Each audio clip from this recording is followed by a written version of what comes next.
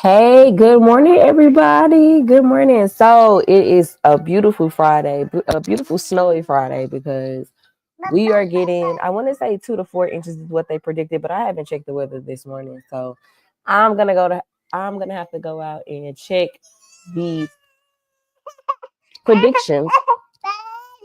Thank you, Mark. You want to say hi? Okay. I'm gonna have to go out and check the snow predictions because it's snowing again. So yeah, that's the thing. And they're having a virtual learning day. I instantly have it started having a trauma response because I don't know if y'all remember the last. Oh, I don't know if y'all remember COVID or not, but virtual learning was a headache. It was a headache. But regardless, we are going to still do our stream today because that's what we do. And we are going to switch back over to our Ahmaud Arbery case. So we're going to start off with the oral arguments for the TikTok ban. So if you don't know, TikTok has been told that they have to sell their parent sell to a different parent company because they are in business with China and the United States sees it or views it as a security. Yeah, they see it or view it as a security risk. And so everybody has told them that they pretty much have to do this. A deadline has been set for January the 19th, but they have appealed up to the Supreme Court. And y'all know I started on TikTok. That's how y'all know Taylor Umbers. That's how my platform grew.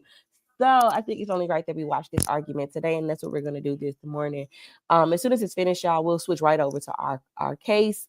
I already have us queued up, so I'm hoping we can do a 1-2 swoop.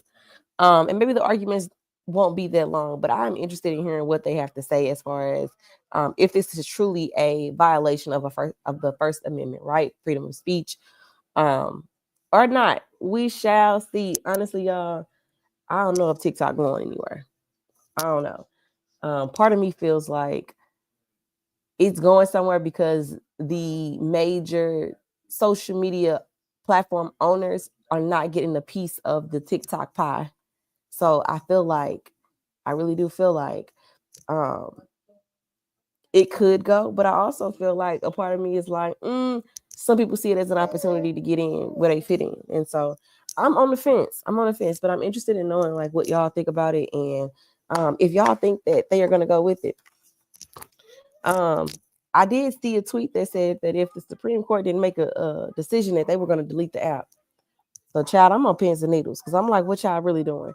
But I will say that YouTube has shorts, and y'all know I've been posting my TikToks on my YouTube channel. So, um, we will still be able to provide that 1 minute recap. I'll still be able to provide that 1 minute recap to everybody just from YouTube. So, um, even though it'll go away and maybe hurt a lot of people, it won't necessarily hurt me. And honestly, I don't make money from content for real. Literally. I mean, don't get me wrong, I am monetized, but the money that I get, it literally goes back to funding our services, right? Making sure we've got the premium account, like the StreamYard, Canva for the thumbnail, internet. Like I'm not making money off of it. So I'm not one of those folks who really feel like, oh my God, the world is ending if TikTok goes away. Um, and to be honest, on TikTok, I ain't even doing that. I ain't making enough for that. So regardless, it is where I started. So I definitely want to see or hear how they choose to defend their presence here in the United States. So again, let me know what y'all think in the comments.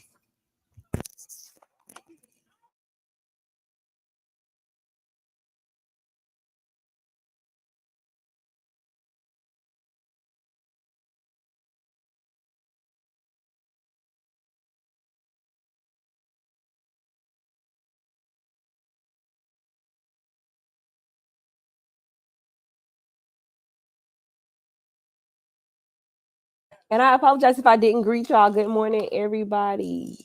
Kim was in here early this morning.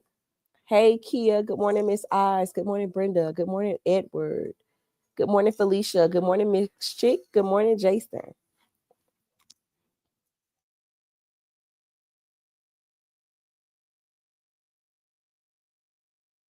And if you are watching from YouTube, make sure that you click out of the comments, hit that X button, go over and hit the like button. And also send me some hearts, y'all. Send your girl some hearts. If you're not already subscribed to my channel, make sure that you subscribe. And if you want to get a membership, you can. They are also available.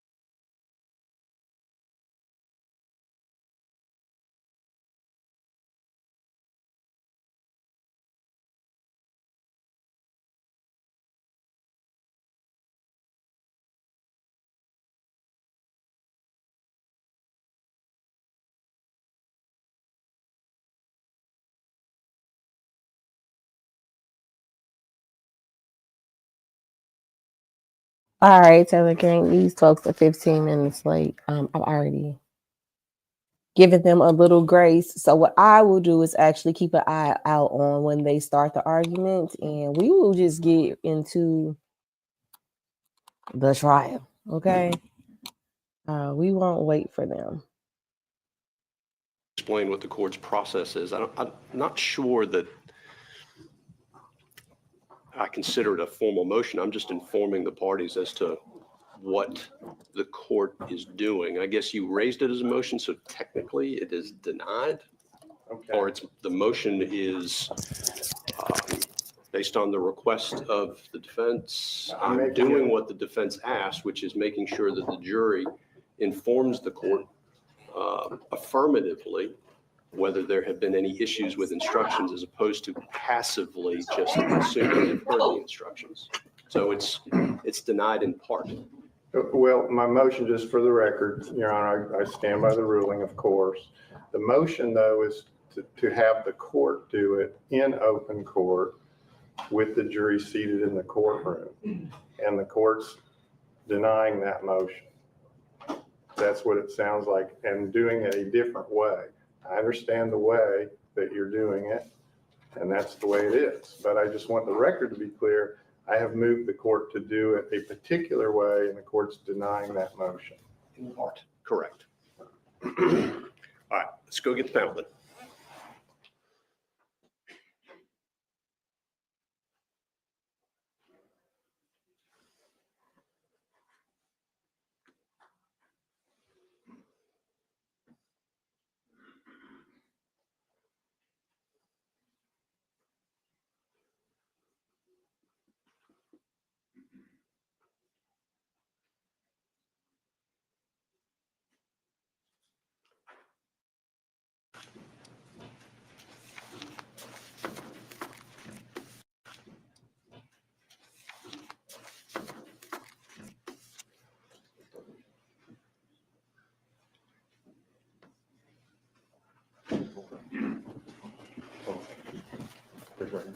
Sure, tell truth, whole truth, and nothing but the truth. I do.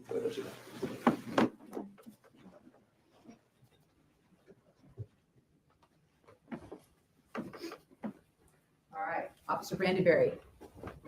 You've been sworn in? Yes, ma'am. All right. Please state your name and spell it for the record, please. Jeff Brandenberry, JEFF BRANDEBERRY. All right, and how are you currently employed? I work for Glenn County Police Department.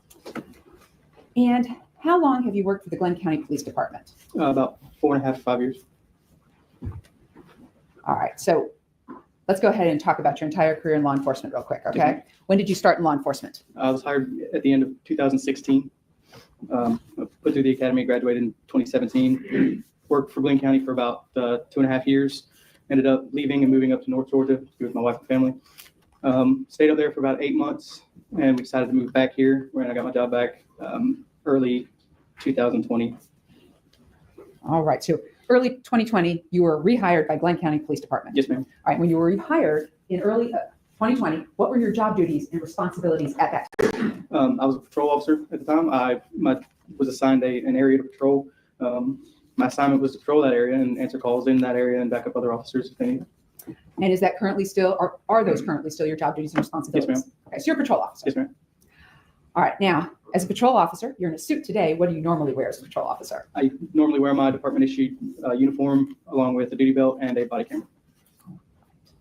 And when you're a patrol officer, currently and back in early 2020, are you alone in your car or are you with somebody? No, ma'am. Policy is that when you come back, you have to go back through field training.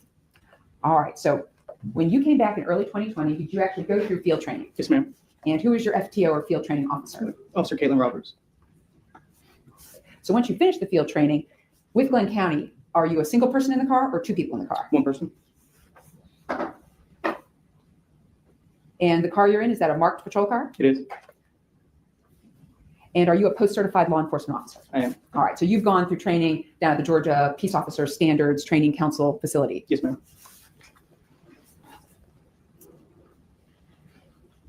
All right, so I'm going to direct you specifically to February 23rd, 2020.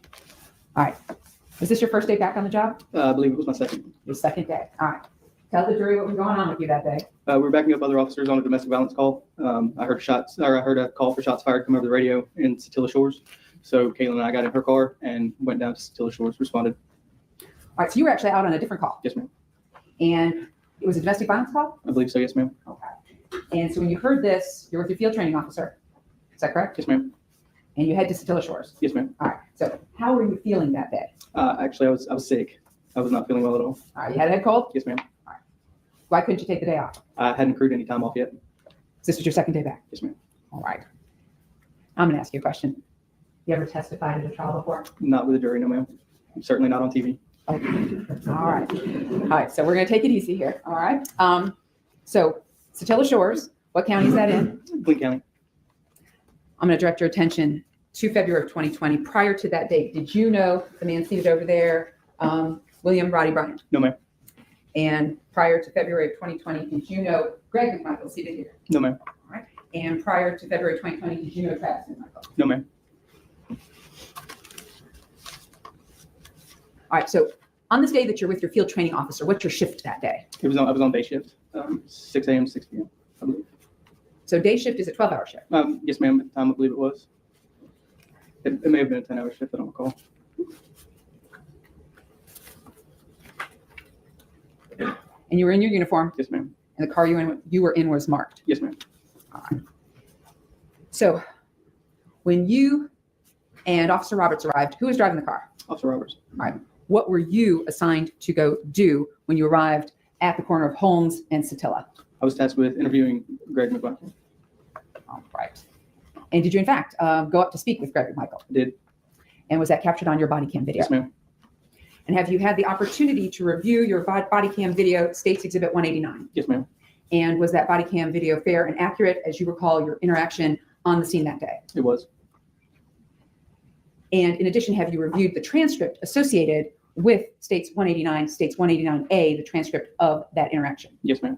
And was it fair and accurate? Yes, ma'am. At this time, the state would tender into evidence States 189 and 189A. No objection. No objection. No objection, subject to certain limitations, Your Honor.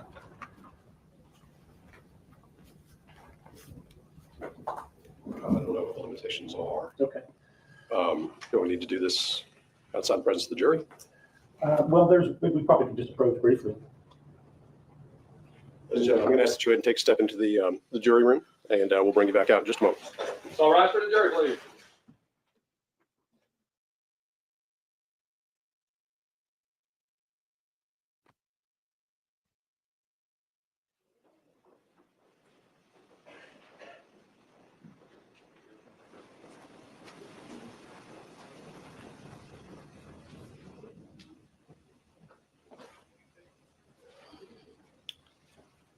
Please seated. There's a statement made by Travis McMichael on the video that we would not intend to play for the jury. And we were talking here just a moment ago. Is it correct that the state is not seeking to have the videos, the body cam videos, go back into the jury room? Depends on how they were tendered and not admitted. Well, if it's admitted, then it is something the jury could watch again. Well, it depends on, but let me think about that for a second. So in this particular case, the reason we're not playing the videos is because of the brutal issues associated with them. And so my understanding is that the parties had discussed the brutal issues and agreed that there are parts of those videos that contain brutal problems Right. that will not be played to the jury. Right. So when you say that they'll have them in the back to play, no. One, because of the brutal issues, but two, because as videos, this court's position is if a video is going to be replayed, Right. it would have to be done with all the formalities of trial based upon a request by the panel. Okay. So I'm not, Very good. That's fine. There are portions of the videos, however, that don't impact group. They show what's going on, they show behavior, they show conduct, et cetera. I just wanted to make it clear, there is a statement by Travis that he makes pretty early on in the video to Officer Arbery and Officer Roberts that we are not intending to put into evidence. And so to the extent that we've agreed that this video is in evidence, we are not intending to put in a statement that is a particular statement that he makes. So it's been tendered. I understand that the brutal issues have been addressed. If there's something separate, some statement that is, you're telling me the statement, I don't know what the statement is, and I don't know whether it is one of the brutal statements or objectionable for some other reason. Well, we have a discussion with the state about opening the door to other evidence, and we're not sure that this statement would open the door if we sought to admit it. And so we, out of an abundance of caution, we're not seeking to admit the statement that Travis makes early on when he's there with Officer Roberts, because we don't want the state to believe that it's opened the door. They have not come to us and said that this particular statement would open the door, but just out of an abundance of caution. What statement are we talking Yeah. about? I'm lost. The statement is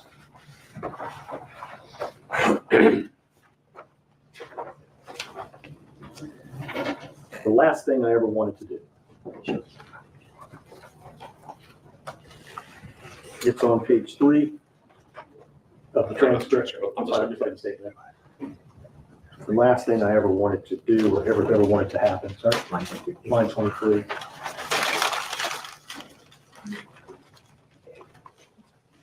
And so to the extent that we just don't want the state to later say that because we didn't state this on the record, that somehow we've now put the statement into evidence, which opens the door to some, other motive evidence or something along those lines. I do understand where defense counsel is going at this point in time. I get it. The answer is, at this point in time, the state is not going to put that statement into evidence.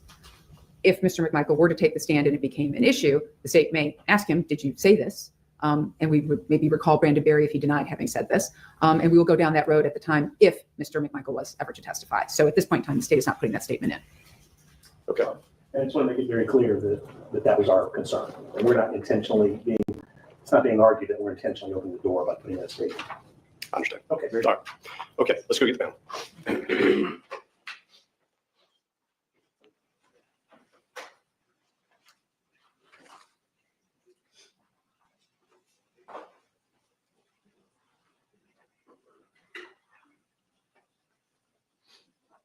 Hold the microphone in front of you. The way the jury stand's working, it's a little awkward, but if you try to speak into the microphone. You need me to repeat anything? No, I heard that. Okay.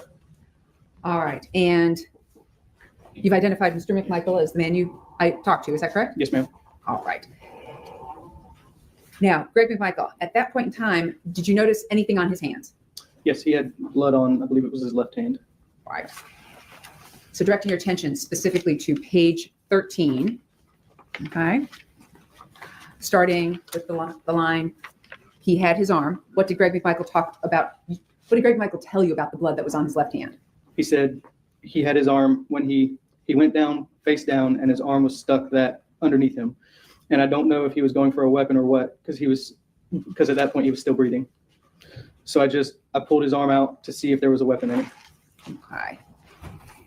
So now I'm going to direct you specifically to page 17 of the transcript.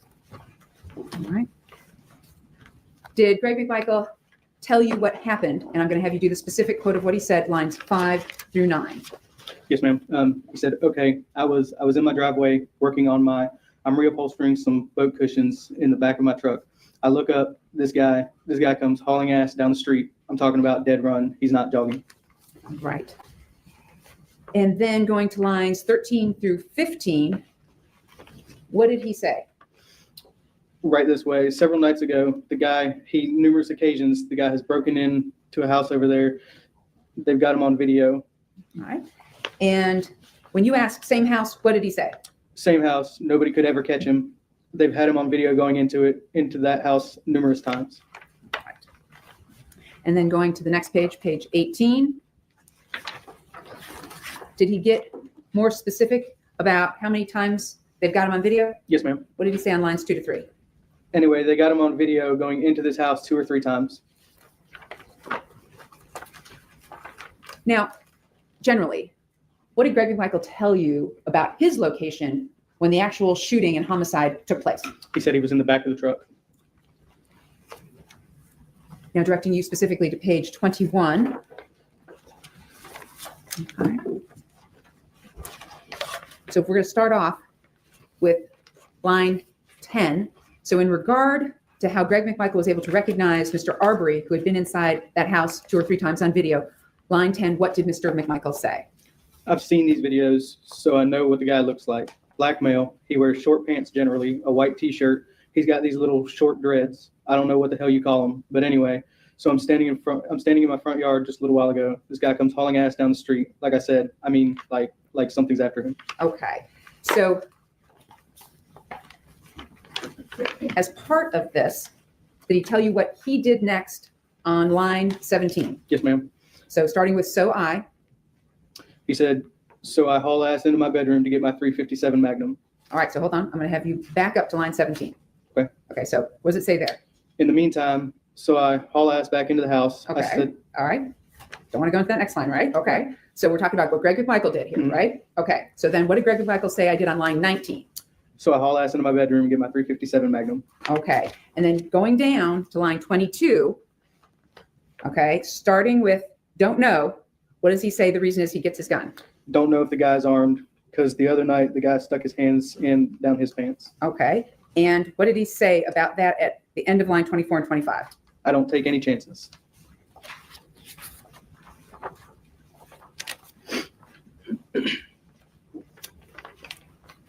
All right. So now going to kind of the next page, while you were talking to him, it was his demeanor. What was his demeanor? He was pretty amped up. He was he appeared a little upset. He was talking a lot with gestures and using his hands. Would you describe him as animated? Yes. All right.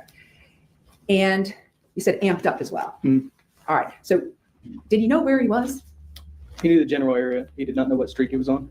All right. Did you have to tell him what street he was on? Yes, ma'am. All right. And as part of that conversation at the end of page 22, did he indicate where he saw the man running down?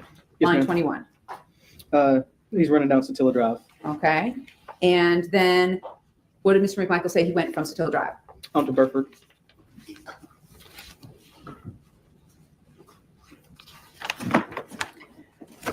All right. Now, while you're doing this interview at this part, how often are you interrupted? Quite regularly. All right. Like, could you get a continuous narrative from Mr. McMichael while you're standing there? No, ma'am. Why not? Because I was interrupted by other officers and other people on scene, Okay, when you say other people on scene, what do you mean other people on scene? general bystanders, people who were curious and watching. All right. So did you try and kind of direct him back to keep talking to you at a certain point in time? Several times. All right. So at a certain point where you're trying to get him back, did you try and tell him, you saw the guy in Burford, the guy was cut off, and then the guy turned around and went back? Did you agree with that? Yes, ma'am. Okay. And at that point, you're trying to tell him, okay, so tell me what happened next. What does he say on page 24 that happened next? On line 2 through 4. Said I jumped in the back of the truck because I didn't want to sit in that damn kid seat again. I jumped in the back of the truck. Okay. So at this point, while you're standing there, are you near the white pickup truck? Yes, ma'am. All right. So when he says, I jump in the back of the truck because I don't want to sit in that damn kid seat again, does this truck have like only 2 seats or are there 4 seats? Is it a 2-door, It was 4-door? a single cab. It only had the front driver's seat, and then I believe it was a bench seat, and then the passenger seat. All right. And what was in the passenger seat, if you recall? There was a child's kid seat. And is it your understanding that he's talking about on Burford, he jumps out to get in the back of the truck? Yes, ma'am. Now, after he goes ahead and jumps in the back of the truck, line 7, where does the black male go? He's running down the damn road. Okay. Uh, And what did Greg McMichael indicate that he was saying to the black man who was running down the damn road? Stop, stop, stop. I want to talk to you. Okay. And when he got the truck up next to him, what did Greg McMichael say? Greg McMichael said to the black man. Stop, goddammit. Was it clear at this point in time exactly where the truck was stopped when he said, stop, goddammit? No, ma'am, not really. Did he indicate how many times he had said to Ahmaud Arbery, stop, goddammit? It sounded to me like he said stop, goddammit one time.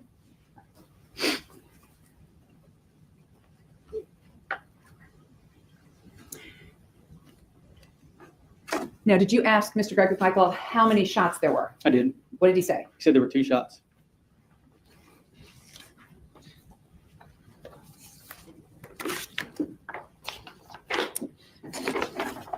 I'm going to direct your attention now to page 25 at the top.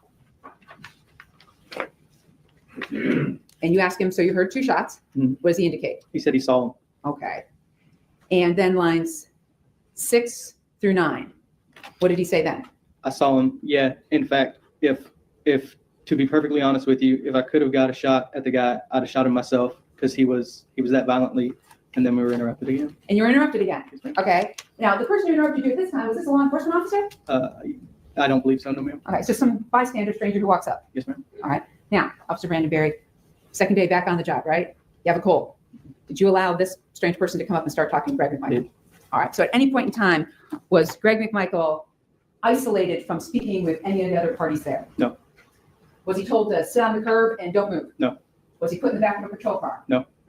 And so some strange guy just comes up to him and starts talking to him. Yes, ma'am. All right. And you didn't stop him or tell him to go away? I did not. All right. And during this point in time when this unknown man comes up, did your sergeant also come up and interrupt? Yes. Okay. So you've got your sergeant coming up and interrupting, you've got unknown people coming up and interrupting, and you're trying to get a statement from this person. Yes, ma'am. All right. Now, the person who walked up, was this a man or a woman? It was a male, White, black, Asian, or Hispanic? white male. Did he ever identify himself? No. Did he appear to know Greg McMichael? He appeared to. Did Greg McMichael appear to know him? Yes, ma'am. All right. So I'm going to go ahead and direct your attention now to page 26. All right. Bottom of page 26. And this, we're going to go through this. All right. So this is this unknown male speaker talking. And where are you when this is happening? I believe I was taking down driver's license information. Okay. So they're standing right there. Yes, ma'am. They were right next to me. All right. And this is captured on your body cam? Yes, ma'am. All right. So line 22, when the male speaker comes up to Greg McMichael, what does this man say to Greg McMichael? He said, I was concerned that it might have been the drunk guy that lives up there on the corner in that house on the right-hand side there. Okay. And Greg McMichael says, yeah. What does the guy say next on line 1, page 27? He's always on the road. Here, he's always walking on the road. And what does Greg McMichael say? Oh, the one that kind of shuffles? And the male speaker agreed with him? Yes. What did Greg McMichael say next? Yeah, no, that's, this ain't no shuffler. This guy's an asshole. I mean, he was hooked up when he came around that street. All right, so hold on. Greg McMichael says, this ain't no shuffler. Yes, ma'am. This guy's an asshole. Who's Yes, he ma'am. talking about? I'm assuming Ahmaud Arbery. Okay. And he says, I mean, he was hooked up when he came around the street. That's what he's telling this other man. Yes, ma'am. All right. How far away were you from the dead body of Ahmaud Arbery when he called him an asshole? 20, 30 feet maybe. Maybe a little bit further than that. And at this point in time, was Ahmaud Arbery surrounded by EMS and other people? Yes, ma'am. The male speaker then asks, was he walking? What does Greg McMichael say? No, running flat out. Running flat out. I don't know where he was coming from down there. So he's telling this stranger, I don't know where he's coming from. Yes, ma'am. And then the male speaker says, you never know what's going on. And then he asks him, are you okay? What does Greg McMichael say? Thank you so much for that. What's he talking about? I'm not sure. Was he given some water at this point? He was. All right. And the male speaker says, can I get some more stuff? What does Greg McMichael say? Line 18. I'm sorry. When the male speaker at line 16 says, I can go get some more stuff, what does Greg McMichael respond? I'm perfectly fine. And then does the male speaker inquire about his son? Is your He son does. okay? Yes, ma'am. What's Greg McMichael say? He's upset as hell. Does he repeat that? Yes, ma'am. And then the male speaker says, I can imagine. Mhm. The male speaker then asks him a question. What does the male speaker ask him at line 25? So the guy have a gun. And what does Greg McMichael say on the top of page 28? No, I don't know. I mean, I couldn't tell if it's one on him or not, but he attacked my son. At this point in time, are you interrupted again? Yes, ma'am. And who does the interrupting this time? The coroner. The coroner shows up. Yes, ma'am. All right. And the male speakers then ask him, oh, really? Yes, ma'am. Because he just said, he attacked my son. And what does Greg McMichael say? He came at him. And then what does Greg McMichael say? He tried to get the damn shotgun away. So at this point in time, a total stranger has walked up and he's telling him that this is his narrative. He attacked my son, tried to get the shotgun away. Yes, ma'am. All right. At that point, did the male speaker ask him, well, where's your son live? Yes, ma'am. And what did Greg McMichael say? With me. And then what did Greg McMichael tell him? Right there. Yeah, you know my son, Travis, the redheaded kid. Then was he go on to refresh this man's recollection? He was looking at your boat, was helping you with your boat. All right.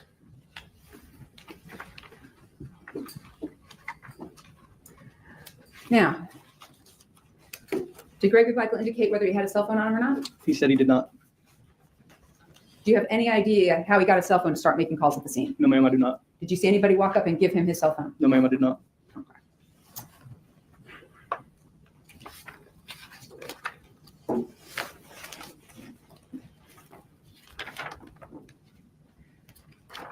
Now, generally, at this point in all of this, the coroner's there, is that correct? Yes, ma'am. And do you kind of pivot away from interviewing Mr. McMichael? Yes, ma'am. So I want to ask you a few questions. Did Greg McMichael ever indicate to you at that time that he thought Ahmaud Arbery, the guy, had committed a crime that day? No, ma'am. So he didn't say the guy committed the crime of this. No, ma'am. And when he said to you that numerous occasions the guy has broken into a house over there, they've got him on video, what house was Greg McMichael talking about? A house down the road that was under construction. Okay, so he's not talking about his home at 230 Satilla Drive. No, ma'am. All right. While speaking with you, did Greg McMichael ever use the word burglary? No, ma'am. Did he ever use the word trespass? No, ma'am. Did he ever tell you while you're talking to him that he was attempting to make a citizen's arrest? No, ma'am. Did he ever even use the word arrest? No, ma'am. Did he ever even use the word detain? No, ma'am. All right. Did he ever tell you that, oh, we were going to detain this guy and wait for the police to come and investigate? No, ma'am. Did he ever tell you, oh, by the way, I saw Mr. Arbery throwing stuff out of his pockets as he ran? No, ma'am.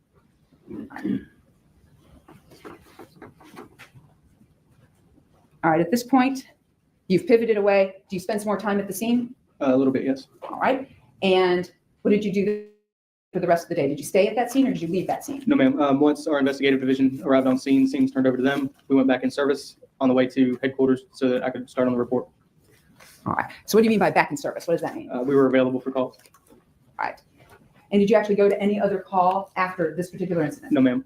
You went back to headquarters? Yes, ma'am. Okay. Where's headquarters? It is 157 Public Safety, where it was Public Safety Boulevard.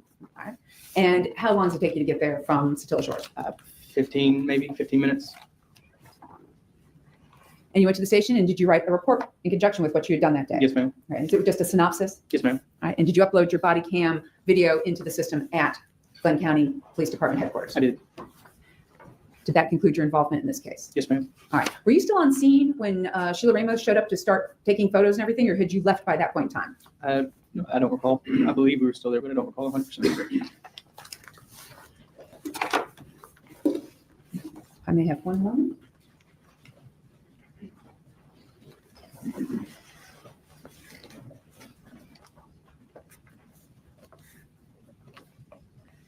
Did you know the address of the house under construction? No, ma'am. Okay, so he just said some house under construction. Yes, ma'am.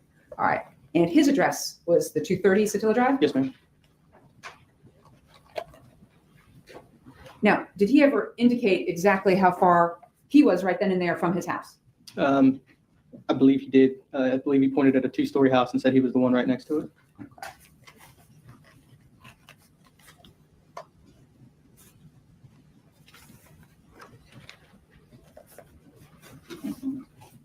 Your Honor, at this time, I will pass the witness. Oh, I'm sorry. Sorry, I forgot. Well, at the scene with Officer Caitlin Roberts, were some photos taken of Travis McMichael right then and there? Yes, ma'am. And did you witness Officer Caitlin Roberts taking those photos? Yes, ma'am. And prior to coming into court today, have you had the opportunity to review State's Exhibit 267 through 278? Yes, ma'am. 267 through 278. Yes, ma'am. All right. And were they fair and accurate pictures as far as what you recall Travis McMichael looking like at the scene at that time? Yes, ma'am. All right. At this time, the state would tender into evidence State's Exhibit 267 through 278. No objection. No objection. No objection. Very good.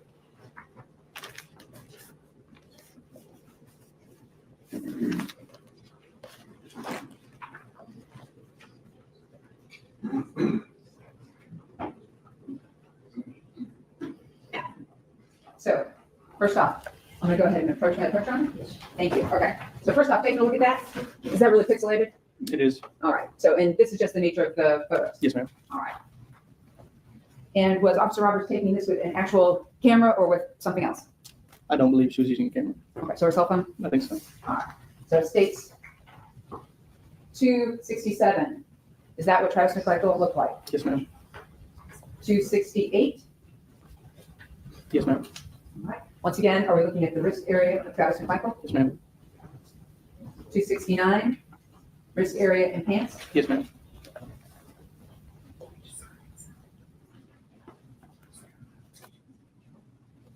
And 270. Yes, ma'am. Are we looking at the other arm here?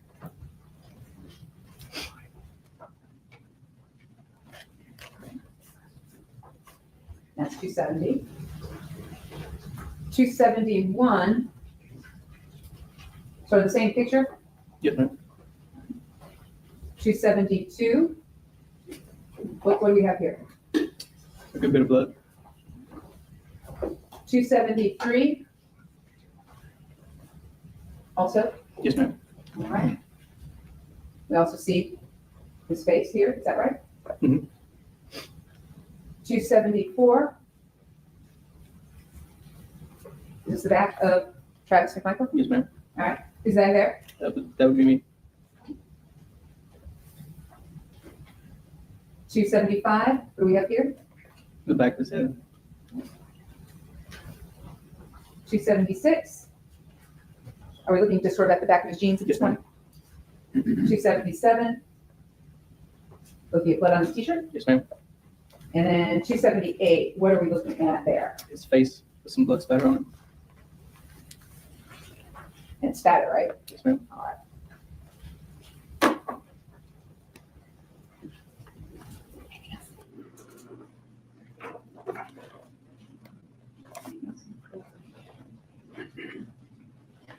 At this time, I will pass the witness. Thank you, Judge. Mr. Hill.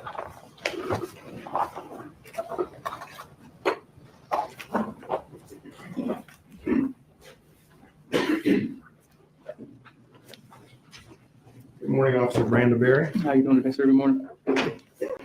Turn this so all my jurors can see me. That's not all you, okay?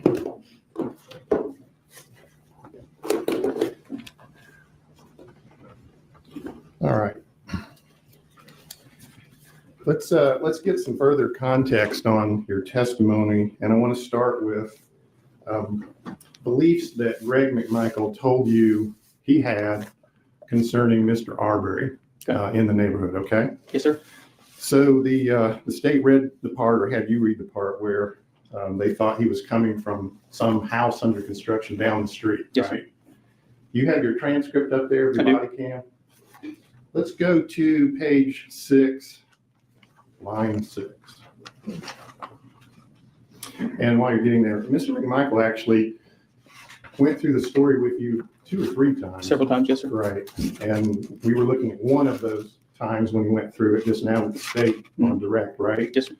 But he had already told it to you once before, and he even told it to you another time. Again, yes, sir. He told me several times. And part of that was because of the interruptions that were occurring, and you had to stop and start. Yes, sir. Okay, The other part of that was for clarification purposes. right. And that's a police technique, have somebody tell the story a couple times, see if it stays the same. Yes, sir. His stayed the same. Objection. That's for the jury. Relevance. That's sustained. Just go ahead and ask a different question. I'm sorry, was the objection sustained? Yeah, I'm sorry. My microphone's not. It was sustained. Okay, thank you. All right, so we're at page 6, line 6. This is the first round through the story, am I right? Yes, sir. And you're talking to him, and he's describing to you who this guy is, who he thinks he is. And you with me at line 6, he says, this is Greg McMichael talking to you, right out here, and I imagine on the body cam he's pointing, as he says here, pointing down the street. Objection, is there a question? Compound question? That's fine. You're zeroing him on the question. Go ahead. I'm breaking it down. So when he says right out here, without turning on the whole video and all, when a person says right out here, he's pointing it. It's not pointing. I'd have to watch the video. I don't recall. Well, let's go on. He says, this guy whom we've seen on video numerous times breaking into these other houses, he comes hauling ass down the street. I mean, he's got it hooked up. That's what he said to you. Yes, sir. That's accurate. And again, when he said breaking into these other houses, later on in your synopsis, as it was characterized your report, you wrote in it that Mr. McMichael reported to you that he believed this guy had been breaking into houses in the neighborhood, right? Prior, yes. If you'll go to page 26, line 10.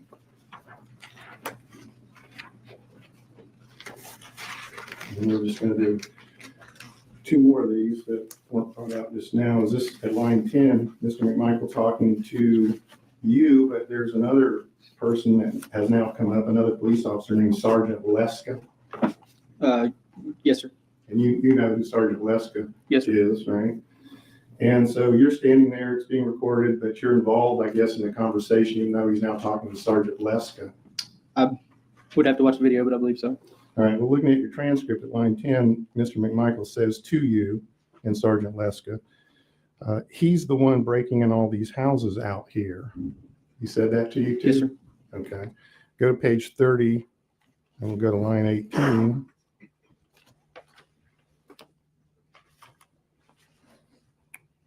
Now, another person's walked up. This is Christy Rozier, right? Yes, sir. And Christy Rozier is the coroner of Glenn County. One of, yes, sir.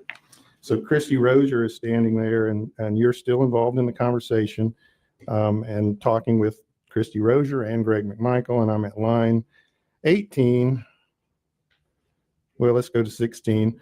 Well, he makes frequent trips to the neighborhood and gets caught on video cameras like every third or fourth night, breaking into places, and nobody's been able to catch him. That's what he said to you? That's what he injected into our conversation, yes. With the conversation with you and Me and Ms. Christy Rozier. Rozier? Yes, sir. Okay. And so earlier when you read that no one has ever been able to catch him, you understood in the context of the conversation that we're not just talking about police, but also neighbors and Mr. McMichael. At the time, I was unfamiliar with any kind of crime in Stilla Shores. Yeah. That's You not didn't my, have any background on that. no, sir, that's not my typical zone. That's not where I usually patrol. I'm not very familiar with the area. Okay. All right, let's go back to page 13, line 7. We'll do a different topic now. This is where Mr. McMichael, you saw that he had blood on his hand, right? Yes, sir. And you learned that he got that blood on his hand because Mr. Arbery had fallen face down on the street and he had reached under his torso and pulled his arm out to see if he had a gun in his hand. He said he grabbed his arm and pulled his arm out. Yes, sir. For the purpose of Checking to see if he had a firearm. Yes, sir. if he had Or a weapon, I believe he said. a weapon. All right.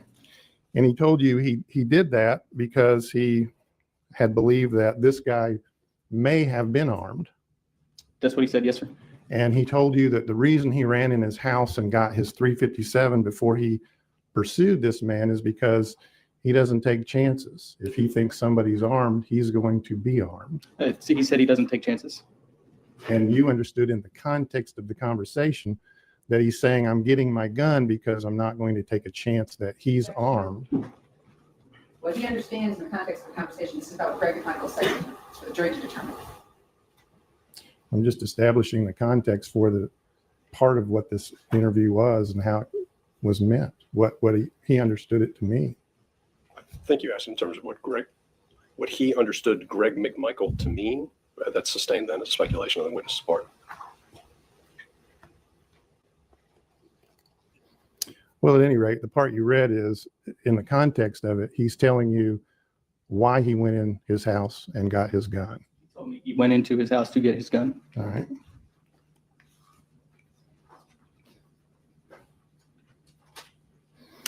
Now let's go to page 24 of your transcript. And the roads get a little confusing here. Did you know Stilla Shores neighborhood intimately back then? You knew all the streets? Yes, sir. No. So when people are describing the roads and the streets, was it a bit confusing to you at times? At the beginning, it was. I figured out that the roads make a loop and everything kind of comes back that way. Yeah. Well, I'll hold up the map for you. Yeah, I'm gonna take this out for you. Wow, just hold it for now. Thank you, Jay. I appreciate it. There's a map of the neighborhood. Is that familiar to you? Yes, sir. Okay. And so when you said it makes a loop, you know that up here above this map would be Highway 17, and there's Satilla Drive and Zellwood, the only two roads into the neighborhood. Yes, sir. And then the neighborhood just makes a big loop, Yes, sir. right? And the roads at issue in the case that you're talking to Mr. McMichael about are Burford, Satilla Drive, Burford, and then Holmes. Yes, sir. Right? And when he was talking, even though he lives here on Stilla Drive, didn't even know the name of Holmes Yes, sir. himself, did he? Correct. And it was Sergeant Roberts who injected Holmes into it. I believe it was Officer Robertson. Okay. So, yes. You got it? Okay. So we're at page 24 then, and you were asked to read to the jury line 2, starting at line 2. And this is where Mr. McMichael's telling you, are you with me? Yes, The sir. transcript. I jump in the back of the truck because I don't want to sit in that damn kid seat again, so I jump in the back of the truck. And even though he didn't say what road that was, you understood and testified a few minutes ago that you understood that to be Burford Road. I believe he said that, yes, sir. Okay. And then going down on that same page, you were asked to read that they were running down the dam road. I'm at line 7. Mhm. And in the meantime, I'm hollering, stop, stop, stop. We want to talk to you. And you understood that this portion is at Holmes Road or Burford Road. My understanding was that occurred on Burford. All right. The next paragraph beginning at line 10, and we get up next to him, and I said, stop, goddammit. See that part? Yes, sir. Now, you think that's also on Burford? That's my understanding of it, yes, sir. There was never any mention of Zellwood, and earlier on, he told me that he turned around on Burford and stopped and began running back towards Holmes. Well, here's what I want you to do, Officer Brandenberry. You can't read this part out loud under the rules, but if you would read to yourself the full paragraph that begins at line 10 and ends at line 17. Just take a moment and read that.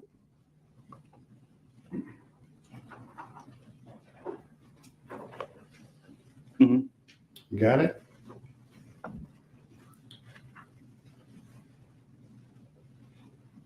Yes, sir. So the line that you were asked to read, we get up next to him and I said, stop, goddammit. And then you had to stop there. Mhm. When you read that in context, it appears to you, does it not, that he's talking about the final encounter in the final seconds that's on video there at Holmes Road, almost to the intersection of Satilla Drive. Based on what he's describing Yes, has sir. happened in the rest of that paragraph, Yes, right? Okay, so the words "stop, goddammit," he says he uttered or spoke to Mr. Arbery while he's in the back of the pickup truck on Holmes Road near Satilla at the end of this encounter, right? Somewhere on Holmes Road, yes, sir. That's my understanding. Okay. And when he says that's what he said, have you had a chance to review the case beyond your own body cam and your own transcript, for No, sir, example? that's had nothing to do with me. I haven't had any part of any further investigation. Once I left the scene, I was done with it. Right, I understand that part. My question though is, in working the case, preparing for trial, coming here today, you have not looked at the video, No, what sir. we're all calling the video. You haven't looked at that? I saw it when it first came out. Other than that, I have not seen it. I can't testify to any of that, so that's got nothing to do with me. Gotcha. Just trying to get what does have to do with you in its proper context here. So when you watched that video, you saw Mr. McMichael, Greg McMichael, standing in the back of the pickup truck Yes, sir. with a phone to his ear. I don't recall. You don't recall No, that? sir. I haven't seen that video. It's been, what, 20-something months? And you didn't listen to the 911 call that he was engaged in at the No, sir. time? Last question. You would agree with me that if this quote we're talking about right here that he said to you is what he thinks he said to Ahmaud Arbery in the final seconds of their encounter, and he's saying it while he's on an open 911 call that's recording it, that the best... Form of question, speculation. Yeah, but- I'm not asking him to speculate anything. You're I haven't gonna- even finished the question. Well, but sounds like a long hypothetical to a lay witness. It's not a hypothetical, Your Honor. It's actual fact. I'm asking if I can finish the question, it would be very clear, and I think he'll be able to answer it.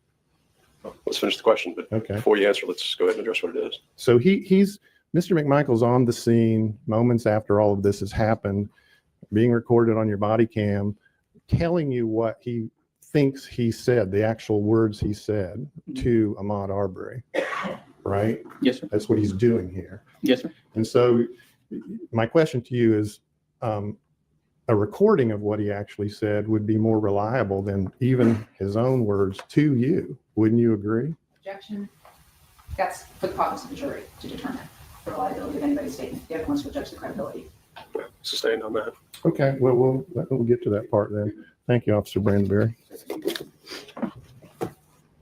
Just one second.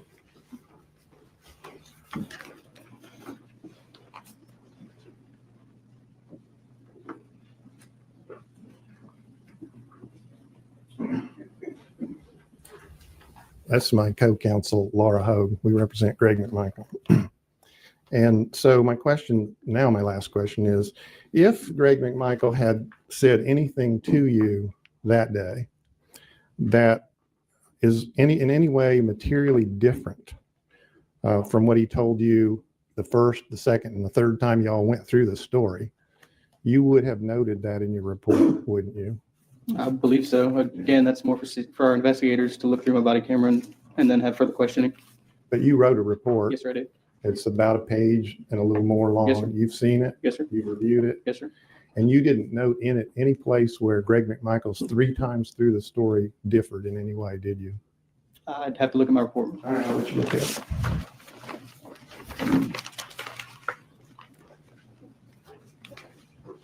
I've got a copy. Oh, you did? Yes, sir. Okay. Good deal. Take a look at it. Got it each one. Read the whole thing if you need to.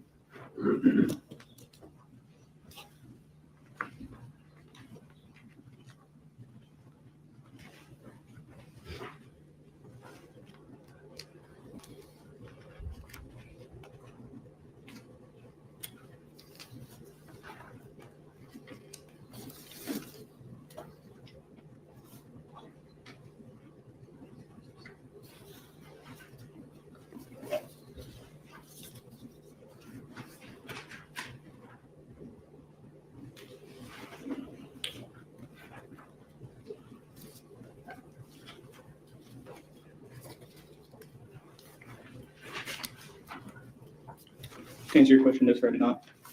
No, sir, you did not. I What? did not notate that he had any change in the story. And if he had, you would have notated that, correct? I should have, yes, sir. Thank you, sir.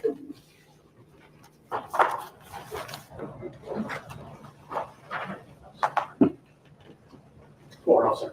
I'm Jason Sheffield, represent Travis McMichael. We haven't talked yet, have we? No, sir. Okay. There's a part that you were just asked about by Mr. Hogue, previously by the state, about those statements, stop, goddammit. And you were just kind of going through that a moment ago. Right. One thing that you haven't noted yet, and you haven't been asked to help clarify that issue, is the following. You understand that at some point, you're here on Burford, and there's an interaction that takes place here on Burford. Yes, sir. Okay. Where Greg says he gets out of the truck, gets down and climbs in the back. Yes, sir. Okay.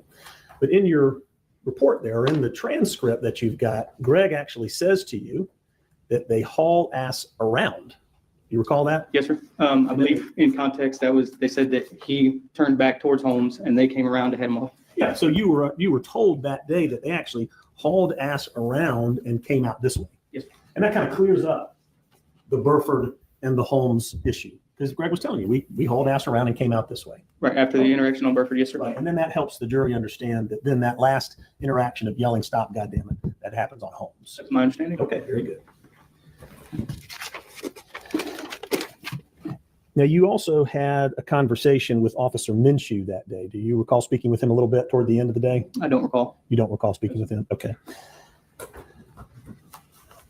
You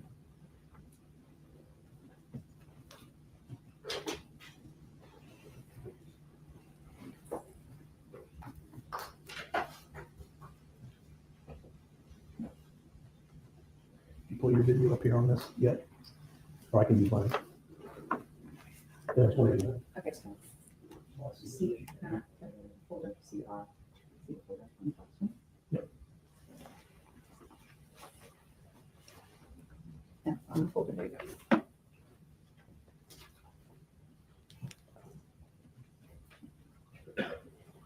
All right, so do you recognize this as the start of your body cam video? Yes, sir. Okay, and you're walking up here over into the side grass.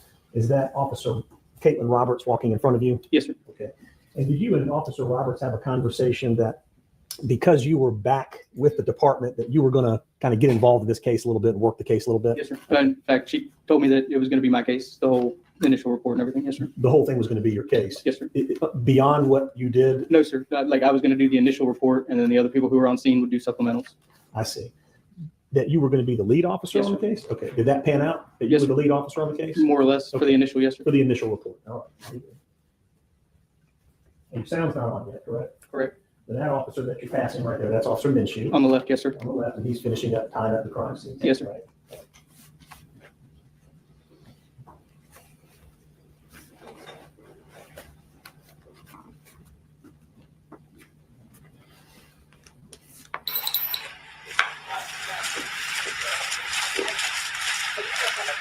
Now, at this point, if you had already been told that Travis McMichael was over here, or you don't know who this I gentleman have is? no at this idea who point? that gentleman is. Okay. And you're just sort of following Officer Roberts at this point? Yes, sir. We're both walking onto the scene. Do you know that she's been told something about this gentleman? I have no idea. No idea. Okay. I know. Just breathe, okay? And she's sort of responding to him saying, I know, just breathe, kind of just calm down. Yes, sir. Correct?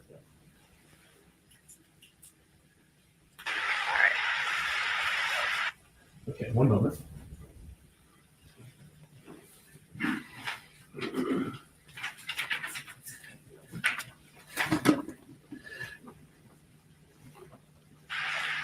Let me get some stuff for you to clean up with, all right, Chris? You want to We gotta take some pictures of you first. do whatever you Yes, we gotta take some photos and then we'll get something to clean up, all right? Okay, so at this point, she's telling him, we need to take some pictures of you. We need to kind of process some things. And his response is just do whatever you have to do. Mhm. So is that right? Yes, sir. Okay, it's fair to say from your experience with him, which may be very limited, he's being cooperative. Yes, I mean, yes, sir. Yeah, he's not trying to leave the scene to your knowledge or to tamper with any kind of evidence to your knowledge. Not in 10 seconds I spent with him out there. No, sir. And then at that point, you move off and you go do something else. Correct. Okay.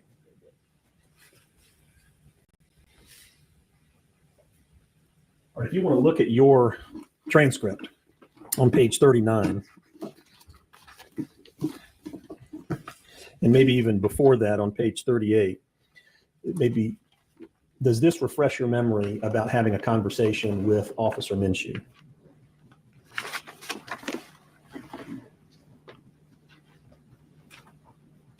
You can look at the bottom of 38 and kind of go into the top of 39.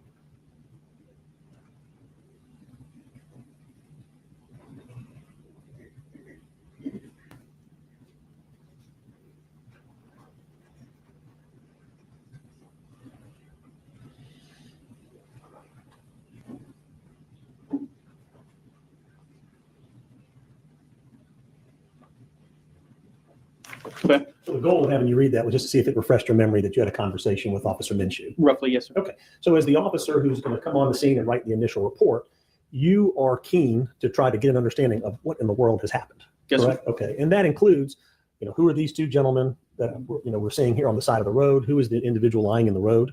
Correct.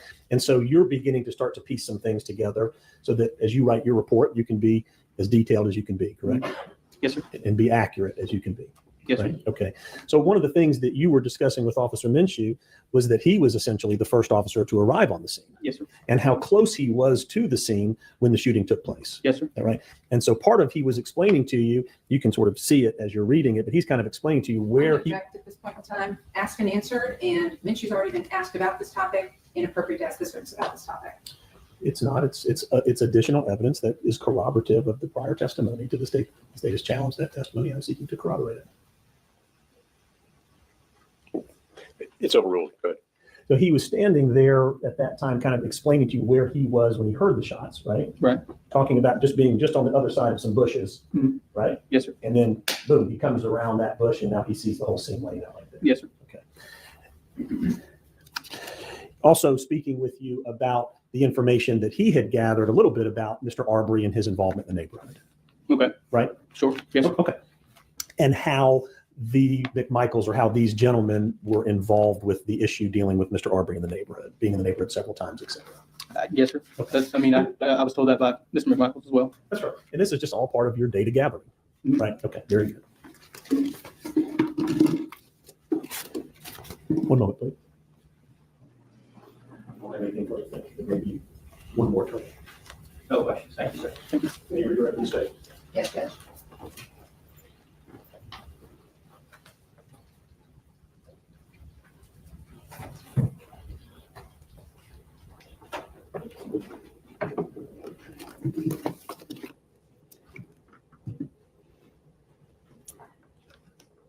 All right, so first off, let's talk about your report. Yes, ma'am.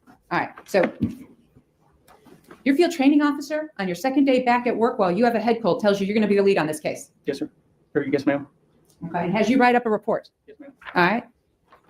Is that it? Yes, ma'am. All right. So how many pages is it? Page and some change, maybe.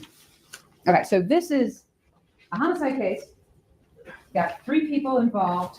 Got a bunch of officers on the scene, and your report's a page and a little paragraph. Yes, ma'am. All right. Is this really just a summary kind of what Greg McMichael told you? Yes, ma'am. All right, and the transcript that you have right there states Exhibit 189A for 47 pages? Yes, ma'am. All right. And you weren't the only one with body cam, right? No, ma'am. All right, did you review anybody else's body cam? I don't recall reviewing anybody else's body cam. No, ma'am. Did you interview the CID detectives? No, ma'am. Okay. So this really was just a report kind of about what you did with regard to Greg McMichael. Yes, ma'am. Okay. Now, when you are interviewing Greg McMichael, right here, and you see this, Travis is right there. At this point in time, did you know that Greg McMichael had already gone up to Travis and told him, you had no choice, you had no choice? I still, to this day, didn't know that. No, ma'am. Okay. Do you have any idea how much Greg McMichael told his son at this point in time when you go to talk to him? No, ma'am. All right. Do you know who else Greg McMichael has gone up and talked to at the point he's about to be interviewed by you? No, ma'am. All right. So at the point he's being interviewed by you, did he mention he'd spoken with Diego Perez already? No, ma'am. Did he mention he'd already talked to William Rodney Bryan already? No, ma'am. Okay. So he didn't bother to tell you who he had spoken to at the scene about this before you ever interviewed him. No, ma'am. And at the point you're interviewing him, his son has shot and killed somebody, right? Yes, ma'am. And that body's laying 20 to 30 feet away, right? Yes, ma'am. All right. And he's animated, right? Yes, ma'am.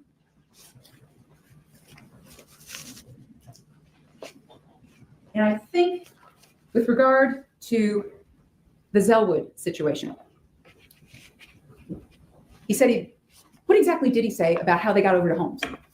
He said that he saw him running down Satilla Drive and continued straight onto Burford. They followed him onto Burford. He turned around and ran back towards Holmes, and they continued around and met him on Holmes. I think you said that their words were, they went to head him off. Yes, ma'am.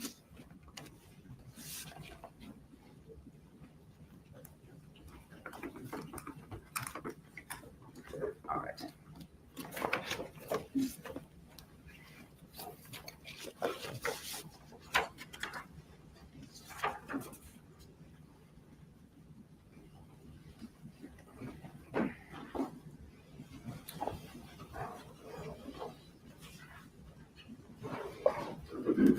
All right, so defense counsel came up and asked you about page 6.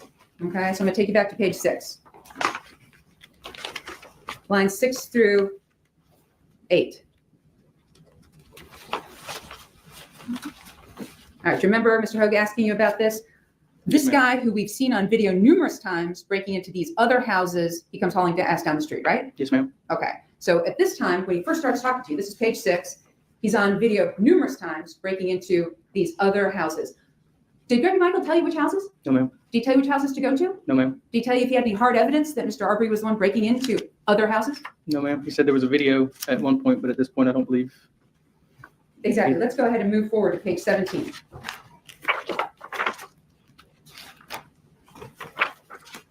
Sorry, you said 17? I did say page 17. So now I'm going to direct your attention specifically to line 14. On numerous occasions, the guy has broken into a house over here, and they've got him on video.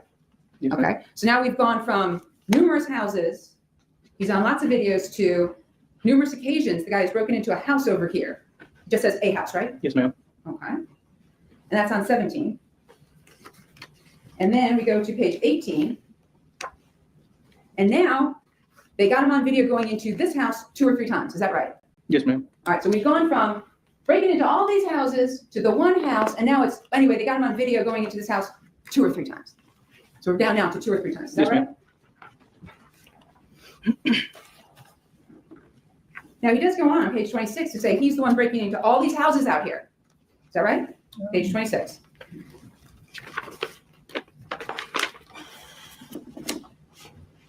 What line? 10 and 11.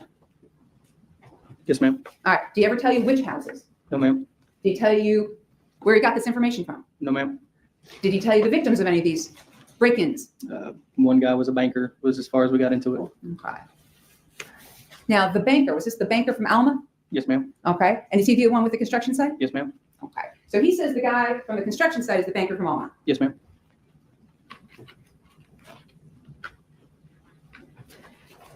And now I want to take you to page 30. I want to get real specific about page 30 for a second.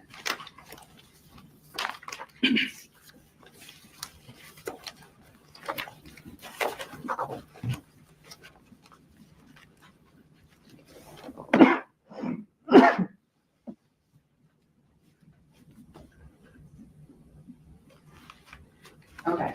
So we were talking about our interruptions and everything, right? Yes, ma'am. All right. So Christy Rozier, who's she? She is the county coroner, one of the county coroners. And she had shown up, right? Yes, ma'am. Okay. Now, who's Christy Rozier trying to talk to? She's trying to talk to me. She's trying to talk to you. Yes, ma'am. Is she trying to talk to other enforcement officers? No, ma'am. Just you. Not that I recall. Yes, ma'am. Only me. Okay. And I think you said that Greg Michael inserted himself in the conversation. Yes, ma'am. Was she trying to talk to Greg Michael? No, ma'am. All right. And so he came up and starts trying to tell her what went on. Yes, ma'am. And that's when he starts telling her on page 30, well, he makes frequent trips to the neighborhood, gets caught on video camera like every third or fourth night, breaking into places. Is that right? Yes, ma'am. Okay. Now, you, as the first responding officer, did you ever find out any of this video footage where he's breaking in every third or fourth night? Me personally, I have not seen anything. No, ma'am. All right.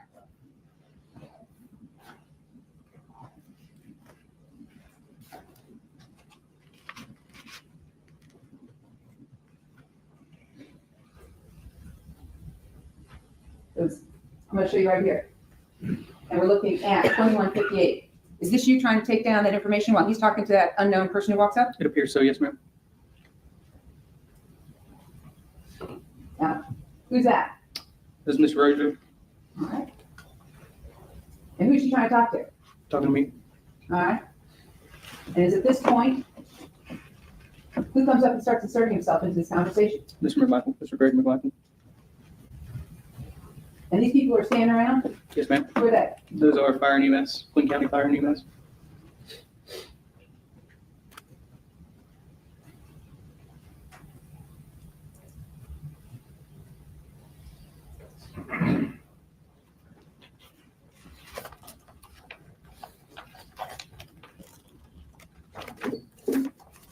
At that point, did anybody tell Mr. McMichael to back off, step away? This is, Not The that I corners? recall. No, ma'am. okay. So nobody's telling him, this is none of your business. We need to do our business now. You need to go away. No, I don't. Not that I recall. No, ma'am. Why not? I don't have a good answer for you.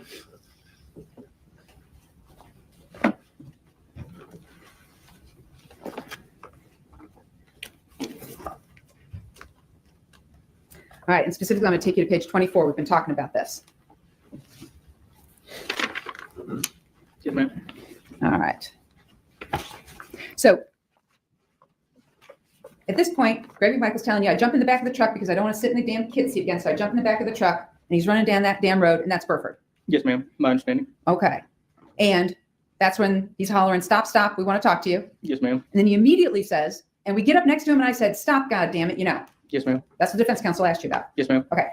Between those two sentences, did he ever say, we went up around Zellwood, we came down Holmes Drive, we passed Mr. Arbery, and then we stopped right here? No, ma'am. Okay. He actually says that he gets up next to him. Yes, ma'am. Okay.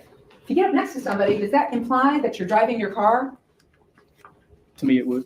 Okay. So the impression he left you with is we got next to him in the car.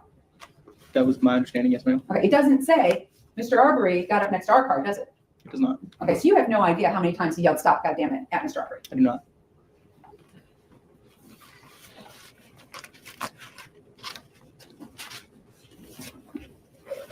And I just want to be really, really clear on page 21 at the bottom.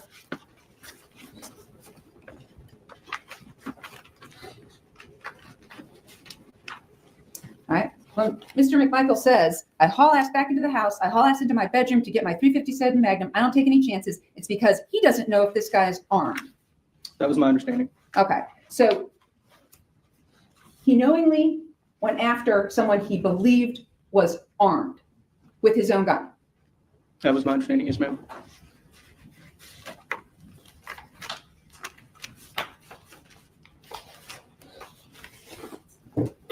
I'll pass the witness back. Let's do this back in order. Mr. Hope? Just a couple of questions.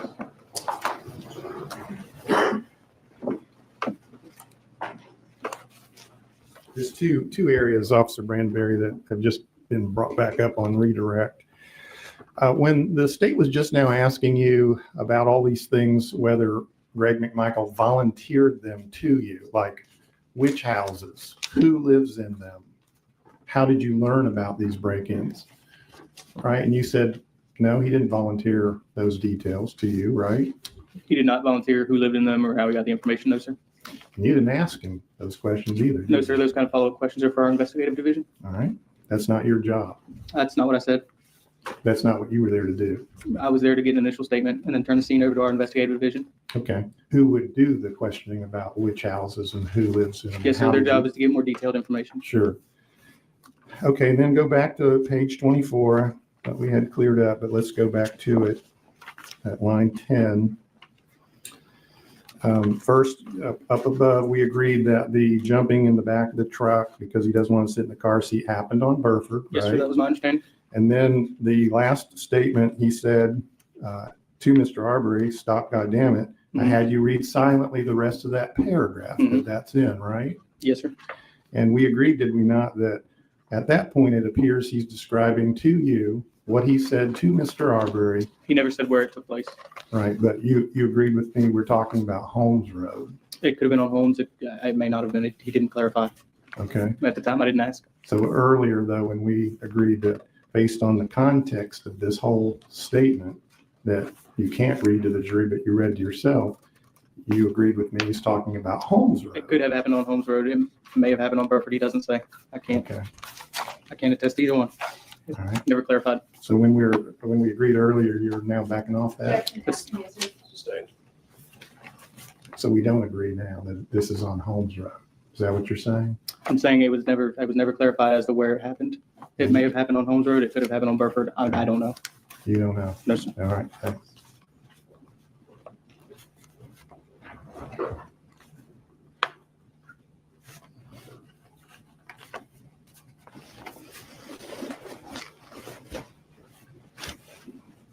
That's all I have. Nothing further. Thank you. Thank you. You may step down. As with other witness, you're released today, but you remain subject to recall. Yes. Thank you.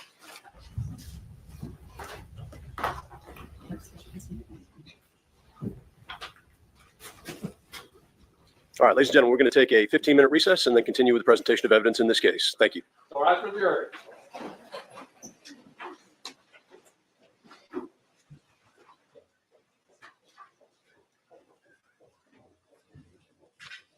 Made me think that maybe I was misunderstood. The sheriff isn't going and talking to the jury. What I've asked the bailiff to ensure is that the jury understands that if there are any issues with the court's instructions, that they send a note so that I can go ahead and see what the issue is and then bring it to counsel's attention. So I just want to make sure everybody understands that, because that the way it was couched was as if I was having the sheriff go and affirmatively go and speak with the panel. That's just not what I'm talking about. It's the bailiff ensuring that they understand the court's instructions as we go through the trial, just so that if there is an issue, it's brought to my attention. I understand, Your Honor. If I misspoke, I apologize. There's a issue, a finer issue there.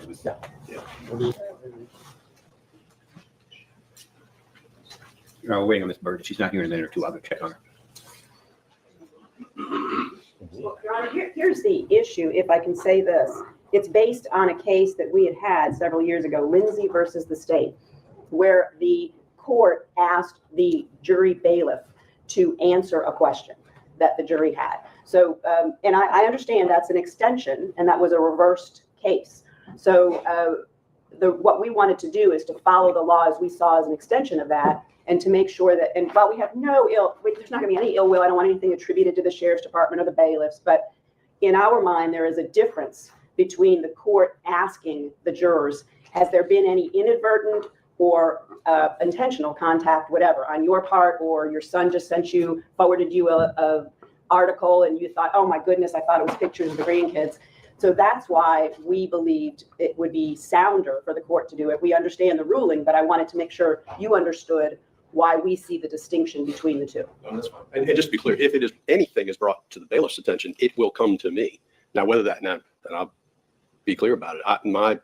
The way I've always functioned is anything comes to the bailiff is generally written down and I know what it is and we can mark it and discuss it. But that, as far as I'm concerned, anything that comes to the bailiff is brought to the court's attention. And if it's something we need to go ahead and discuss, we'll go ahead and discuss that. I'm just telling you that I want to make sure that the jury knows and understands that anything that needs to be brought to the court's attention with respect to the court's instructions is going to be done so. And we've spent a lot of time talking about it. I just, based on Mr. Rubin joining the motion, was concerned there'd been a misunderstanding about what the court was doing. And that's all. I understand the extension, and that's fine. We're on the record on it. Would you put on the record for us what the court's instructions to the bailiff to say to the jury is? I have no idea.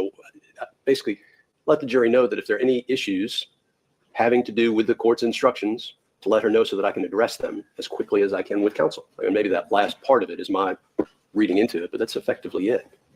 And the bailiff's instructions from the court is to ask that of the jury each morning? I haven't done it each morning, no, but to make sure that they were aware of it, particularly this morning, because this morning it was on my mind. But again, the court's given them instructions. They are adults. They understand they're under the umbrella of the court, and they are being instructed at least twice a day that there are specific instructions with contact.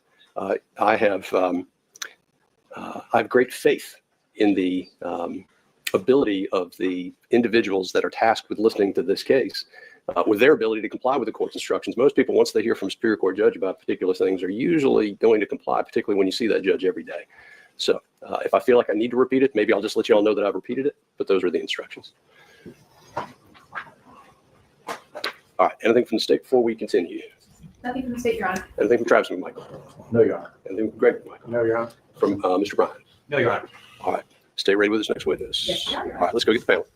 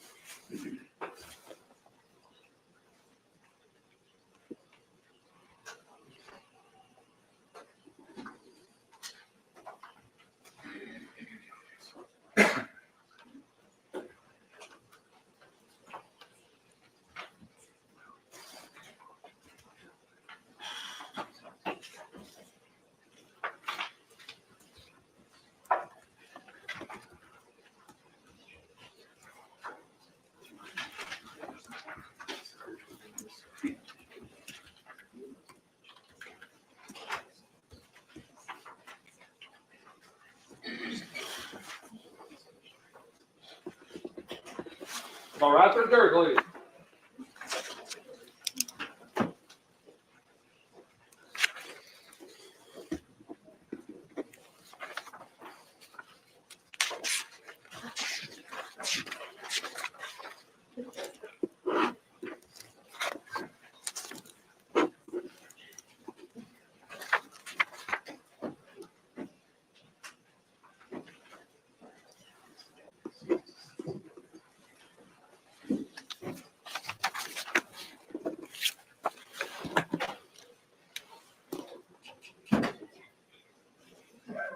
Please be seated.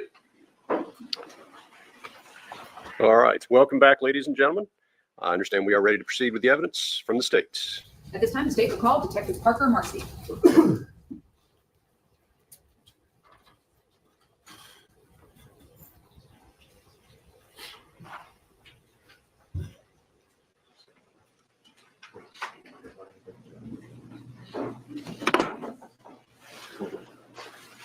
Swear to tell the truth, whole truth, and nothing but the truth. I did. Go ahead, have a seat.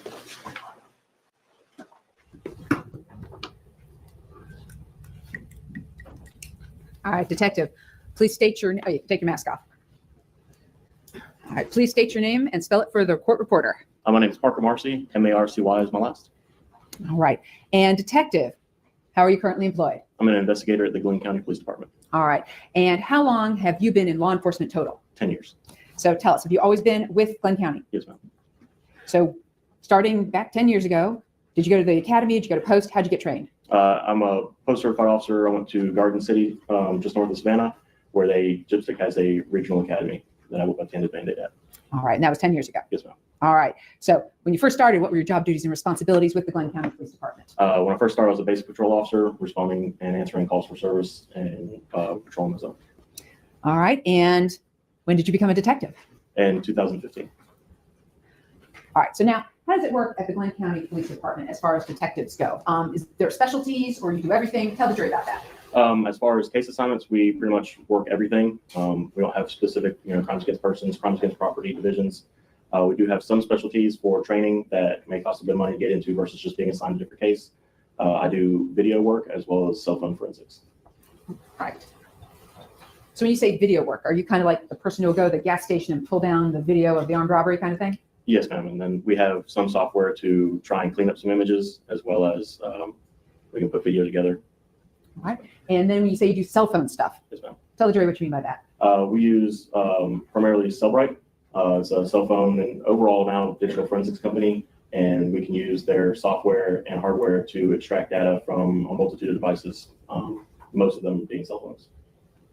Right. And you've had training in both those things. Yes, ma'am. All right. So tell the jury what the duties and responsibilities usually of a detective are. What do you generally do? Like, are you in a patrol car? Do you call 911 calls? What happens? Typically, we work a standard schedule, Monday to Friday, 8 to 4. With the exception of some call days, we come in a little bit later and stay later in case something comes out in the evening. Rotating call days. So if an incident happens during the evening or the weekend that requires an investigator to come out that's not on duty, that on-call investigator will come out. Other than that, we work cases that we either respond to, are called out to, and until their conclusion, or we're assigned cases to work until their conclusion. All right. So is it more the case that you're assigned a case once a 911 call is coming in and a patrol officer has responded? Typically, yes, ma'am. All right. Now, you're dressed in a suit today. Is that what you normally wear as a detective with the Glenn County Police Department? No, ma'am. What do you usually wear as a detective? Currently, we have black polo shirts with our badge of office on our left chest and CID on our sleeves with green 511 pants. That's a new uniform. We previously wore with the same patch and emblem, green polo shirt with tan 511 pants. Based on that uniform, is it easy to identify you as a law enforcement officer? Yes, ma'am. All right. And do you normally wear a body cam with that uniform? Yes, ma'am. So prior to February 23rd of 2020, had you ever worked a homicide case before? Yes, ma'am. All right. Had you worked that as the lead or as an assist? I've assisted in several, and I've been the lead on 3 cases.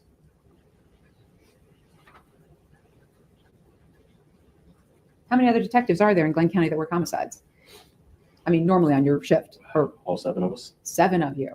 Okay. So there's 7 detectives to handle all the detective work in Glenn County. For Glenn County PD. I'm not sure how many investigators the city of Brunswick currently has. That's our criminal investigative division, and we're a little shorthanded right now, so that's why it's that number. Gotcha. All right. So I'm going to direct your attention specifically to the neighborhood of Satilla Shores. Are you familiar with Satilla Shores here in Glenn County? Yes, ma'am. All right. And it's in Glenn County. Yes, ma'am. Prior to February 2020, had you ever worked the Satilla Shores neighborhood as a patrol officer? Yes, ma'am, I have. Right. But what years were those that you worked as a patrol officer in Satilla Shores?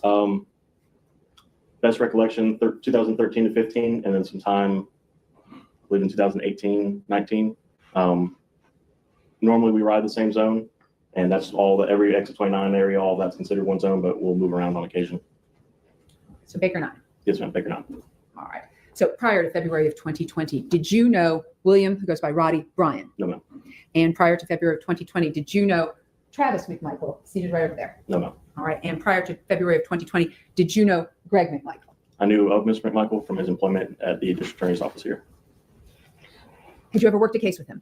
Not that I recall. The only time I recall interactions is passing him one time in the district attorney's office upstairs. I don't recall if we had any interactions if he ever came to our headquarters. All right. I'm going to direct your attention specifically to Sunday, February 23rd, 2020, approximately 1:15 in the afternoon. Were you working that day? No, ma'am, I wasn't. All right. So where were you? I was at home. All right. So what's your normal shift? I think as a detective, would you have been, it's a Sunday, so you're off. Yes, ma'am. All right. So you're at home. What happens? Whenever a major incident happens, our dispatch center will push out administrative pages. It's just a glorified text message, very basic information about something that's happened. I received one of those pages and called Sergeant Oliver on duty and asked if she could use a hand. And did she take you up on it? Not initially. Okay. Yeah. Eventually? Yeah, eventually she agreed to let me come in and help out. Okay. Did you respond to the scene at Holmes and Satilla? No, ma'am. Where did you go? I went straight to our headquarters. And what were you wearing that day? The green polo and tan 511 pants that I mentioned. Right. So when you got to the Glenn County Police Department headquarters, what was the first task that you kind of handled at that time? Mr. Travis McMichael arrived with an officer. He was still in the clothes that he was wearing that day and covered with blood, and had a request to get changed and cleaned up. I called down to the case agent, Investigator Lowry, and Sergeant Oliver was with him as well, and asked what's the status on that, if that's okay. They were good with him getting cleaned up. And so we took photographs of him as he was, and then collected the clothing he was wearing and allowed him to change. Okay. So Travis McMichael came to headquarters. How did he get there? Officer Lewis brought him up in his patrol car. Okay. And where was Greg McMichael at this time? As far as I didn't know at that time. He later showed up in our lobby. Okay. And when he showed up in the lobby, how was he dressed? He had on a light blue fishing polo, blue jeans, and sandals. All right. And at the time Travis McMichael showed up, did Mr. Bryan show up at that time as well? I don't recall when he showed up. All right. So Travis McMichael, did you want to take some photos at that time? Yes, ma'am. And were photos actually taken? Yes, ma'am. All right. Prior to coming in today, did you have the opportunity to review States Exhibit 237 through 265? Yes, ma'am.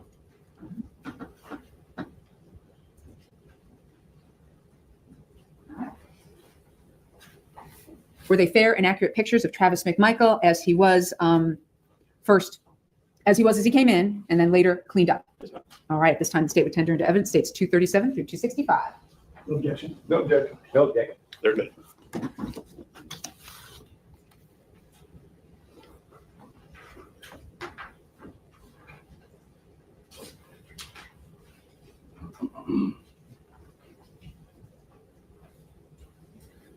So States 237.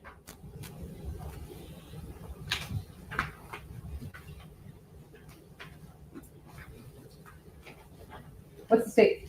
What are we looking at here? This is a bathroom just outside of the interview rooms. And this is Mr. Travis McMichael as he showed up.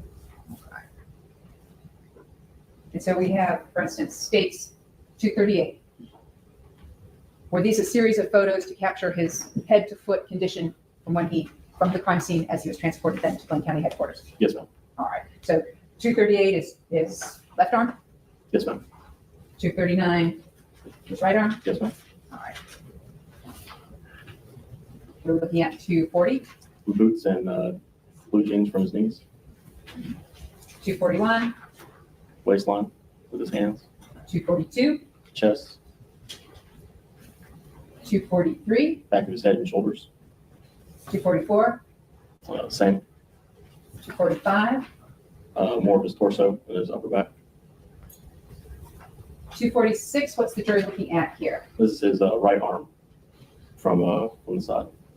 247, A little more turned to the front with his right arm and abdomen. 248, His hands and forearms. 249, More specific on his hands. 250, His left hand and wrist. 251, Right hand and wrist. 252, The underside of his left hand and forearm. 253. Same for his right hand and forearm. All right. So at any point in time, did he ask for medical attention for any injury or broken skin? He asked for an alcohol swab. That was it. An alcohol swab? Yes, ma'am. Okay. But he didn't need stitches? No, ma'am. Didn't have any lumps or contusions or broken skin? Object to the leading questions, Your Honor. It's sustained as leading. It's just asking if you just. Did he have any major injuries that needed medical attention? No, ma'am.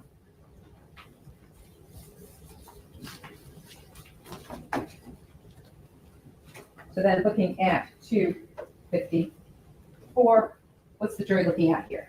This is the right side of Travis McMichael after being cleaned up and changed. Right side of his head. 255. The back of his head. And do you have any idea if that is still an abrasion or if that's leftover blood that just didn't come off? I don't remember.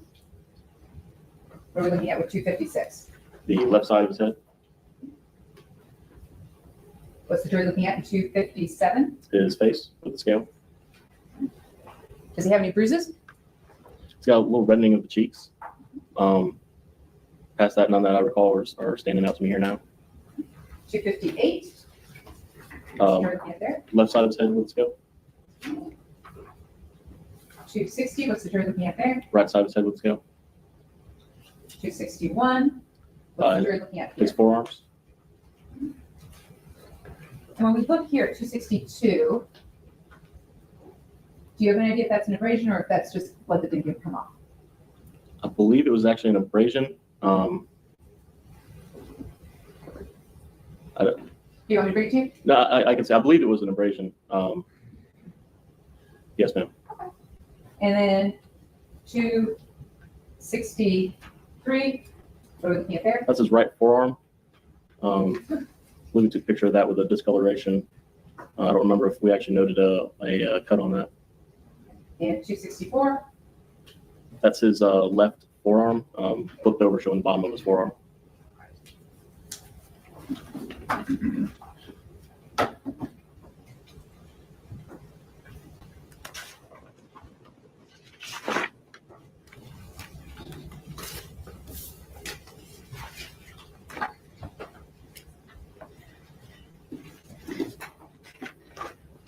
all right, at this point in time, after taking these pictures, you said you encountered Greg McMichael in the lobby, is that right? Yes, ma'am. All right, what happened next? Brought him back to our interview rooms and conducted an interview with him. What time did you start your interview with Greg McMichael? It's about 3:17 in the afternoon. And was this interview captured on video? Yes, ma'am. And have you reviewed that video interview? Yes, ma'am. And was it fair and accurate? Yes, ma'am. Anything deleted out of it? Anything added to it? No, ma'am. And have you reviewed the transcript of that interview with Greg McMichael? Yes, ma'am. Was that transcript a fair and accurate reproduction of the interview you conducted with Greg McMichael? Yes, ma'am. All right. At this time, the state will tender into evidence states 225, the video of your interview with Greg McMichael at 3:17 p.m. on February 23rd, 2020, and States Exhibit 225A, the transcript, once again, into the record. And it won't go out with the jury because the jury will not be able to play it in the back. No objection. No objection. Very good.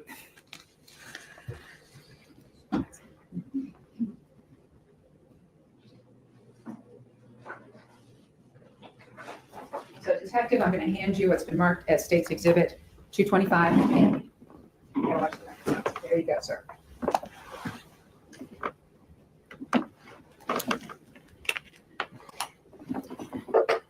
All right, so what we're going to do right now, Detective Marcy, is we're going to go through what Greg McMichael said about what Greg McMichael did on February 23rd, 2020. Yes, ma'am. All right, so what I'm going to do first off is I'm going to generally direct you to page 4. And I'm going to talk to you here about whether he had known Mr. Bryan previously. Yes, ma'am. He said he did. He said that he's known Roddy Bryan for years, that he's a mechanic who works at Southern Hardware now. He does a small gas engine repair and lives in the neighborhood, but he wasn't exactly sure where he lives in the neighborhood. Right. And where did Greg McMichael tell you he lived? At 230 Satilla Drive. So I'm going to direct your attention now to page 6. All right, now with regard to page 6, into, I think, page 7, I'm going to go ahead and have you specifically give a quote so that the jury has this verbatim, okay? Yes, ma'am. So first off, let's take a look at page 6, lines 17 through 20. What did Greg McMichael say had happened that day, or what was he doing that day? I'm quoting him. He said, and I was out. I had my truck pulled up, backed up to the edge of my garage. I'm reupholstering the seat cushions on my boat. And I was using more or less the bed as a workbench. Okay, so then continuing on that page, what did he say at lines 22 through 25? I'll quote him again. So I'm saying I'm spraying glue down and putting the padding down and all that kind of stuff. It was, I don't know exactly at what point of, the construction I was at that particular time. but I look up and I see this guy hauling ass. All right, so at this point in time, what does he say about this guy hauling ass? He said, I'll continue the quote, I'm not talking about a jog, I'm talking about a haul ass, like something's right on his ass chasing him. All right, so I'm now going to direct you from lines 4 through 13, okay? So what did he say about being able to recognize this person, lines 4 through 13? He had seen 2 to 3 prior videos that Diego Perez had provided to him or shown him. He uses the words of this guy breaking into or being or wandering around into this house that's still it's under construction. All right, so I'm going to stop you there. How many videos did he say he'd seen? 2 to 3. 2 to 3 videos. Yes, ma'am. Okay.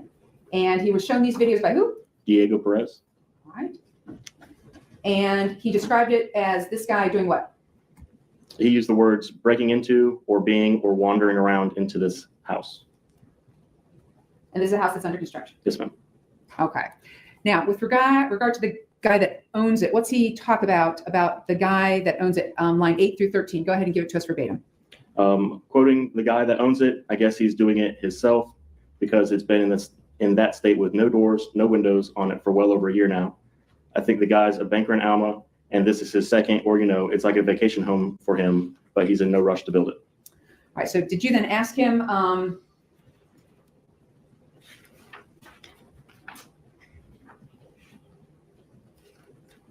going to take that question back. Hold on. I'm going to pivot on you for a second.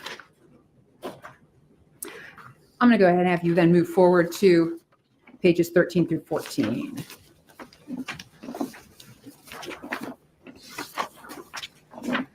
So on pages 13 through 14, do we now pick up back where he's talking about what he did after he's seen the black guy running down the street?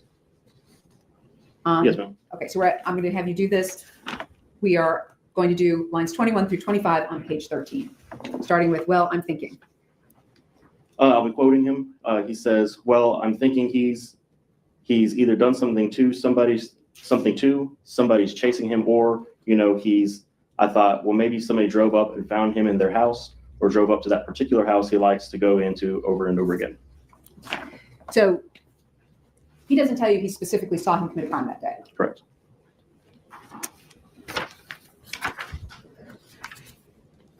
And going to the next page, 14, line 3, what's he do?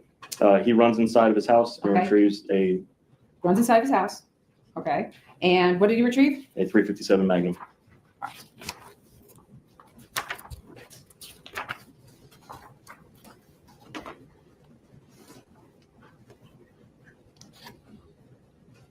I'm going to direct your attention now to page 24.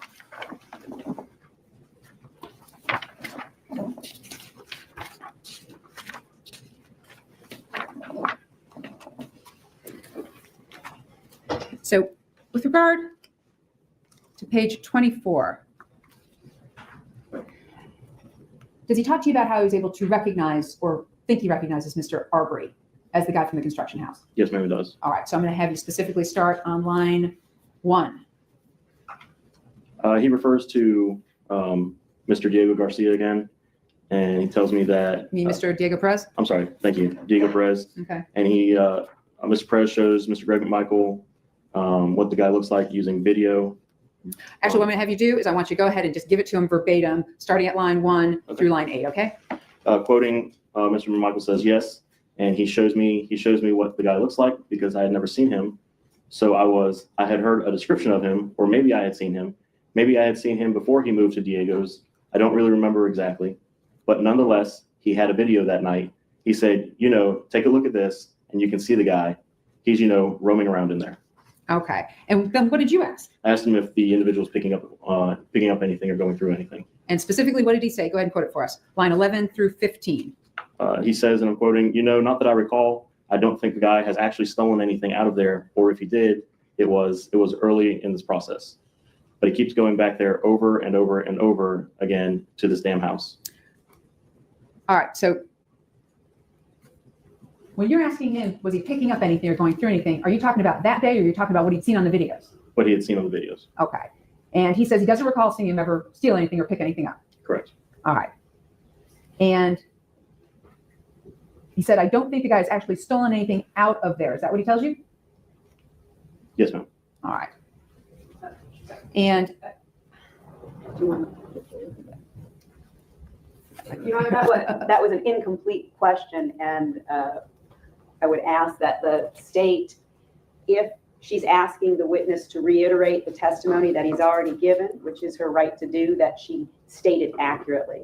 Sure, clean up across. Just be cleaned up. Good.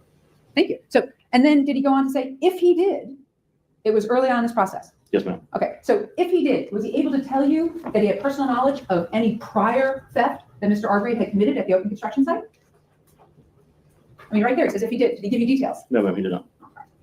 Did he give you dates? No, ma'am, he did not. Did he talk at all about a boat and stuff being stolen off the boat at any point in time? No, ma'am.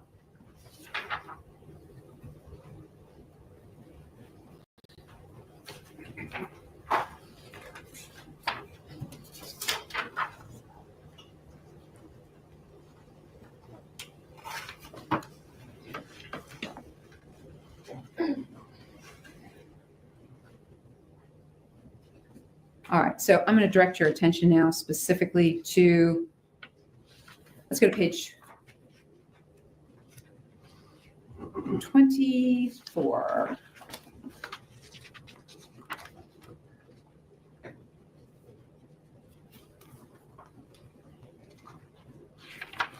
Oh, I'm sorry. No wonder it's not working for me. Let's go to page 28. All right. Now, at this point in time, the top of page 28, are you trying to have him clarify some stuff for you? Yes, ma'am. All right. So where did he say he ran? Into his residence. All right. And what did he get out? A 357 Magnum. All right. And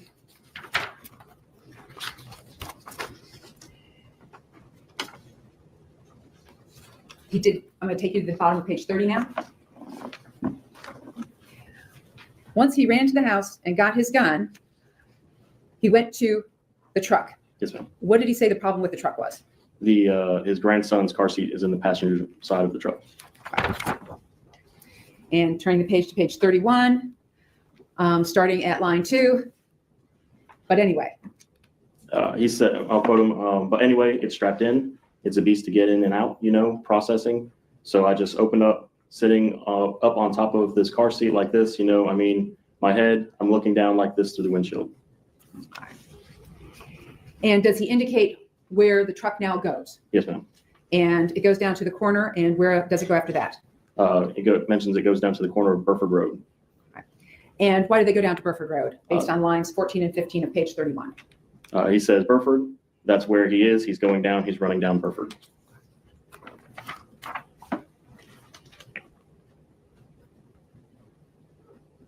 All right, so I'm going to specifically take you to the top of page 32. Okay. All right, so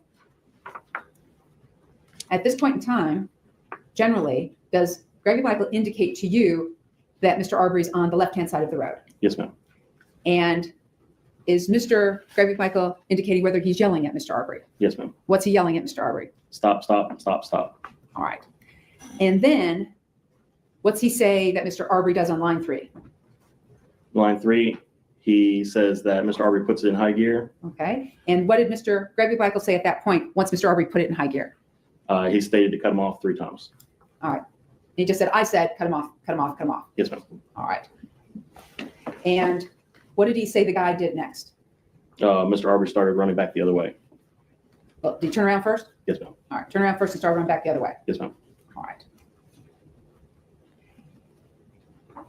Now, at this point, does Mr. McMichael indicate that where he is as far as being in the truck, out of the truck, or anything like that, according to line 17 and 18? He's out of the truck on foot. He was heading the same direction Mr. Arbery was now heading. All right. So at this point, when the guy turns around and runs back the other way on Burford, Mr. Greg Michael's out of that truck and he's headed back down that way on foot. Yes, ma'am. So at some point, does he decide to get back in the white pickup truck? Yes, ma'am. And so what does he say specifically lines 19 through 22? He says, quoting, so I'm not getting back in that front seat, the car seat. So I jumped to the back. I don't jump anywhere. He doesn't jump anywhere. No. So what does he say he did next? So he says, and quote, continuing the quote from there, Okay, so I crawled my old cripple ass up into the back of the truck, and I can Alright. still see the guy down there. All right. So by the time he gets back in the truck, he can still see Mr. Arbery down there. Yes, ma'am. All right.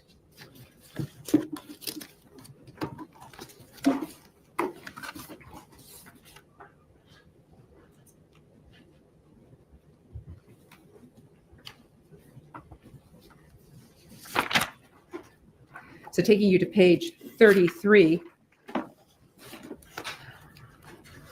I'm going to go ahead on page 33 and have you start about midway where you're talking about being on Zellwood. So you're talking to Mr. Greg McMichael about we're coming up on Zellwood. Yes, ma'am. What does he say? He confirms that, yes, Zellwood. And then where did he say they went? They went down Holmes Road. All right. And did he indicate why they went down Holmes Road? He mentions that he turned down, Mr. Arbery turned down Holmes Road. Okay. And at some point, does he indicate whether Mr. Arbery sees them? Yes, ma'am. And once he sees them, what does Mr. Arbery do? He turned and started running back. He uses the words that way. All right. And then does he tell you where that is back toward where? He indicates the intersection of back towards this intersection. Does he actually say what intersection at that point? No, ma'am, he doesn't right at this point. He just says intersection. Yes, ma'am. All right. Page 33. All right. So I'm actually going to have you give the jury the specific quotes on line 20 through 22 that Greg McMichael says. Okay. And what I want is, does he first indicate the guy? Let me think. The guy is, he sees Mr. McMichael. And then does he say at some point, he, meaning the guy, turns and starts running back that way? Yes, ma'am. Okay.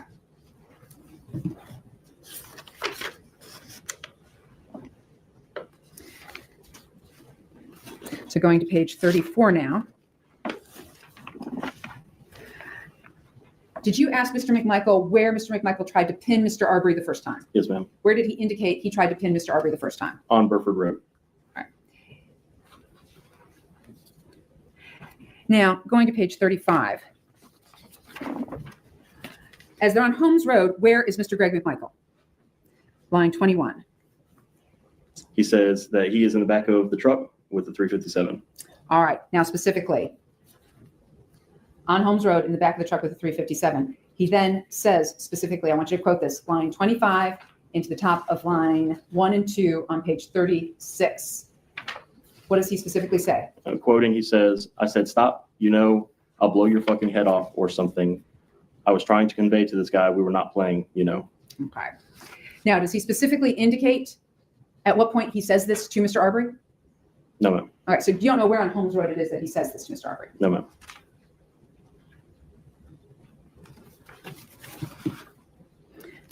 Going now to page 39.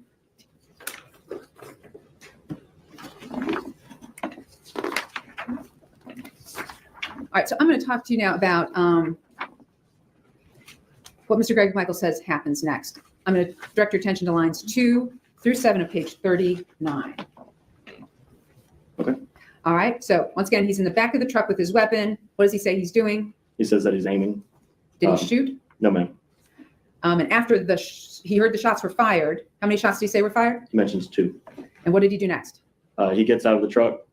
He stated that he had a hip replacement so he doesn't jump anywhere, that he eased himself out of the truck. All right. So this is a man with a hip replacement. And so he had to ease himself out of the truck.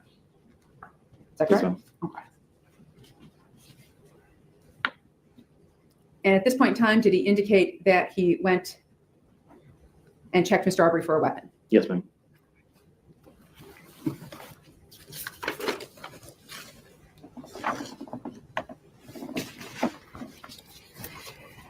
Now directing your attention to page 41.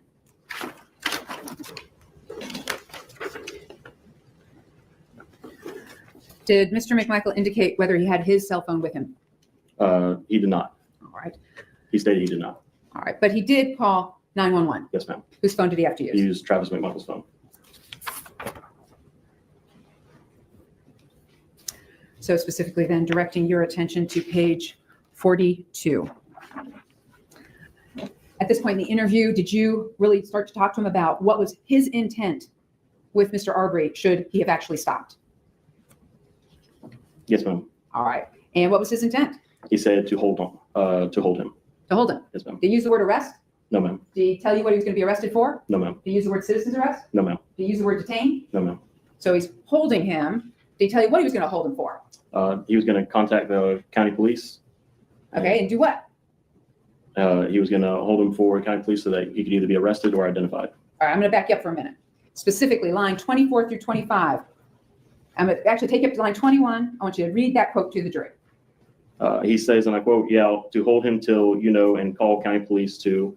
I said, "Okay." He continues to come and, check him out. Check him out? Come and check him out? That's what he says? Yes, ma'am. Okay. So he's calling to have the county police come and check him out. And then what does he say? Continuing quote, there was no doubt in my mind as to who this guy was. None, having seen the videos prior. All right. So having seen the videos, he's making this identification of this man. Yes, ma'am. All right. Now, what else is he then talking to you about? The next thing that he's trying to explain his intent to you about. I'll continue the quote from there. The thing that was not doubtful, but was certainly a driving factor in my mind was that my son had a missing pistol. And I'm pretty certain this guy, well, I don't know for a fact, and I have no reason to think that he did it other than the fact that this guy has been this guy's been doing this crap over and over and over. Okay. So he's talking about his son, Travis McMichael, has a missing pistol. Yes, ma'am. And then he's trying to tell you, I'm pretty certain this guy, but I don't know for a fact that he's the one who stole it. Yes, ma'am. That's what he's trying to tell you. Yes, ma'am. Okay. But he doesn't have any evidence to present to you that Mr. Arbery is the one who stole Travis McMichael's handgun. Correct. Yes, Your Honor, that's a mischaracterization. Providing statements to the officer about it. Let's just let the transcript speak for itself. It's a statement. Did he say, I don't know for a fact? Yes, ma'am. Did they then say, I have no reason to think that he did it? Yes, ma'am. Okay. Other than the fact that he's been doing this crap over and over and over. Yes, ma'am. Okay. In fact, when he goes down to line 17 through 21, what does he say about Travis McMichael's stolen handgun at that point? He says, and quoting, "Yeah, I had never seen this guy personally before and didn't see anybody go to the truck that day and take his weapon." Okay. So going to the truck and taking the weapon, is that Travis McMichael's handgun? Yes, ma'am.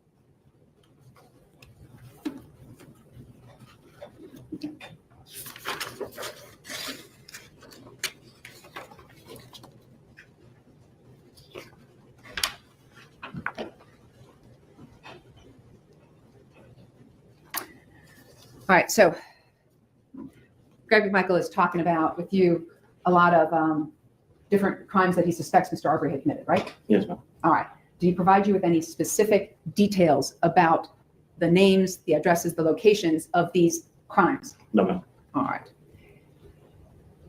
But did he talk about break-ins? Yes, ma'am. Did he throw around the word burglaries? Yes, ma'am. You mentioned burglars. Yeah. All right. Did he throw around like entering autos or doing stuff like that? Yes, ma'am. All right. Did I ask you to go back and look at all of the 911 calls into the Satilla Shores neighborhood from January 1st of 2019 through February 23rd of 2020? Yes, ma'am. I think it actually looked into a little bit further into 2020. Let's see. It was from the dates that I looked at were 1/1 of 2019 to 5/25 of 20. All right. So what I'm going to have you do is only focus on 1/1 of 19 through February 23rd of 2020. Okay? Yes, ma'am. All right. So how many burglary calls for 911 came into the Satilla Shores neighborhood? Object, because this is calling for hearsay. He's asking him to report what he learned through other calls and documents and the subject matter of those and the determinations of those. That's all hearsay. There should be witnesses for those documents. He didn't have anything to do with these things. It's only a foundation of what he's done and where it's done. Sure thing. So, detective, which organization do you work for? All right. And you were a detective who worked on this case. Is that correct? Yes, ma'am. All right. You interviewed Greg McMichael. That's correct? Yes, ma'am. All right. And Greg McMichael had a claim that there was burglaries and entering autos and all this stuff, and he suspected Mr. Arbery. Yes, ma'am. Okay. When I asked you to go ahead and review this information, how did you get this particular information I asked you to review? I received the original list of incidents from the area from our conversation. Mm-hmm. I went into our reporting system, Spillman, and I pulled it again, and then exported just the general list of case numbers, dates, and natures into Excel and started looking at case counts. Then went back into Spillman and pulled the same range, but it was only incidents that an actual report had been taken. So versus somebody calling in, an officer responding and clearing up they help somebody out or something that doesn't require an actual written report versus they actually went back and we were required to document something. I pulled both lists. All right, so you pulled both lists. And this is a system that is maintained in the normal course of business at the Glenn County Police Department? Yes, ma'am. It's used by I believe, all agencies in Glenn County. All right. I think you mentioned its name was Philman? Yes, ma'am. All right. And are these documents kept in the ordinary course of business for you to do evaluations on? Yes, ma'am. And they're available for you as part of your job as a detective? Yes, ma'am. And you can pull them up to do analysis, is that correct? Yes, ma'am. All right. And in this case, did I ask you to pull them up out of Spillman independently yourself to perform an analysis? Yes, ma'am. And what did I ask you to look at? The reports, the ones that actually had the reports written for them. So cases that were closed out, active. That's the best way to say is in our terminology. So an incident report was completed. All right. So I'm going to go ahead and drill down to that. Do people call 911 and then there's nothing really there to it? Yes, ma'am. All right. But there's still a 911 call recorded that comes up? Yes, ma'am. All right. So when you looked at what I asked you to look at, it was actually a 911 call where there was like kind of something that actually really happened. Yes, ma'am. All right. So in other words, there was an investigation, somebody looked into something, somebody reported something, and somebody wrote a report. For some instances, and then one other instance with a burglary, there wasn't a report. So there was one burglary that was unfounded. Yes, ma'am. All right. And that is all of January 1st, 2019 through February 23rd of 2020? Getting into the objectionable material. It's being offered for the truth. Somebody investigated, somebody reported, somebody wrote a report. That information the state is now offering as the truth that either an incident did or didn't take place. She's offering it to this witness that has no direct knowledge of it, and it's being offered for the truth. So if the state wants to do that, call the witnesses who dealt with it. We join in that objection. So explain where the state's coming from on it. Sure. I asked her to explain where the state is coming from on it. Well, Your Honor, we Based would on the ask that objection. this be done outside the presence of the jury. This is an Ladies and gentlemen, if you could go ahead and take a step outside or step back in the All jury. right, for the jury.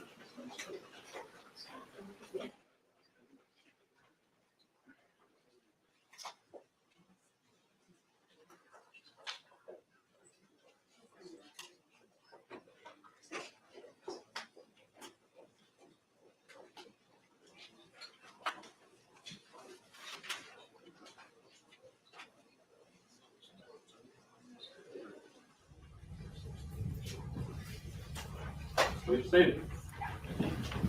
All right, I'm going to ask if you could just go ahead and take a step outside of the courtroom while we address the matter before the court.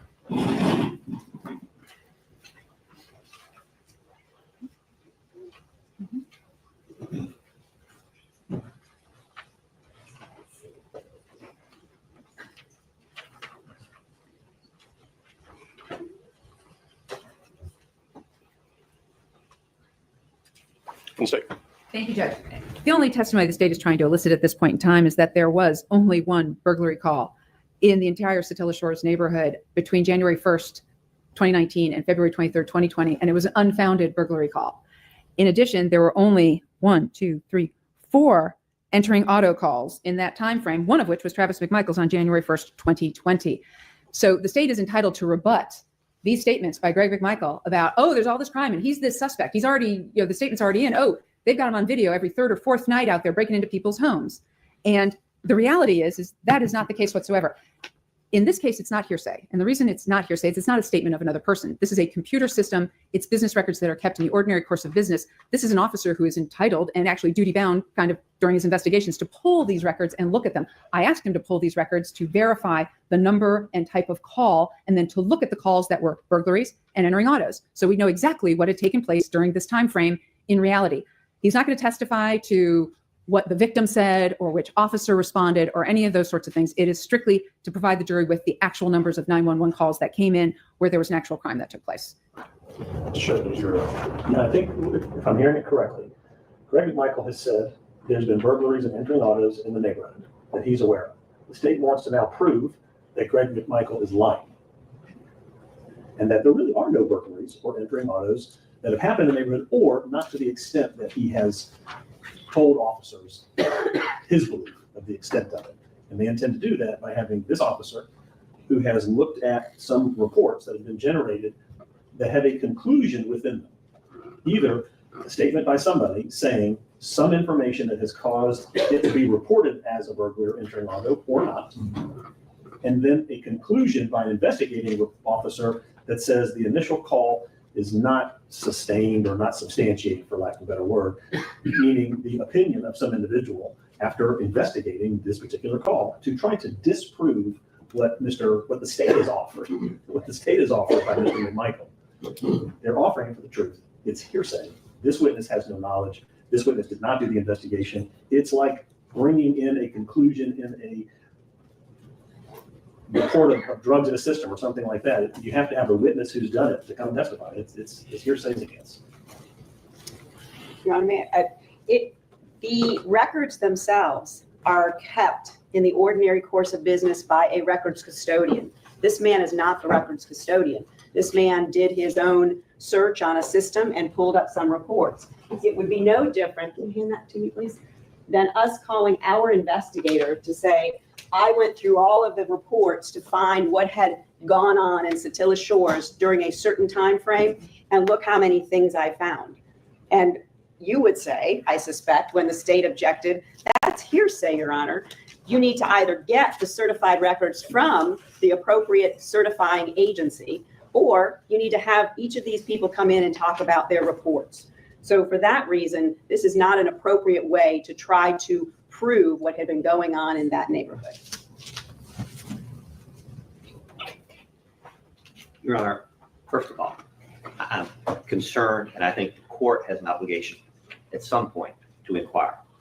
The suggestion that this was not a neighborhood on edge flies in the face of overwhelming evidence, and trying to take cherry-picked information, hearsay information, and bring that in this case, I find troubling. I find it troubling. The state is the one who elicited, unless I missed it, the state's the one eliciting the statements from Greg McMichael about all the crime in the neighborhood. That's not something that any of the defendants did in this case. They brought it in. Now they're impeaching their own witness, because they made Mr. McMichael their own witness in this context with this additional information. I would suggest, with all respect, that's rebuttal information. If and when the McMichaels actually present that defense or that evidence, I think it's inappropriate.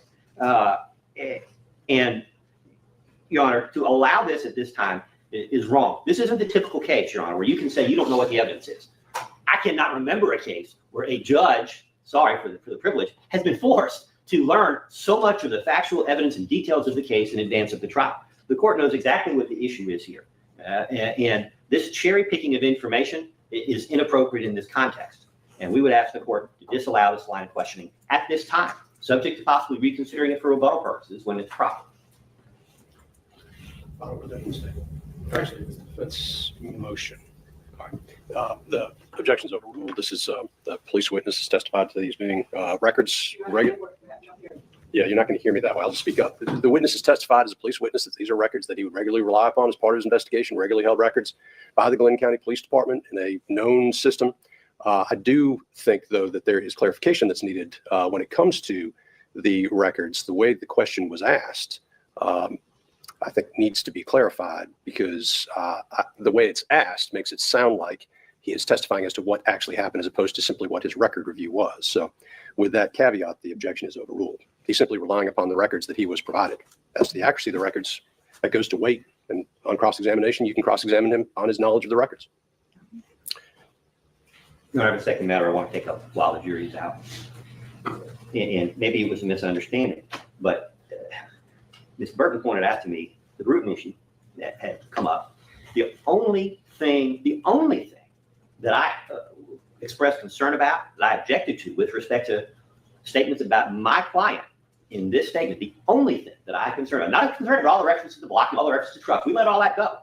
I specifically objected that I did not want Greg McMichael's testimony about his relationship to Ronnie Bryan coming into evidence. So there's one spot. And sure enough, I thought that was covered. And I'm told that, in fact, that was brought in. That's a problem. And if it's late, then it's an ineffective assistance to counsel issue. But I'm making a motion for mistrial under Bruton based on that. In the alternative, I don't know that you can cure it. And here's why, Your Honor. I know you're not looking at me. You're not giving me that look yet. But I know what you're thinking. You're thinking, how could that make any difference? How could that be important in this case? It goes back to the severance issue that we talked about before. The state has these before the fact, after the fact conspiracy theories to get around the fact that there were no communications between Rodney Bragg and Greg McMichael prior to the shooting in this case about this matter. And now we've gotten in Greg McMichael's version of his relationship with Mr. Bryan. I can't cross-examine him about that. Now we got this jail call. We've talked about that before. Jail call looming out there about how Rodney Bryan is Greg McMichael's ally. Again, I can't cross-examine Greg McMichael about any of that. And I'm sure it didn't dawn on the state that, well, yeah, you know what, I'm not assuming anything, but we all know we have another issue with Roddy Bryan's fiance, because everybody knows that there is no relationship between Greg McMichael and Roddy Bryan, because Greg McMichael is not welcome in the Bryan residence, not because of anything that happened between Mr. Bryan and Mr. McMichael, but because of issues involving his fiance and her family. Now, how am I going to possibly deal with any of that? The state's putting me in a position, it's forcing me at some point to make a motion for severance, because I can't defend Roddy against allegations of special treatment. I can't defend Roddy against allegations of some special relationship in this case. And I'm not saying they're doing it deliberately, but they're putting me in a box where Roddy Bryan can't get a fair trial without being able to cross-examine Gregory McMichael in this case. Now, if Gregory McMichael testifies, I guess there's no problem. But in the event that Mr. McMichael doesn't testify, then how do I defend Roddy against these charges? That's the problem. I'm making a motion for mistrial, and I'm reserving the right to move for severance. Objections? Any of the other defendants joining in the mistrial? On the Bruton issue that Mr. Goff has raised, no. No. Stay. First off, objections need to be contemporaneous when it took place, and there was no objection at the time this took place. Number two, this is not an inculpatory statement in any way. People having known each other in this context is absolutely not inculpatory because, as Mr. Goff knows, the evidence is going to come out that they don't have each other's phone numbers in each other's cell phones, okay? And that they didn't know each other like that. And that is evidence the state is going to present. Number two, I think it would be a Bruton violation to put in a jail call where Mr. Greg McMichael is calling Mr. Bryan an ally. That would be inculpatory. And Mr. Goff keeps asserting that we're going to do conspiracy after the fact. That is not what we're going to go into. Conspiracy after the fact that because we don't intend to go into all of the, how about this? The state has no intention at this point in time of going into everything that took place afterwards. If that becomes relevant, it may be gone into. And at that point in time, it may be something to explore exactly how this video got out on the internet and how Mr. Greg McMichael went to Mr. Bryan and asked for his phone and did all this stuff. But the state has no intention of putting that in its case in chief at all, okay? Because that's not anything that's going to come in my opinion, at this point in time. So all of the paper tigers that Mr. Goff is talking about, the state doesn't intend to put those in. I'm just trying to not box myself in if for some reason it does actually end up being relevant because Mr. Goff puts it in or someone else puts it in. I don't foresee it coming in. So at this point in time, it's inculpatory statements that Bruton violates. And knowing somebody for years, but I'm not sure exactly where he lives in the neighborhood, it does show the nature of the relationship, which is not a close one if you don't even know where the guy lives in the neighborhood. Well, Your Honor, if the state's going to withdraw the conspiracy charge, then that would change the character of the case. And I just have to add on the after the fact conspiracy defense to its case in chief that the state just made. Just yesterday, they elicited from former Officer Minshew on direct examination in their case in chief, evidence that after the fact, that is after the shooting, Mr. McMichael was over near his truck talking to Roddy Bryan. And you have to ask, why was that a fact of relevance to the case, if not to suggest, and at this point they're suggesting it, they're humming it, I suspect they'll sing it in closing, that he got up with Roddy Bryan after the shooting to talk about something or other sinister and conspiratorial and let's cover our tracks kind of stuff. In fact, I think that's why they were talking about all the other people Mr. McMichael was talking to on the scene after the fact. If not for that, why bring it in? I don't know what else they could think it was relevant to, unless it's to say later he's trying to fix this case up by talking to people to get himself covered here. I'm sorry. It's motion for mistrial before the court. Yes. Okay. That is denied. All of this is preparing the ground at this point. I'm not aware of the issue currently before the court, but it sure sounds like everybody's got a heads up on where this thing could go if in fact the state's headed in that direction with the evidence. And I understand what counsel's raising, but at this point, what I'm ruling on is a motion for mistrial based upon a statement that just came in through the state.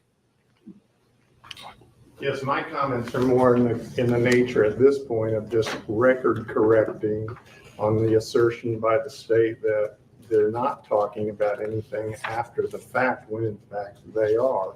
And the court is correct. It is laying the groundwork possibly for future motions for mistrial from any one or all of these defendants.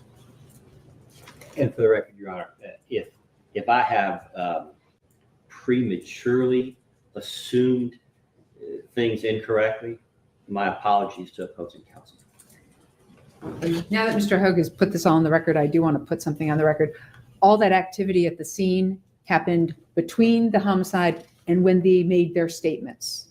And what the state is basically pointing out is that Greg McMichael was putting out his narrative and trying to control the scene, and he did all of that before he made it to talk to Parker Marcy. And so it doesn't necessarily go to after the fact, meaning in May of 2020. That's not the after the fact the state's talking about. The conspiracy after the fact in the state's mind is what's happening on the scene that we can see on video of all of this, where they're talking to each other there before they ever make any statements to law enforcement or go down a couple hours later to make their statements.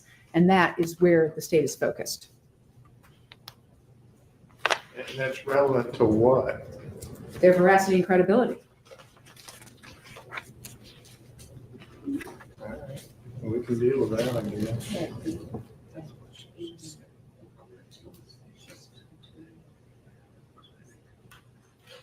And Your Honor, the most important issue for me is is the court going to break for lunch? I'd like to get done with at least the direct examination of this witness. How much longer do we have from the state?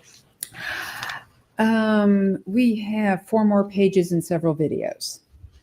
Sounds like now is going to be a good time. All right, let's go ahead and get the panel and we'll let them know we're going to be breaking for lunch.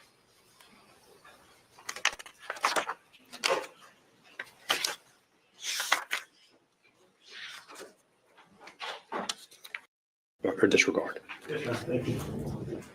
Was asked, separate from his investigation, it turns out, to look into the records from the state. Okay. All right. Based on that, and the objection being hearsay, it does sound like under the rule they're going to need to be a certified record. So they are not at this point certified. So at this point, unless there's a solution to that from the state, I'm not going to allow him to testify to a business record or public record, however it gets couched. If that's solved, then that gets solved. But to that extent, the objection sustained. I understand it. Good. Well, except the jury's already heard the testimony about the records. So Yeah, disregard that testimony. Okay. Yeah, in the preliminary instruction, we account for that. And I'll inform them to disregard that testimony with regard to any records kept by the police and testified to by the officer.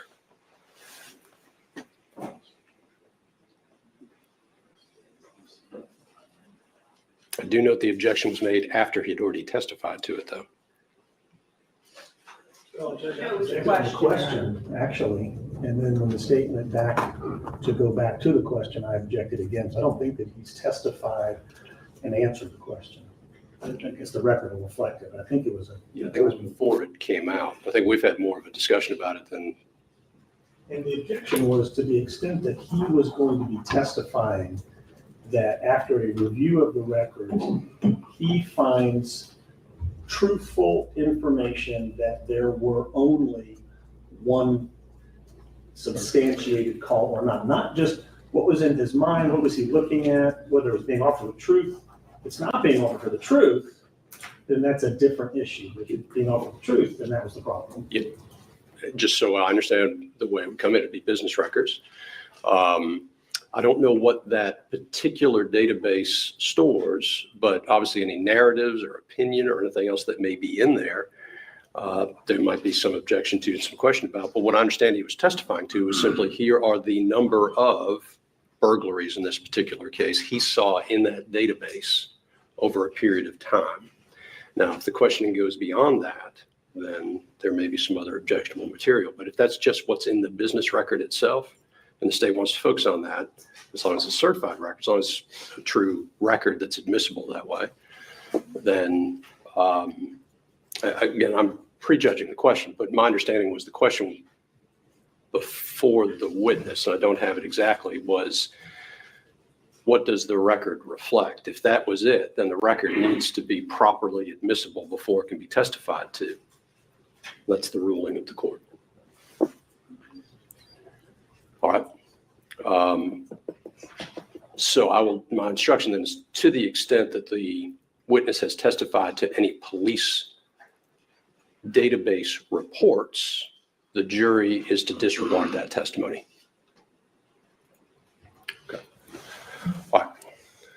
Let's go ahead and get the witness.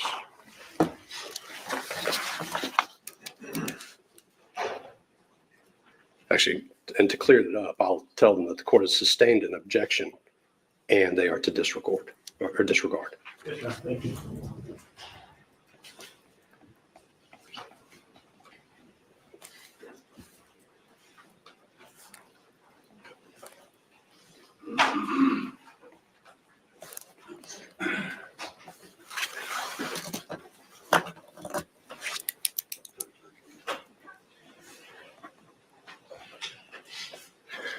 All right, I remind you that you're under oath. Yes, sir. Okay, and we'll go ahead and do that again when the jury comes out. Yes, sir. All right, let's get the panel.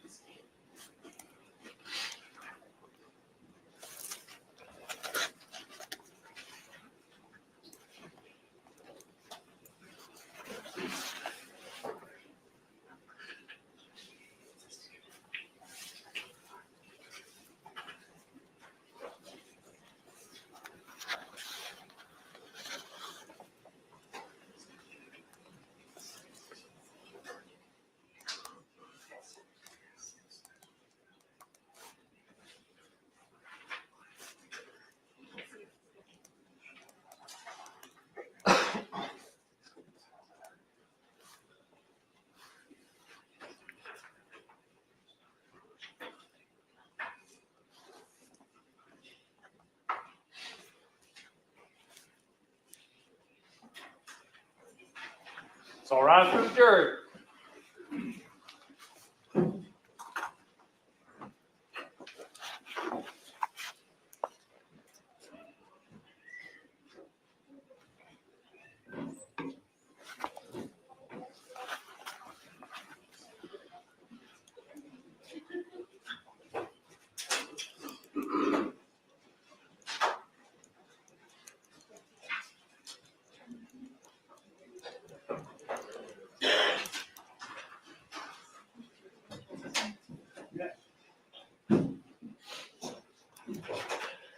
Please be seated.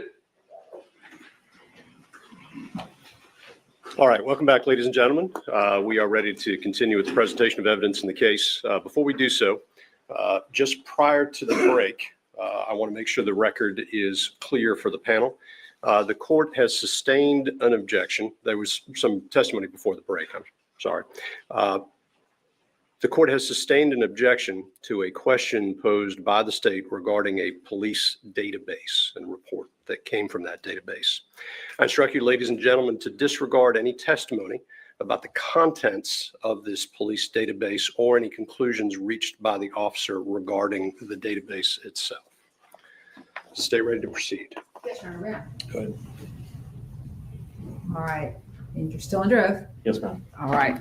So I'm going to go ahead and then focus on where we left off.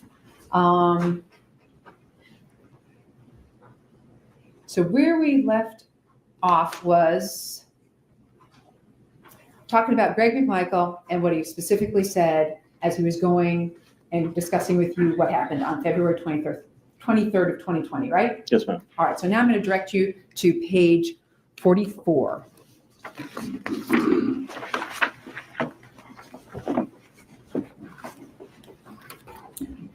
All right, so where we're going to look is we're going to look on page 44, lines 8 through 12, okay? So lines 8 through 12. And does Greg McMichael tell you, but anyway, in my mind, there's a good possibility that this guy's armed. That was my thought process, and my intention was to stop this guy so that he could be arrested or be identified at the very least. Yes, ma'am. Okay, and was that a quote from Greg McMichael about Greg McMichael's behavior and intention? Yes, ma'am. Okay. So now, did he indicate at this time what he thought the guy should be arrested for?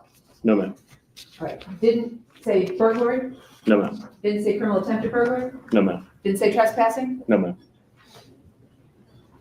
Didn't say any crime whatsoever? Not at that time, no, ma'am. All right. And when he said, or to be identified at the very least, well, what did he explain to you what he meant by be identified? No, ma'am.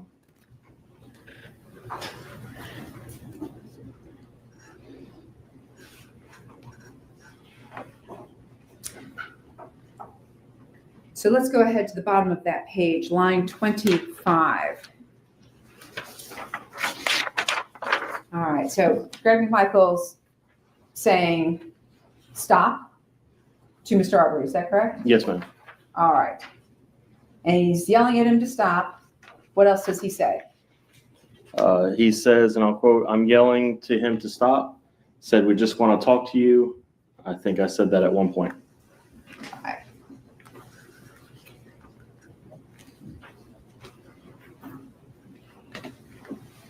Did he indicate he may have also said, get on the ground or whatever? Yes, ma'am. He did just prior to saying that. His entire quote for this question is, "I'm saying stop. I may have said get on the ground or whatever, but I'm yelling to him to stop. Said, we just want to talk to you." I think I said that at one point. And you said, okay, and then what did he say? He said, and continuing quote, but that didn't work. He wasn't having none of that. So. All right, so at any point in time, did Mr. McMichael indicate to you that when Mr. Arbery wasn't having none of that, they decided to stop chasing him? No, ma'am. Did he ever indicate to you that when Mr. Arbery wasn't having none of this, that he was just going to go back home? No, ma'am.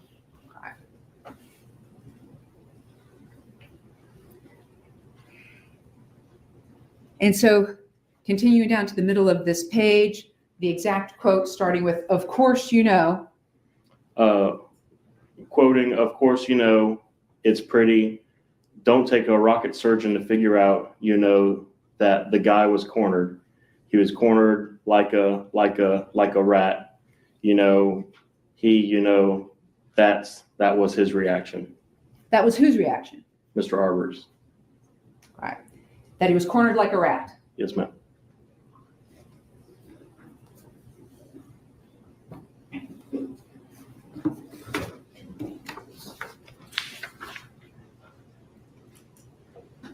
All right, so having concluded your interview with Greg McMichael, what did you do next? I went to see where the investigation was at with other investigators, and I met with Sergeant Oliver in our computer lab. She was having trouble downloading Mr. Bryant's phone and asked for me to take over. All right, I'm going to go back real quick. When you concluded with Greg McMichael, did another investigator come and chat with Mr. McMichael after you concluded during your formal interview? Yes, ma'am. Okay. And were you kind of in and out during all that? There was a conversation about where is Travis's phone prior to me leaving, and then I recall asking about first aid at the end of the interview, or at the end of when Investigator No Healy was speaking with them. All right, so Investigator No Healy came and then started speaking with Greg McMichael. Yes, ma'am. All right. And was that captured also on the video recording of the interview with Greg McMichael? Yes, ma'am. So now, Sergeant Oliver says, "Hey, I'm having trouble I'm having trouble downloading defendant Brian's phone. Yes, ma'am. And were you able to assist her with that? Yes, ma'am. And tell the jury what you did. There was an issue of just the thumb drive space being too small. I took over and using Cellbrite's Physical Analyzer, it's a computer-based program, I conducted a logical extraction of Mr. Bryant's phone. And had Mr. Bryan given you permission to do that? It was given to Investigator Lowry and then transferred to Sergeant Oliver and then myself. All right. And were you given permission to download Travis McMichael's cell phone? Yes, ma'am. All right. And did Travis McMichael give Investigator Hilly permission to do that? Yes, ma'am, we did. And so did you download both Defendant Bryan and Defendant Travis McMichael's cell phones? Yes, ma'am, we did. And were they made part of your case file? Yes, ma'am. Right. Now, after having downloaded both of those particular phones, what did you do next? Regarding the contents of the phone or my next investigation? Well, did you do any analysis on the contents of the phone? We recovered Before you tell me what you recovered. I reviewed video in Mr. Bryant's phone. Okay. And so at that point in time, is that what you were actually looking for off of Mr. Bryan's phone, the Yes, ma'am. video? And were you able to download that particular video? Yes, ma'am. And was it also made part of this case file? Yes, ma'am. All right. Now, in this instance, were there two videos? Yes, ma'am, there were. Were they duplicates? One's a little shorter than the other. All right. All right. So now moving on, now that we've talked about that, that's great. What did you do next after you finished the download of the phone and downloaded the video of the homicide off of Mr. Bryant's phone? I went up to 220 Satilla Drive, and I was looking for, initially I was looking for Mr. Matt Albenze, who was our 911 caller. At the time, I had the name Matt, and I didn't have an address. And I met with Mr. Ronnie Olson, who lives at 219 Satilla. All right. So is that the first person you met when you went out there? Was Mr. Ronnie Olson? Yes, ma'am. All right. And without going into anything Mr. Ronnie Olson said, did you attempt to record your interview with him on body cam? I did. What happened? When downloading the body cam footage, so from the body cam, we use Axon. Their sync platform is what pulls it down. When it pulled down the metadata, so all the background, hey, this video is this long, it was recorded on this date, made it. But for some reason, the rest of the video did not. So when you play it, it cuts off after a couple seconds. And that's for Mr. Albenze's video and for when I met with Mr. Olson as well. I've seen that a couple times before with another officer and then with another case I had in the past. When it was caught in this case, if it's not re-downloaded from the camera itself before that file is deleted, then you can't get it back. We have a new system now that prevents any accidents, the software failing, officer mistakes, anything like that from happening. All right. So with regard to Ronnie Olson at 219 Satilla Drive, did you write a report to kind of encapsulate what it was that you did that evening with regard to Mr. Olson? Yes, ma'am. All right. But we don't have the body cam video because of the glitch. Correct. All right. Does that apply also to Mr. Matt Albenze? Don't have the body cam, but you wrote a report in conjunction with what he and you talked about. Yes, ma'am. Right. Now, with regard to Mr. Ronnie Olson, did you ask him to provide the Glenn County Police Department with something? Yes, ma'am. What did you ask him to provide you with? He had a camera on his porch facing the street, including 220 Satilla Drive, and I asked for video from that. All right. Were you able to collect it that evening? No, ma'am. And then that evening, when you went and talked to Mr. Albenze, did you have a conversation with him as the 911 caller? Yes, ma'am. All right. What did you do next? I met with Diego Perez. He lived, if you're facing 220 Satilla, he lives 2 houses to the left. I asked him for Mr. Larry English at the homeowner's phone number, and I wanted to call him to get consent to go through 220 Satilla. And were you able to reach Mr. English? Yes, ma'am. All right. Now, with regard to Mr. Perez, was it a long conversation or just a quick conversation of, hey, I need this phone number? No, I was just there for the phone number. All right. So no one interviewed Mr. Perez at that time? No, ma'am. All right. You got the phone number for Larry English. What'd you do? I called Mr. English. I gave him a brief that we were out here investigating homicide and that it involved his residence, and asked for consent to go inside of his residence and look for any signs of anything being out of the ordinary, damaged, stolen, and he gave permission. I also asked for any video that he may have from inside of his residence, and he emailed me 5 video clips. All right. So first off, who were you with when you went out to do all of this and go to the English residence? Investigator Lowry, Investigator Ramos, Investigator Lowther, and I can't recall, but I believe Sergeant Oliver and Investigator No Hilly may have been there as well. All right. And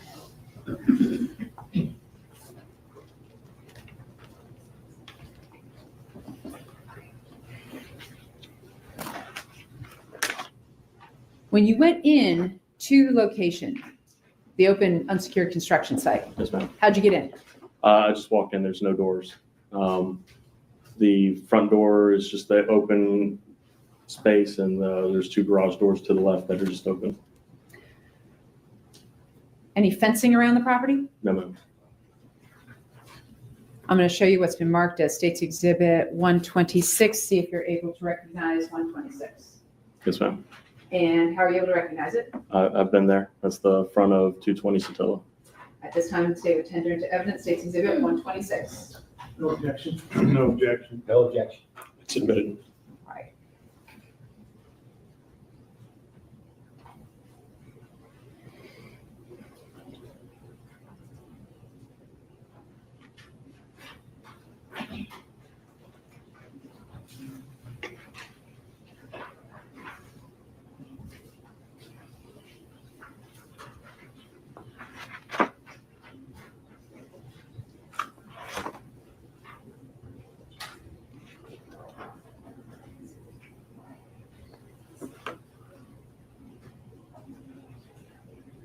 State's Exhibit 126.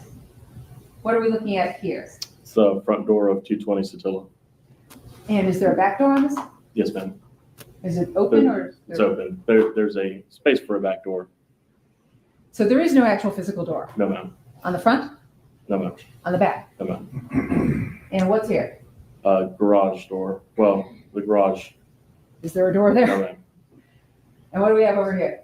A garage for an RV boat, something a little bit taller. Right. And so when we zoom in, to that's your recollection, were there windows or spaces open on the very back of the house? I don't remember windows on the back of the house. I don't recall if there were windows in or not. There's windows in on the front, as we can see, but I don't recall the rear of the residence. Okay. There were windows. And as we go over here, what's this big open space right here? I believe that's a side door into that garage. Is there an actual physical door there? No, ma'am. It's just a doorway? As I recall, just doorways, ma'am. All right, so what time did you get out there? Around 8 p.m. Was it still light out or was it dark? No, ma'am, it was dark. When you went in to the open unsecured construction site at 220 Satilla Drive, could you see when you were inside there? With the aid of the street lamp outside and flashlights. Okay, so when you first went in, did you have your flashlights already on? I believe so. In any case, we could see to the extent we didn't walk into things, but you couldn't see detail on what exactly was on the floor around you. Okay, and where was this street light that you're talking about? It's outside of the residence from the perspective we have a little to the left.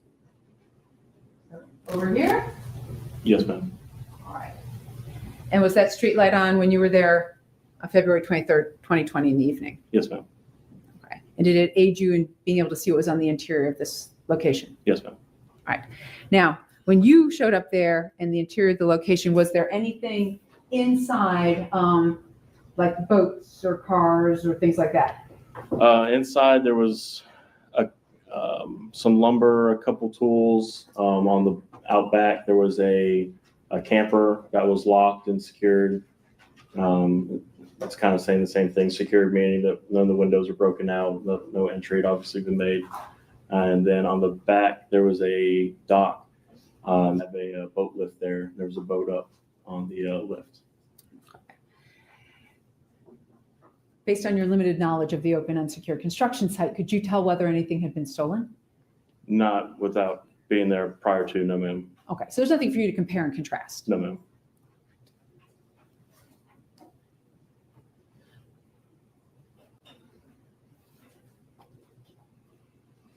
Now, you received the 5 video clips from Mr. Larry English, States Exhibit 120. Have you had the opportunity to review those 5 video clips? Yes ma'am.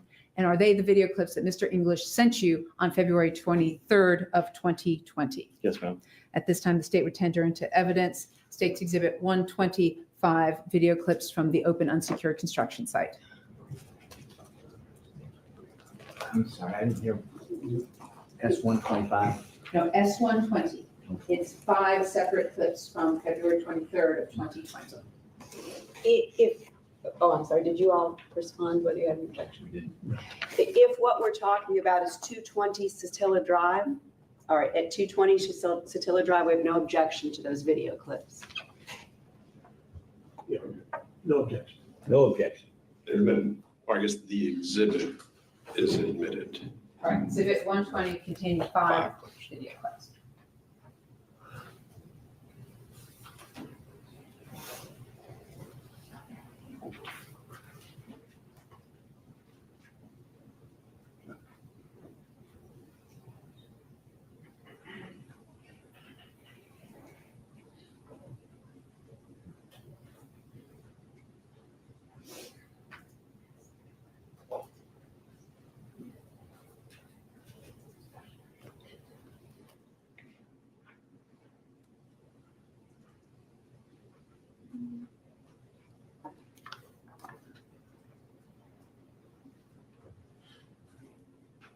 All right, Detective Marcy, the first clip is, I'm going to play clip number 2 for you.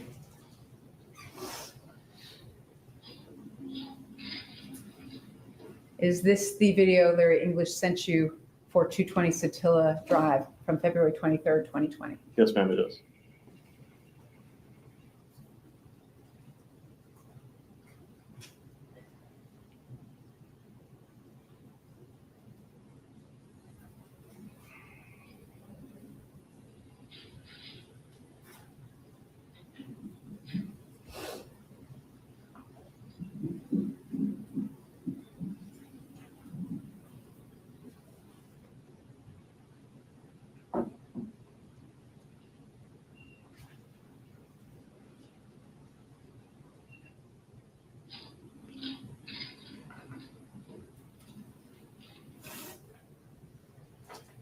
Now publishing clip 1.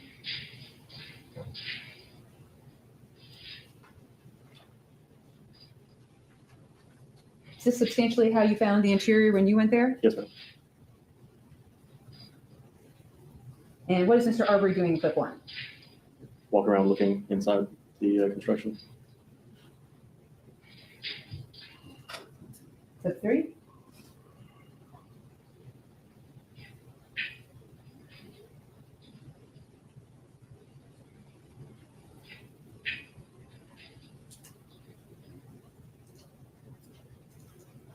Clip 4?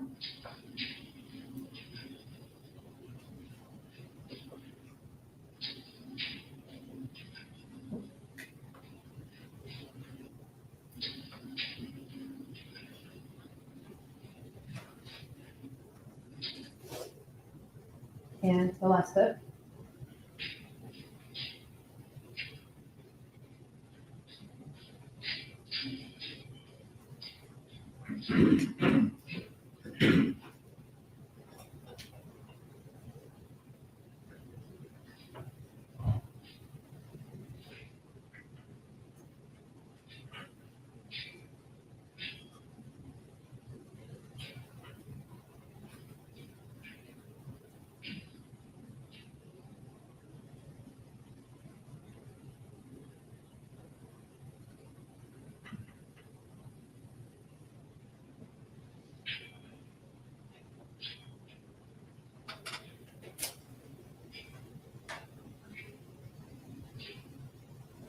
Now, not to be crude, but What is Mr. Arbery doing right here? Grabbing his shorts, the front of the shorts. And in the rest of this particular video, do you see him take anything or steal anything from this location? No, ma'am.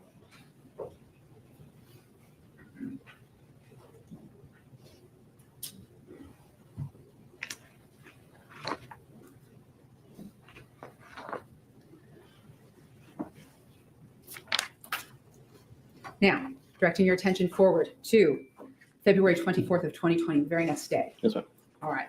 Now, when you spoke with Mr. Olson and he agreed to provide you with video surveillance from his particular location, did the Glenn County Police Department send someone out there, Officer Jackson, to pick it up? From, not Jackson, from Olson, I'm sorry, Investigator Butler. Butler. Thank you. So Butler got sent out to Mr. Olson's house. As a part, he picked up video from Mr. Olson as a part of whatever other duties he was out there as well. I think there was a neighborhood canvas, so. And on February 24th, 2020, did you get the opportunity to look at the video from Mr. Ronnie Olson? I actually got it from him on the 25th. On the 25th? I got the video Mr. Olson gave Investigator Butler on the 25th. Yes, ma'am. All right, and that was delivered to you? Yes, ma'am. And did you review that? Yes, it did. All right. So regarding State's Exhibit 115, the Ronnie Olson video, were there something special to note about his particular video that he provided to the Glenn County Police Department? Yes, ma'am. So the DVR time was off by 1 hour and 5 minutes. And when the video plays back, it plays back fast. So you'll see the time move fast, and you'll see the cars and people move fast. And there was no explanation given with why. I've seen DVRs do that on occasion, depending on codec, players, stuff like that. So in other words, it's not in real time where somebody's walking like this. It's like somebody's walking like this. Yeah, it looks like you hit fast forward. Looks like it's fast forward. Okay. But that's how it came to you. Yes, ma'am. All right. At this time, the state would tender into evidence State's Exhibit 115. Which is what? The video provided by Ronnie Olson to Brad Butler, who gave it to Parker Marcy, who reviewed it as part of the case file.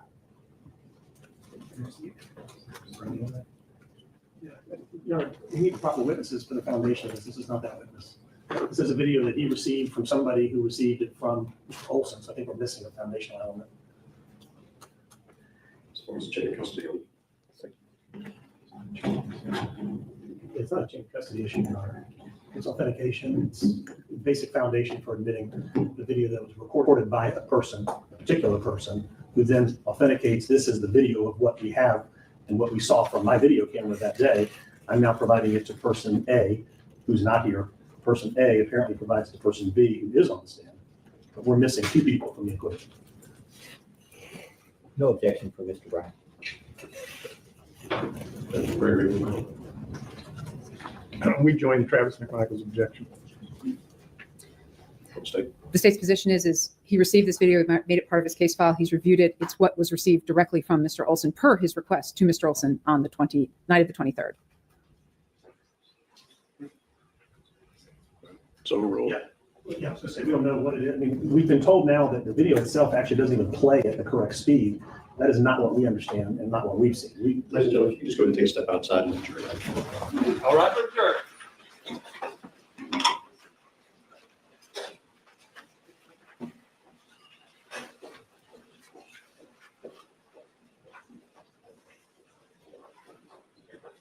And not what we've seen. Ladies and gentlemen, if you just go ahead and take a step outside and jury. All right, for the jury. He looked at it. He handed over a USB drive to Butler, who handed it to Parker Marcy. So it falls under the unmanned video. It would be like anybody coming and downloading it and handing it off on a USB.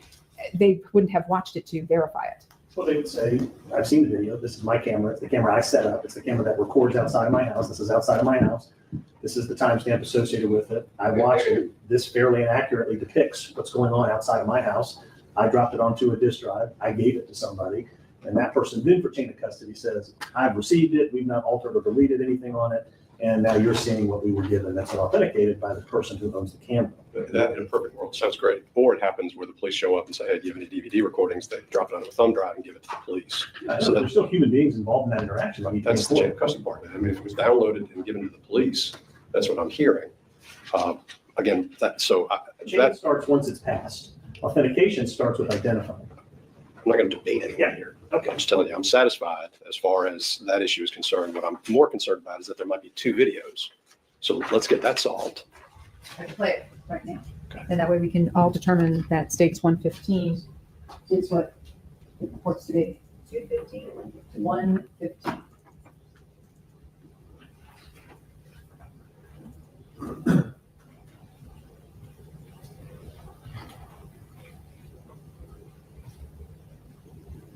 Everyone just see the car go back really fast?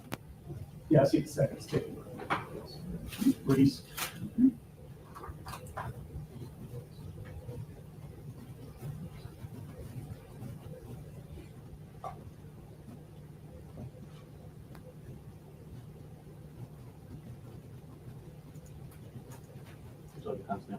Yeah, the timestamp. Pretty sure it's 120, isn't it? It's 2. There we go. 212. Right. 208. You're right. That's okay, I'll back it up. So when we look at 207. So for the record, Detective Marcy, are you seeing the seconds click past faster than normal? Yes, ma'am. This is what I received. And did it do this when you played it? Yes, ma'am.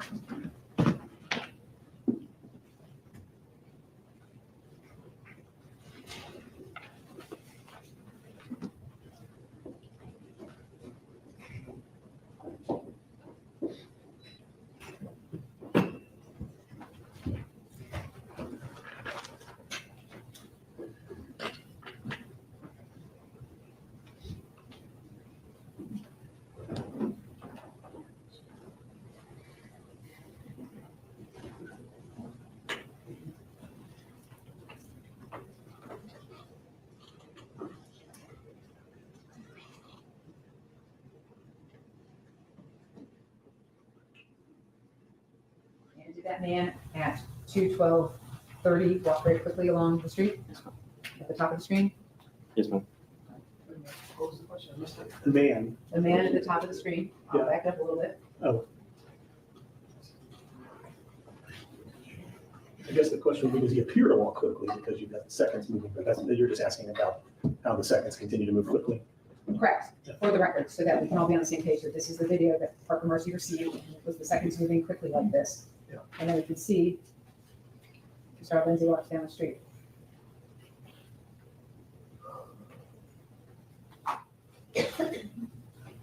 So I guess at this point in time, I will stop it. It's at So 2:12:59. gets back to the question, is there a different version of that?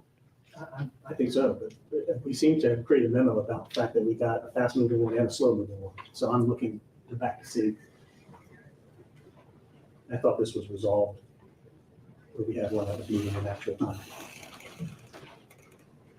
That was a true depiction of the rates of walking and running on that day. Perhaps the court could give them a few minutes and we could agree on the video could be played. And just seems to come back to play a second version of it later if everybody's in agreement on it. That's what I'm wondering, if there's a second version. I thought there was. All right, we're gonna take a short recess. It's gonna take 5 minutes or less, hopefully. We're in recess. You can just remain available. I'll remind you you're under oath.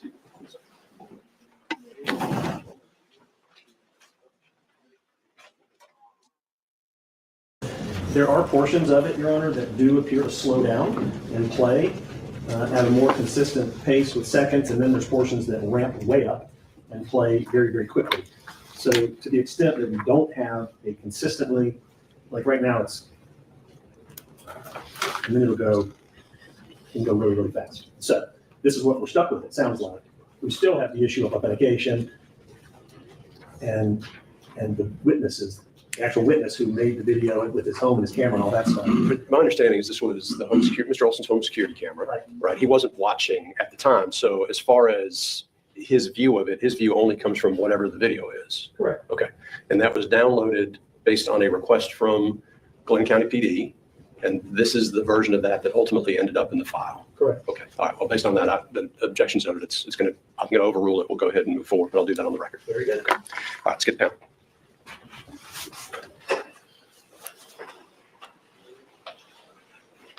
Would the court allow me to clear up a mistake in front of the jury about my reading of the video so that the jury doesn't get the impression I'm trying to hide something? Is that okay? Just to say that I've looked back over it and I see where some of the seconds play out a little more slowly and then they speed up. And you might confuse As long as it's not testimonial. It won't be. Okay. Or you can do that and withdraw your objection. Let's do that.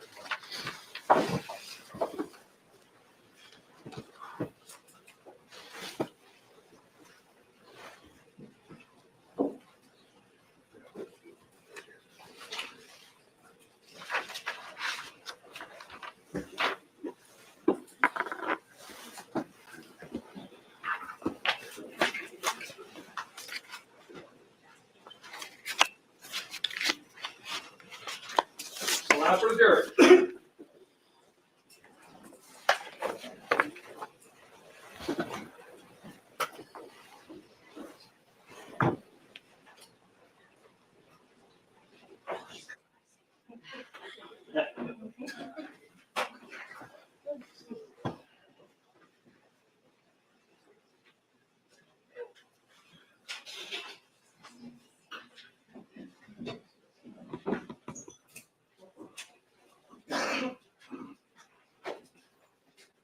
Please be seated. All right, welcome back, ladies and gentlemen. I believe we've resolved the matters that were before the court. Mr. Sheffield? Yes, thank you, Judge. The issue I was having was my belief that we had two separate videos of the same time period.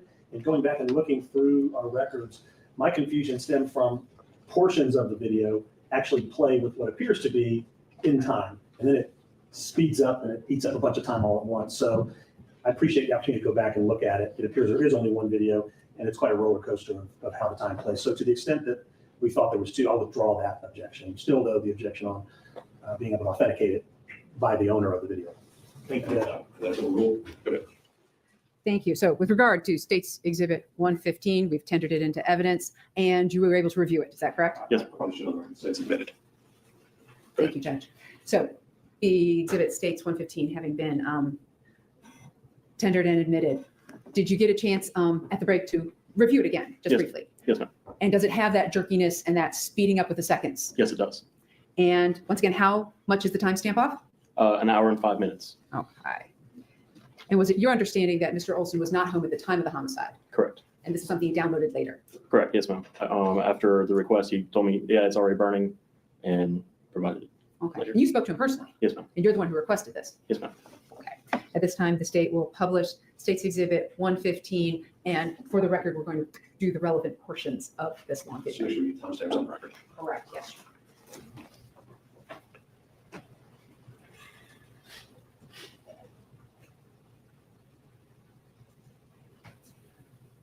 So for the record, State's Exhibit 115, the state will be starting this on the top where it says Channel 4, 2020, 0223, timestamp 02:07:55 p.m.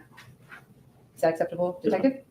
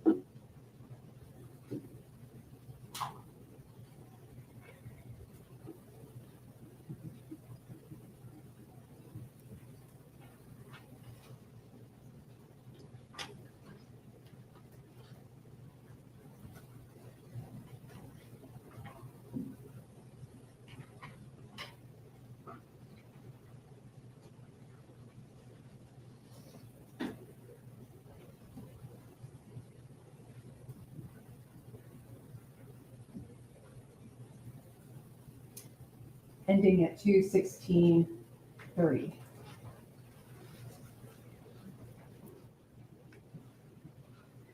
All right, so Detective Marcy, we're going to go through and look at some things. Yes, ma'am. Okay. So first off, when we go back, starting again at 2:08:26. We have our timer moving very quickly.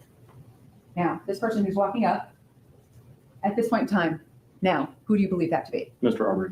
Okay. And where's Mr. Arbery right now at 2:09:15? He's standing in the front yard of 220 Satilla.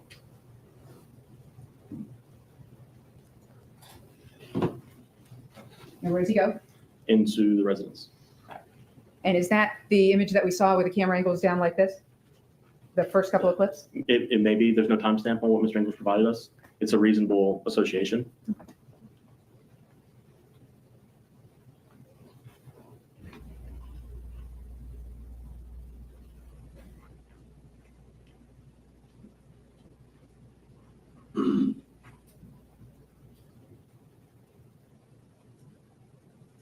Stopping at 2:12:21. What is the jury looking at here? If you look just above the colon between the 212, that is Mr. Albenze, the 911 caller walking in the frame from his house.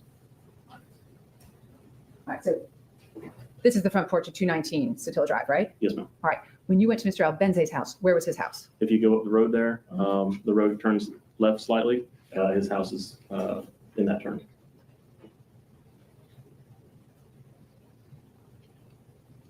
Restarting the video. And what's the jury looking at here? Stopping it at 2:12:41 in this area right up here. That's Mr. Albenze calling 911.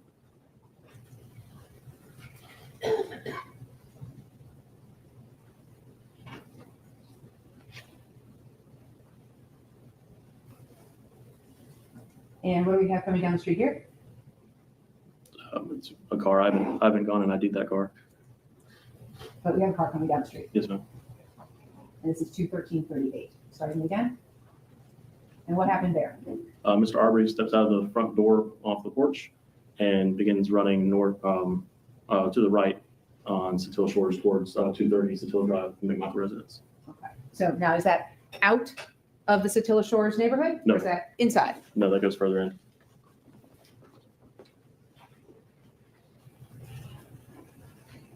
And is that him continue to run down the street here at 2:13:54? Yes, ma'am. Is that also him right there? Yes, ma'am. 2:14:09, is he out of view at this point? Yes, ma'am.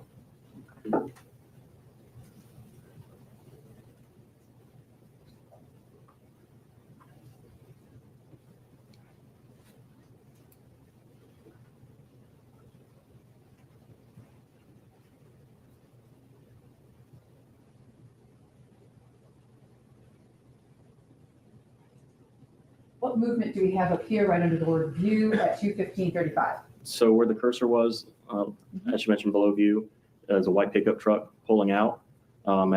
It's currently 2:15:35. At 2:15:03, you can see movement. Looks like two individuals leaving the residence, getting into that vehicle, and then they leave going the same direction Mr. Arbery did. All right, so I'm going to back it up to, you said 2:15? 2:15:03. We're going to start this at 2:14:57. You see the movement now coming from the house.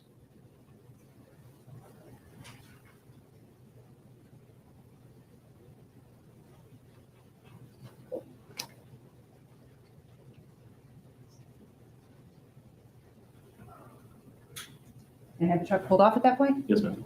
Okay. How long was it from the time Mr. Arbery cleared off the screen until there was movement at the house coming out? He steps out of the front door and runs up Satilla Drive. The timestamp I have for him stepping out is 2:13:39. Mm-hmm. And then the individuals come out to the truck on camera at 2:15:03. Camera time. Camera time. So, minute and 20 seconds? Thereabout. And then we see the 911 caller coming back down the street. Is that Yes, ma'am. correct? Yes, ma'am.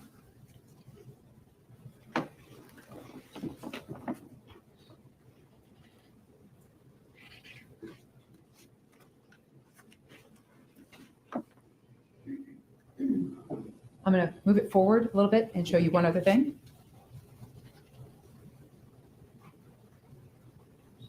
Cursor with the coordinates.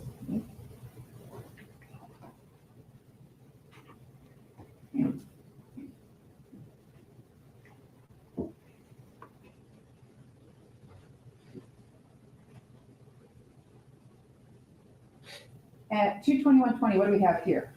Georgia Power utility truck.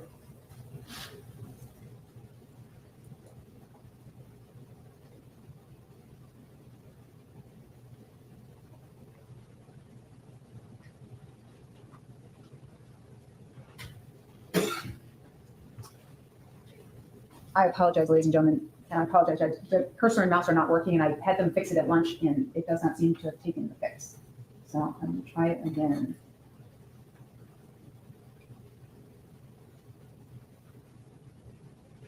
So what do we have here at 22742? Queen County Fire and EMS ambulance and a fire truck.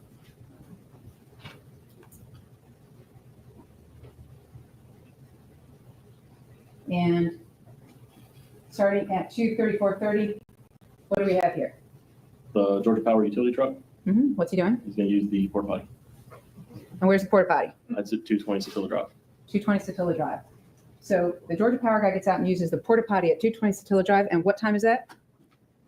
Camera time is 2:35:33. Where's Mr. Ahmaud, Arbery?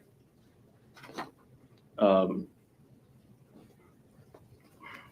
trying to do the math in my head for the time difference. He's interacting with the defense in this case. Okay. He's not at the residence. Did you see the fire trucks and EMS go by? Yes, ma'am. Okay, then you saw him stop. Yes, ma'am. Okay. Is Mr. Arbery lying dead at the time this guy steps onto the property at 220? That's ridiculous. It's irrelevant. So the purpose of asking if he's dead at the time someone's urinating in a porta potty, that's ridiculous. Your Honor, this is It's beyond pale. What's the relevance? The relevance is that people stopped and got onto this property at 220, all kinds of people. And this man, who's a Georgia Power employee, stopped to use this porta potty. And all kinds of people come onto this property. And Mr. Arbery's dead because he's going on this property. That's the relevance of this evidence. That's a closing argument. So, We asked the court to instruct the jury to disregard all of that. I'm just sustaining the objection. Let's go ahead and move on. Yes, Judge.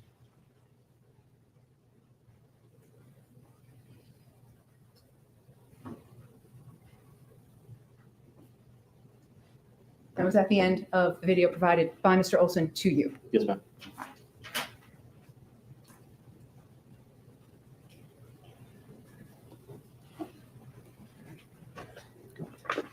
So now, direct your attention to State's Exhibit 133, the videos provided by Diego Perez to Officer Adam Jackson. Were you also shown those particular videos? I recall seeing at least one of the videos during the same time we were doing the phone downloads. The thumb drive that was provided to officers out there was brought back to headquarters, and we played one video, at least one video of what was provided. Okay, so I obviously got the date wrong. So you're talking about the phone downloads that you're doing after the interview with Greg McMichael on February 23rd, 2020. Yes, ma'am. Okay, so you're still at the headquarters when the Diego Perez jump drive is brought to headquarters. Yes, ma'am. And while you're doing the phone download, you got to watch at least one of those videos. Yes, ma'am. All right. And have you seen the full 10-minute long video that is now State's Exhibit 133? Yes, ma'am. And was it fair and accurate and in conjunction with what you had seen on the evening of the 23rd of February? Yes, ma'am. All right. And I believe this is a joint exhibit. Is that correct? That's correct. All right. This time the state would tender into evidence State's Exhibit 133. Objection. That's correct. Yeah, it's admitted.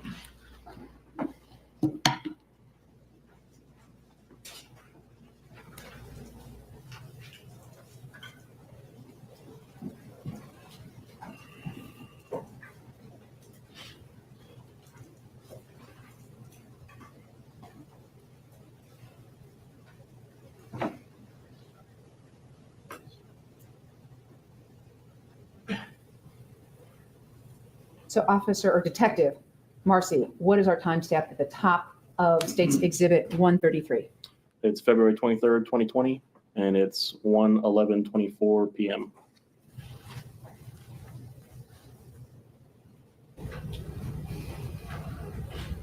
And to your knowledge, is this off by about 5 minutes? I recall a discrepancy. I don't know the exact.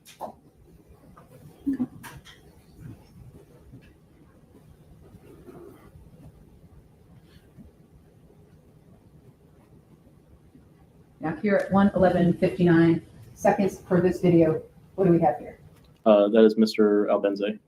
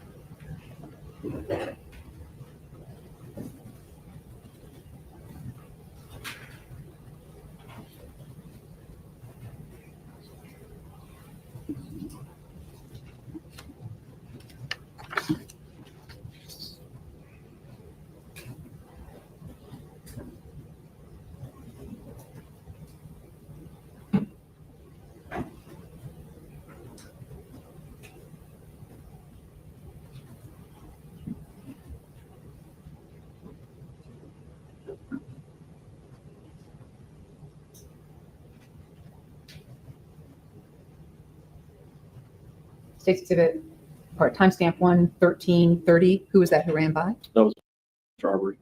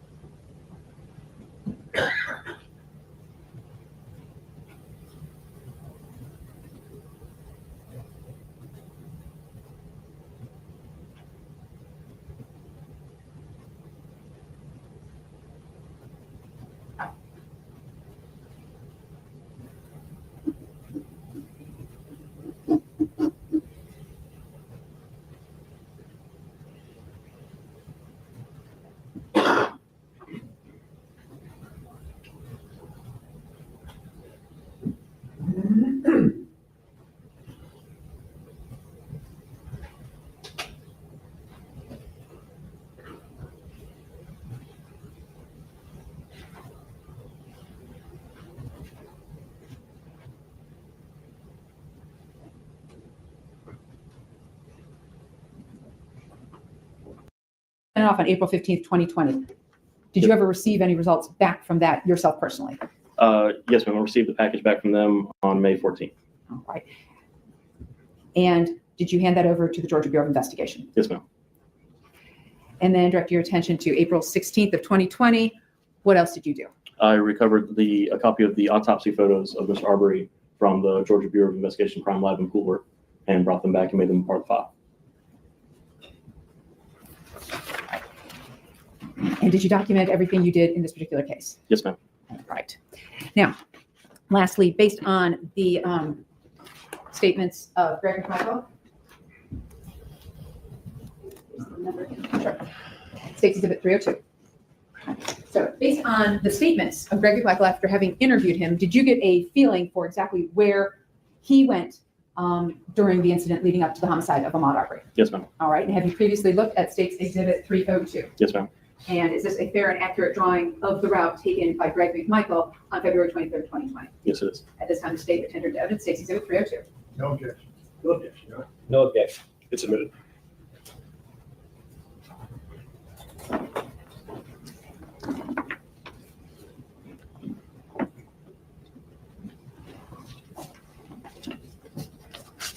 So showing you states 302.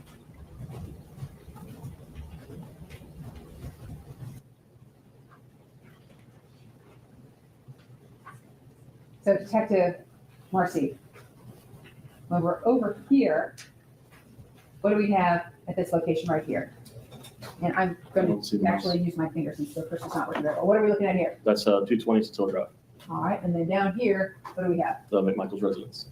And so where do they go? Or where does Greg and Michael go? Continuing straight, they go down Burford. They follow the turn at the very end past Mr. Bryant's house. And they follow the left up Zellwood and follow that all the way around to Holmes Road where they then take another left.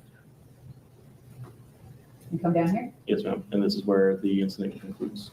All right, so with regard to Burford Road, do you have any clear indication for Greg and Michael due to your interview with him, how many times he went back and forth on this particular road? We have from his statements, the initial interaction where Mr. Arbery stops, turns and runs the other way, and he follows on foot before getting back in the truck, and then the truck proceeding around to Zellwood to Holmes. Right. And here, do you have any indication of him coming down here if they stopped at any point in time here to confront or yell at Mr. Arbery to stop? From our interview, the only spot I'm familiar with is where they are finally stopped and the final incident occurs where we had the red X at. Right. I may have 1 moment.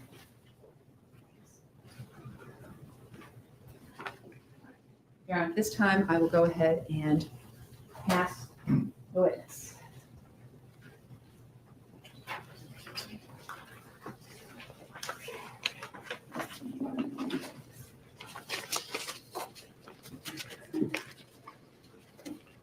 From the defense. Ms. Delacosta, could we put that back up? I don't know how to use that. I did. Thank you. The last.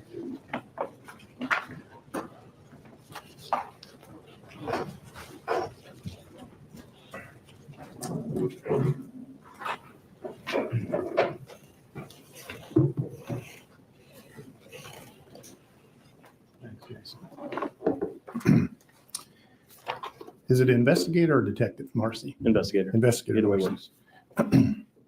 Now, we have only met just for about 5 minutes earlier today for the Yes. first time, right? Yes, sir. I'll introduce you to my wife and co-counsel, Laura Ho. Yeah. She and I represent Greg McMichael, okay? Yes, sir. All right, I want to talk to you about 3 topics that you've covered today with the jury. And let's start with the suspicions that you and Greg McMichael talked about that he had regarding Ahmaud Arbery, okay? Ms. Dunikoski asked you on direct during your interview if he used the words burglary in connection with his suspicions about Mr. Arbery. Remember that? Yes, sir. And she talked about, did he say he saw a burglary? And you said no, right? Yeah. There's been a lot of questions. I'll take your Sure. report. Well, the gist of it was to suggest that in your interview with Mr. McMichael, he's saying he's not using the word burglary or theft in connection with what he saw with his own eyes, right? Correct. All right. Now, you knew when you interviewed Mr. McMichael that he had been a law enforcement officer like you, right? I knew he was an investigator with the district attorney's office. And that meant that you knew that he knew something about probable cause and suspicions, and you were talking to him. Cause for speculation on this officer's part as to what Mr. McMichael knew or didn't. Well, they talked about that in their interview. Let's couch it in those terms as opposed to what he may think Mr. McMichael may have known. All right, we'll get to what you two talked about then. So let's talk about those beliefs. And what I want to do, you got your transcript right there? Yes, sir. What I want to do is use that with you to provide some further context for the jury regarding the comments Greg McMichael made to you during that interview, okay? Okay. So let's start at page 8. And I want to start with you at line 13. I'll do the reading, and what you can do is just affirm for the jury that these words I'm reading to you are in fact the words on the transcript, okay? Yes, sir. So you are interviewing Greg McMichael, and there at line 13, he's saying to you, anyway, back, getting kind of ahead of myself. We were aware that there had been numerous entering autos and break-ins and such in the neighborhood going on for quite some time. That's what he said to you? Yes, sir. Continuing. And of course, this guy what was on video was, logic tells you this guy may be the one that's doing it, right? Yes, sir. Now, that would be a suspicion that he had, that this guy is the one doing it, referring to burglaries, break-ins, auto thefts, and that sort of thing, right? That's what you're talking about. Yes, sir. Now go to page 11. And this is a bit longer part of the conversation. I want to read it with you. Again, they're at the top of page 11, line 1. Greg McMichael is talking. It's just the two of you in the room at this point, right? Yes, sir. And he says to you, and the first thing that comes to mind is this guy that's been breaking into this house down there that they got video, may have been roaming the neighborhood and saw the thing. Now he's talking, when he says this house down there that they got video, was it at that point you understood he was referring to the English house, the one at 220 Satilla Drive that was under construction? Yes, sir. Okay. And he's referring to video from that house, some of which we've seen here today during your testimony, right? That was my understanding, yes, sir. Okay. Continuing on, you ask him, so this is not just this month it's been going on, right? Yes, sir. And he says to you, oh, this has been going on. And the two dashes would suggest that sometimes you two interrupted each other. That's what a transcript says, right? Yes, sir. And so he says, oh, this has been going on, interruption. And you say, last month, this has been going on for months. So far, so good. Yes, sir. And he says to you, 4 months. Yes. Right? Yes, sir. And you say, going back into 2019. Yes, sir. And he says, oh, absolutely. Yes, sir. And you say, by a good bit. And I guess what you mean by a good bit, going back a good bit. Yes, sir. From February 23 to 2020 when this interview's happening. That's what that meant, right? Yes, sir. And he answers, yeah. So anyway, so now we've got a missing weapon and the possibility in my mind that the guy that's been breaking in down the road there may have that weapon. That's what he's telling you he's thinking, right? Yes, sir. And you say to him, possibility, and that's your subjective opinion? And that's right, that's what you asked him, right? Yes, sir. And he says, that's my, just a hunch. I was a cop for 30 years, and you say, right. Yes, sir.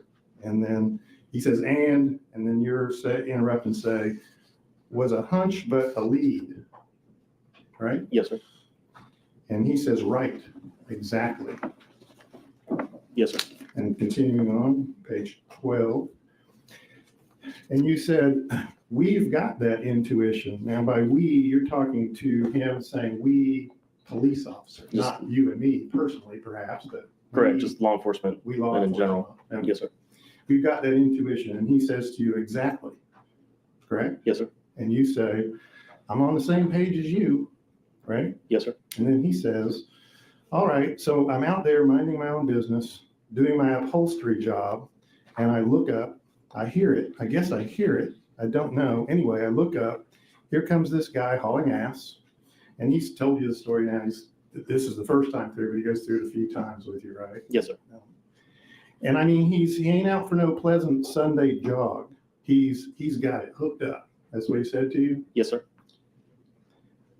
Like something's on his ass. I don't see anybody chasing him or anything, but I mean, he came out and I watched him. And of course, when he came by, I got a really good look at him, right? Yes, sir. And then he describes short pants. Every time we see him on the video, has short pants on, has black t-shirt on, but white t-shirt, he says. Yes, sir. Apparently correcting himself. And he's got short dreads, okay? So, I mean, it's the same guy. That's what he said to you? Yes, sir. All right, continuing on with the same topic of suspicions, go to page 24. And we'll start at line 15. Are you with me? I'm there. Okay, but 14, just to get the context, he says, but he, referring to this person he suspects, who turns out to be Mr. Arbery, He keeps going back over and over and over again to this damn house. And he's talking, that is Greg McMichael's talking to you. This is still in the interview, correct? Yes, sir. Plus, we've had numerous entering autos and other burglaries and thefts out of yards and that sort of thing throughout the neighborhood, right? Yes, sir. So you know he'd be a prime suspect. And he's saying a suspect in his mind. He's telling you that that's what he's thinking. Yes, sir. And then he goes on to tell you, but anyway, Diego. The next section is not going to rule completeness as it relates to the upper portion of this section. That's the state would object. It does complete the context. I can show it to the court if you'd like. It'll be lines 19 through 25.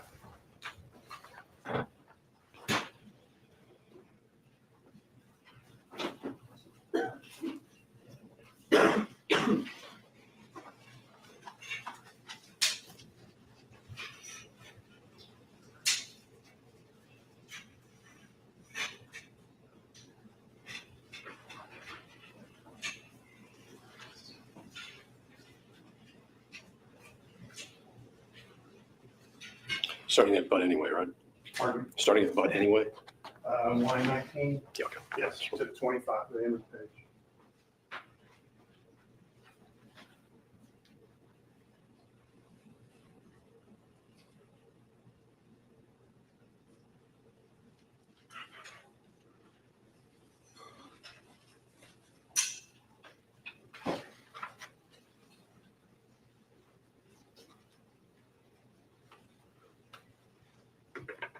Yeah, I'm going to sustain it. It looks like it just transitions into the topic that is necessary for completeness on the statement above. So it's sustained. That last paragraph from 18 or 19 down, that just goes into a different area. Different from Mr. McMichael's suspicions of who the person is that he's just seen run past. Yeah, that's what I'm just ruling. There appears to be a transition there into a different thought. So I'm sustaining it based on what I'm reading from that portion of the transcript that I can see. Yeah, I'd like to defend my argument that this is in context of his identification of the person he suspects. And without reading any of it, it simply goes into his description of the person he saw as matching the videos that he'd seen. I understand. I've read it. I've taken it. I've looked at it. I've ruled on it. Okay. All right, let's go to page 43.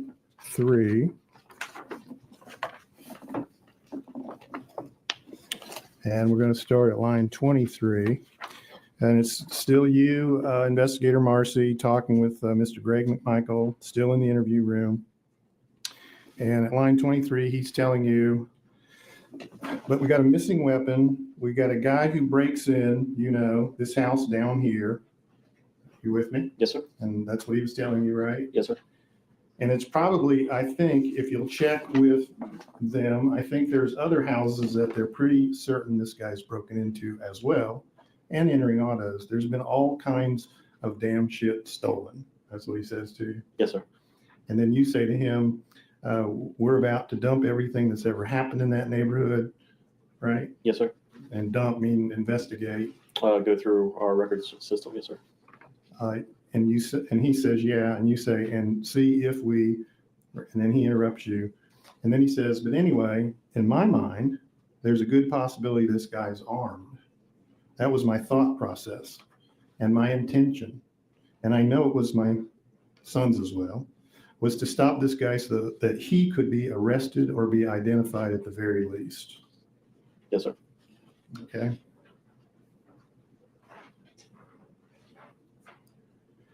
Now, the state also asked you on this section right here if they ever stopped chasing and just went home when they read for you on, or you read on page 45, line 6, where Mr. McMichael's telling you they are yelling at him to stop, and Greg McMichael says to you he wasn't having none of that. In other words, it didn't look like he was going to comply and stop at all, right? Yes, sir. All right. So let's go back to the previous page at line 14. That's page 44, line 14. And this is in the same context. And Mr. McMichael says to you, You know, if he had turned around and said, hey, man, I'm, Joe, I live around the corner and, I'm just out running, it would have been a whole different ballgame. He's telling you that? Yes, sir. But they're What page are we on? 44 line 14. Thank you. It would have been a whole different ballgame. And there was no doubt, especially his actions. When we would get up next to him, I mean, I was as close from here to the wall from him. Now the wall, you're in a small interview room and the wall is just a few feet from you, right? Yeah, you could just touch it. It's that close. Yes, sir.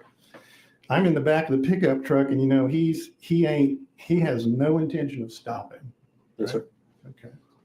And then let's flip over on the same topic to page 65. Now, this is when investigator Noah Healy has come into the room and the two of you are now talking briefly with Mr. McMichael. You remember that part when he showed up? Let me get there with you. Page 65, and I'll start at line 7. I'm gonna object.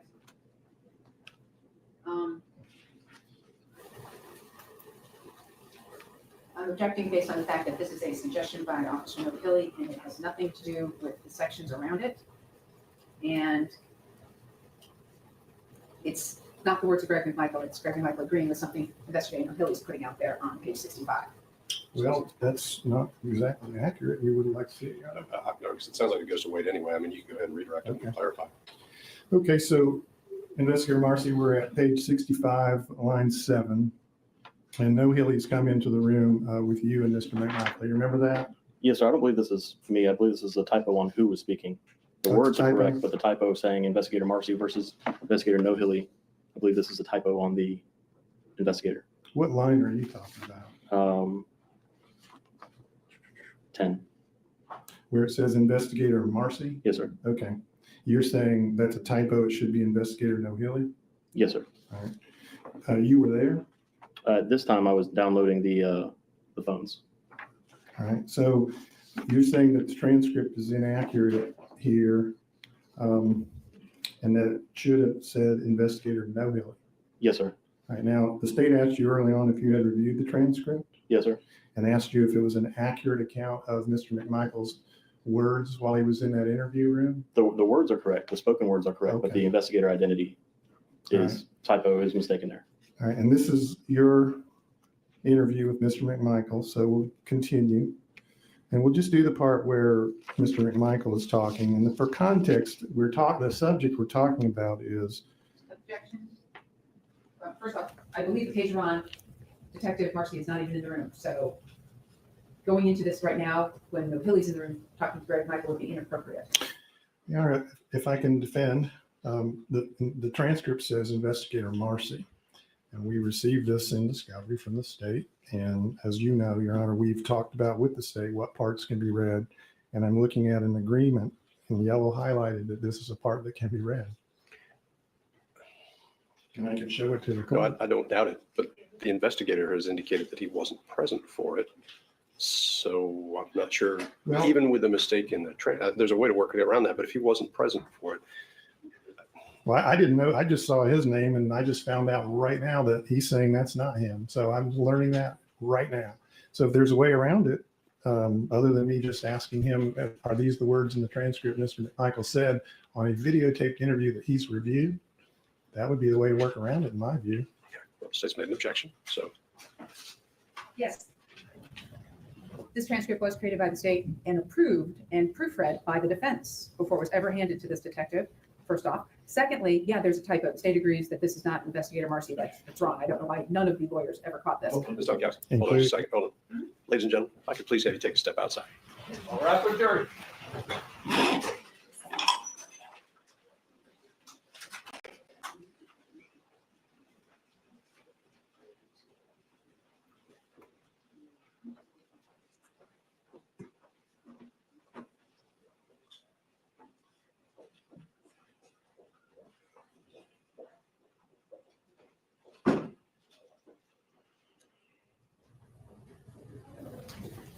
Please be seated. Is No Hilly going to be testifying? Yes, he's the next witness. That's why I didn't know if there was a problem.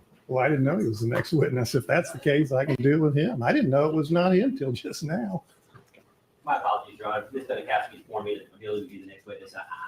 Over the lunch break, I forgot to notify Mr. Hogue. My apologies. Well, you don't have to tell me who their witnesses are. I'm cool with that. Thank you for falling on your sword, Mr. Goff. Unnecessary at this point. We live to talk another day. Well, if that's the case, I'll just wait and do it with him. Then just that one little section is all I was going to do. Unless knowing that I would do that, would it be a problem just to do it with him? If so, I'll do it with No Hilly. Please do it with No Hilly. Okay, I'll do it with No Hilly. And I've just got one more area with Investigator Marcy, and I'll be done with him. Okay. Figured it could be solved. Let's go ahead and get the panel. Now they sending out the jury for 2 seconds. I'll be upset.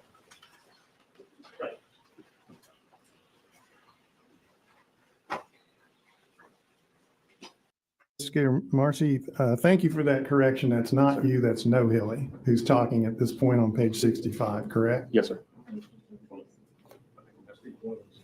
Uh-oh, I thought we were missing one. I'm sorry, that seat's blocked. Yes. Thank you. We have one more juror.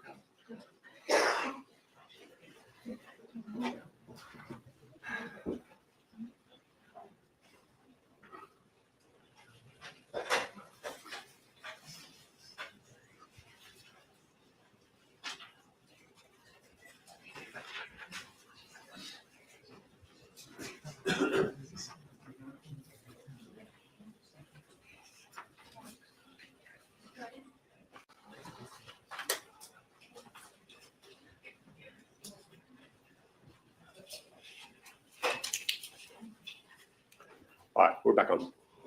Okay, Investigator Marcy, we were just establishing that it was No Hilly and not you, page 65, where I was just about to ask you about a portion of the testament or the statement by Mr. McMichael, right? Yes, sir. And you and I just learned that No Hilly is the next witness, so you and I are going to skip this and go to a different area. So I want to go to page 35. This is the last topic I'm going to cover with you. Yes, sir. Now, page 35, starting at line 21. Now, this is part of what you testified to on direct. The statement that Mr. McMichael said to you that the state brought out, that he was in the back of the truck with his 357, right? Yes, sir. And I want you to read, because they went down to line 25 where he says, I said stop, you know, I'll blow your fucking head off or something. I was trying to convey to this guy, we're not playing, you know. You remember talking about that earlier? Yes, sir. Okay. Now I want you to go back and read silently to yourself lines 21 down to 25 and let me know when you're done. Yes, sir. And then I want to go over to page 36, line 3, and I'm going to go ahead and add out loud 2 more lines. Mr. McMichael's saying to you, well, the guy, I'm trying to... Objection. This is not part of the rule of completeness. This does not go with the section just read. It does, Your Honor. I can show it to you. Yeah, let's see what you got. You want to see it? Yeah. It's just the part I have highlighted.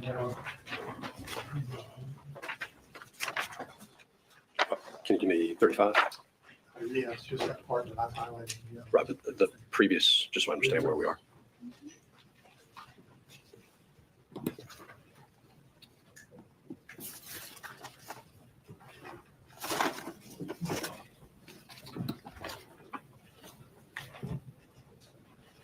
Yeah, 35. I That's did. 34. It's 34. Yeah, I'm sorry, this is 35 and 36. I'm objecting to what's on 36. I know, he asked me for 34. Oh, okay. I just did. So it was just, what was just read and came off of 34. You see the dark yellow? Yep. That's what the state read. And then the lighter yellow on those 2 lines. I see. All right, I thought you were dovetailing in from, I understand what you're saying.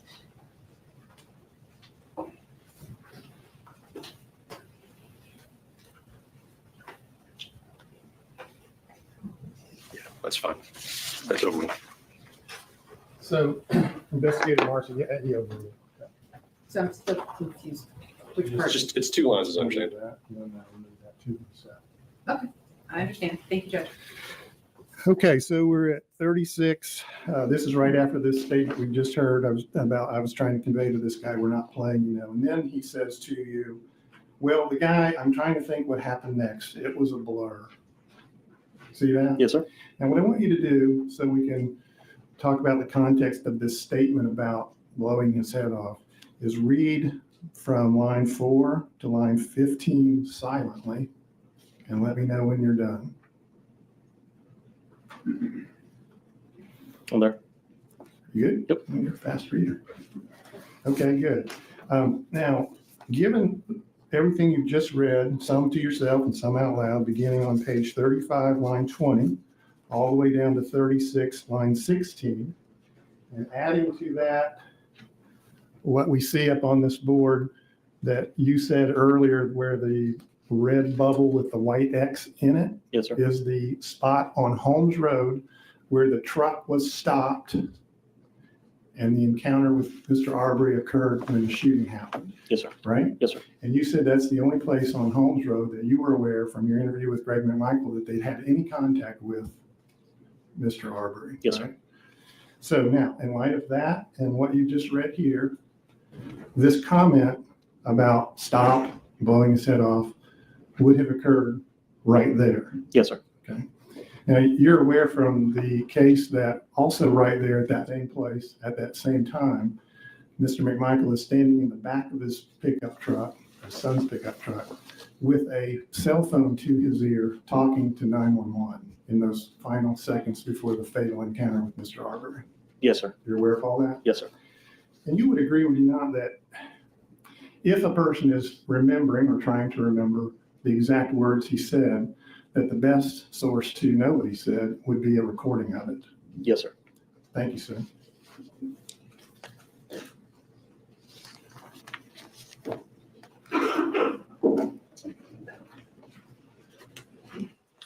Anything from the remaining defendants?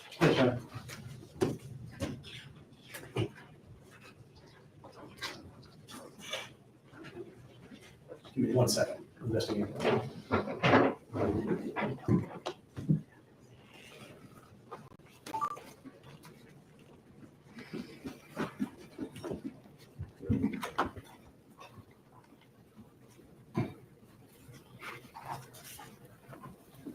Council needs to move, and one of the other council, I can't see the board, but the council needs to move. They're welcome to do so. If we can just make sure they don't block any of the jurors. And we have a challenge here of getting everything in view for everybody, and I will do the best that I can to make it happen.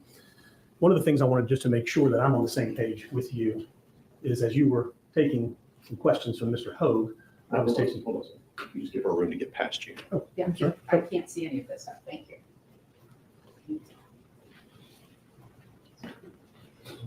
You're not going to be able to see it if I move it over here, are you? We'll bring it back later. Okay, it's small, right? That's fine.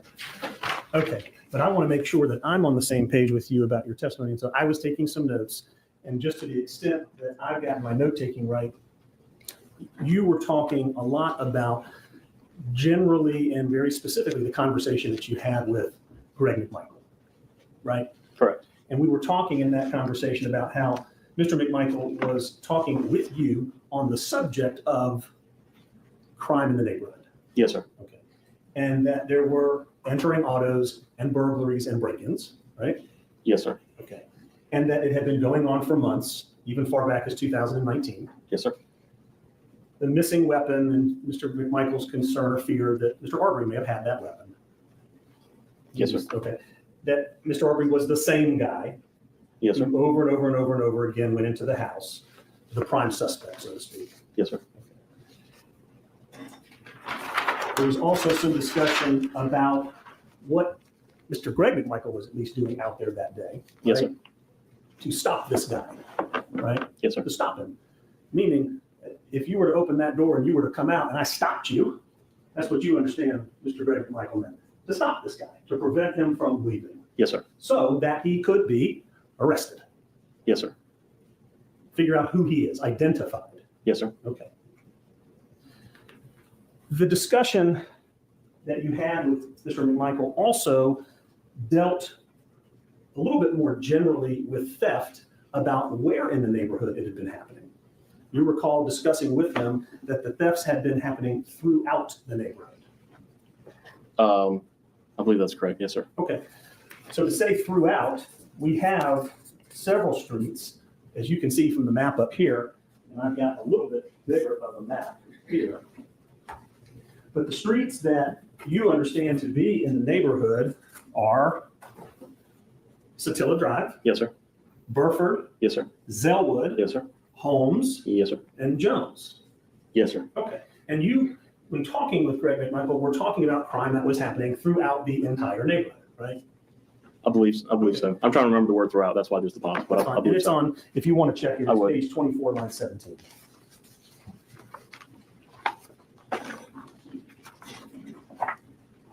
Yep. Thank you for that. Great, no problem. And you understood that not only was it happening in homes, but it was also homes as in people's residences, but Yes, that it was happening out of their cars as well. Yes, sir. Objection, form of question. That's not what this officer was saying. It's what Greg Michael said to this officer.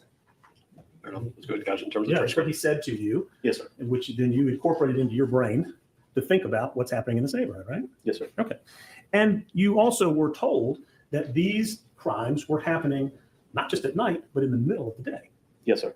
That is a specific thing that you know as an officer, that a lot of crimes happen in the middle of the day, Yes. including burglaries. Crimes doesn't matter what time of day It it doesn't is. matter what time. You're familiar that burglaries occur a lot during the middle of the day. Yes, sir. Okay. Even on Sunday, Even on Sunday. especially on Sunday. Even on Sunday. Even on Sunday. Even- Okay.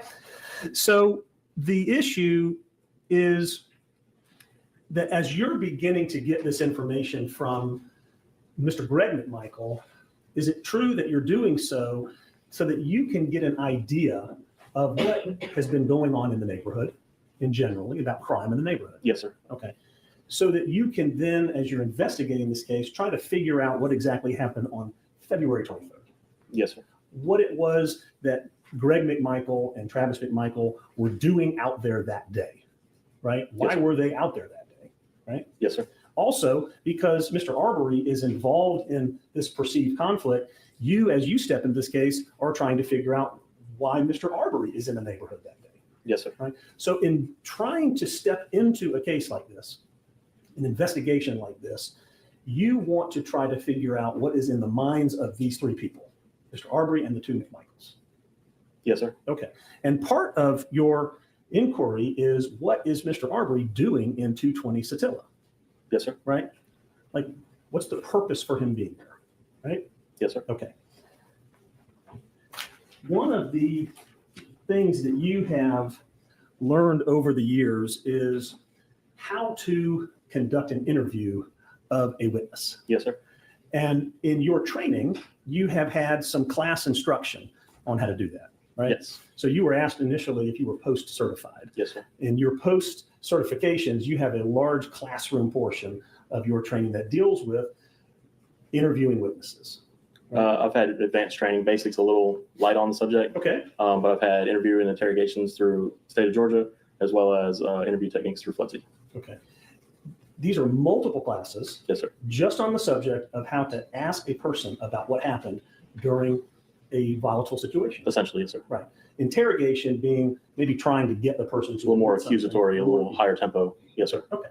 But in terms of talking with witnesses, you have become accustomed to witnesses who have been in the middle of a violent situation Yes, sir. or a situation that has been very unsettling or upsetting. Yes, sir. And would you agree that even though people may be, some of them smarter than others or stronger than others or have greater emotional fortitude, that a traumatic situation can cause anybody to have difficulty in talking about what just happened to them? Absolutely. Okay. So in a situation, the teaching that you have is really how to lead that person through the interview.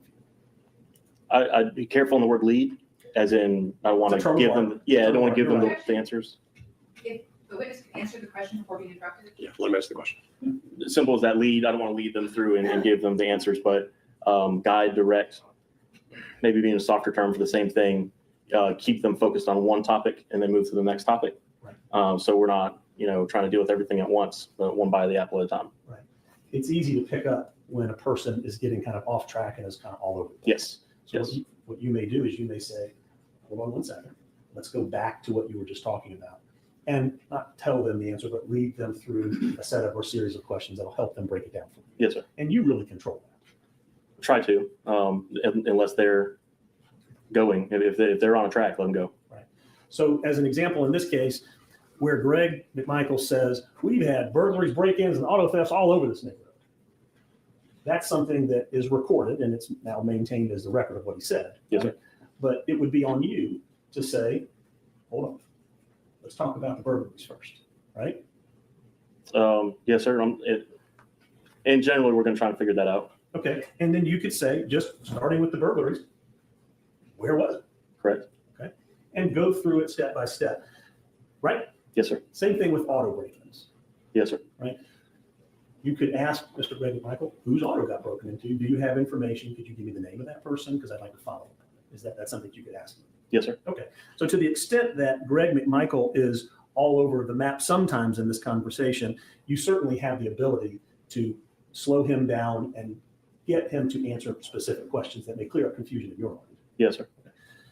By the end of this conversation that you had with him, though, you were clear that Mr. McMichael had formed a belief that Mr. Arbery was the person responsible for breaking into this house down the street. Referring to 220 Satella. 226. Yes, sir. And that Mr. McMichael was under the belief that there had been a burglary by Mr. Ahmaud Arbery in that house. Objection. Former question. In addition, it calls for this officer's. You were under the belief that he's under the belief that this is what's going on is inappropriate. We're talking about the words of Greg McMichael right now, not what this officer believes he believes. Well, it's important, I think, to allow this officer to talk about how he went through his investigations and the decisions that he made. And part of this is him, like he said, determining what was going on. What was Greg McMichael doing that day? What was Mr. Arbery doing in the house that day? For this officer, I think it's important to show that he had made some conclusions as part of his investigation that I think is going to lead to some of the additional things that he did in the case. Then you need to rephrase the question. What these statements are by Greg McMichael. You can ask him what he did next. If that then leads you there, then maybe, but not the way it's currently asked. So it's a state. All right. So once you got the information, Greg expressed to you his belief that Mr. Arbery was committing thefts inside that home. Objection. That is not what Greg McMichael said at all. And paraphrasing this is inappropriate. Either specifically what Greg McMichael said, but to paraphrase it this way is outside. That's for the jury to determine. Well, I can rephrase it even more specific. So let's keep to what he actually stated. It's a state. Thank you. Greg McMichael told you that Mr. Arbery was the prime suspect of the burglaries that he believed were committed in 220 Satilla.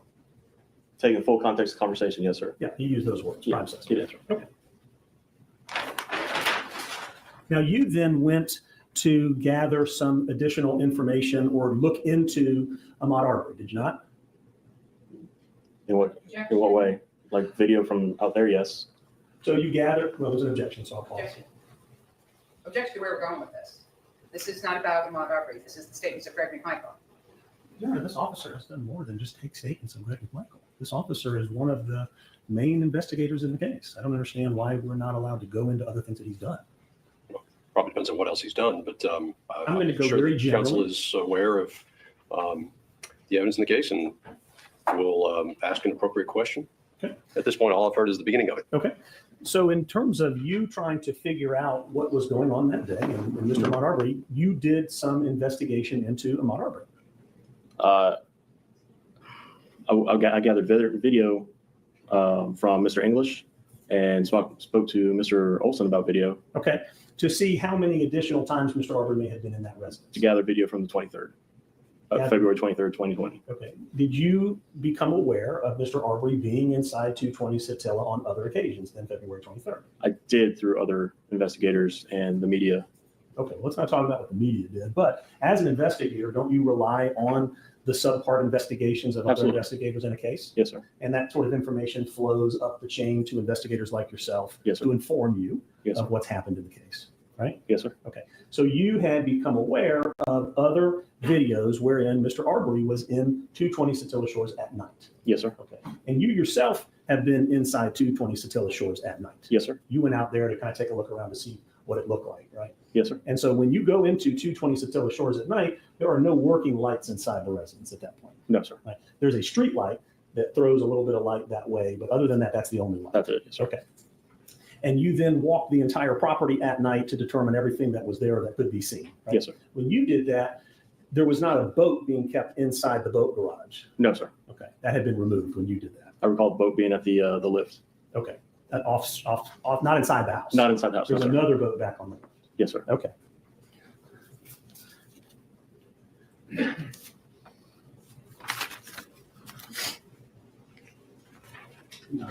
We're just a reminder before Burke has an issue. It's nearly 4 o'clock. Point where we can stop. Yeah, sorry. Ladies and gentlemen, let's just take a 15-minute recess, and we'll come back for continuation of the evidence in 15 minutes. Thank you. All right, to the jury, please.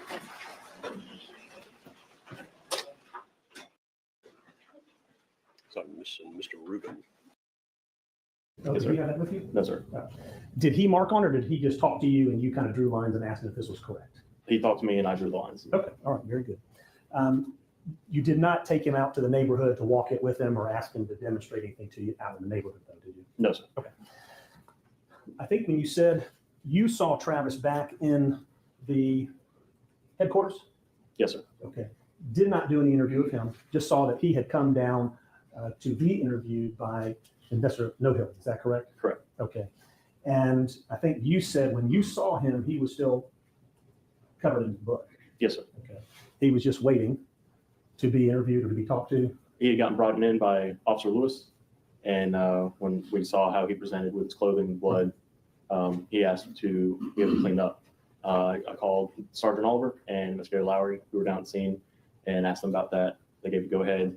We went and photographed to show the state he was in when he brought up here. Right. And then allowed him to change. Okay. He was otherwise he was just very quiet. Yes, sir. Okay. One of the photographs that you showed us, I want to put it even closer one. This right here is an injury to the back of his head. That's after let me just rephrase. That's after he's been wiped down with alcohol. Is that correct? This is after he's been able to clean up, Right. but before I brought the alcohol pad to him at the beginning of Greg McMichael's interview. Okay. And I don't know what that actually is. I didn't Okay. document what the mark is. All right. This, all we can say for sure is this is what's left after he's cleaned himself up. Yes, sir. Okay. And that's there on the back of his head. And then here's what's left after he's cleaned himself on his front left arm. Yes, sir. Okay. Very good.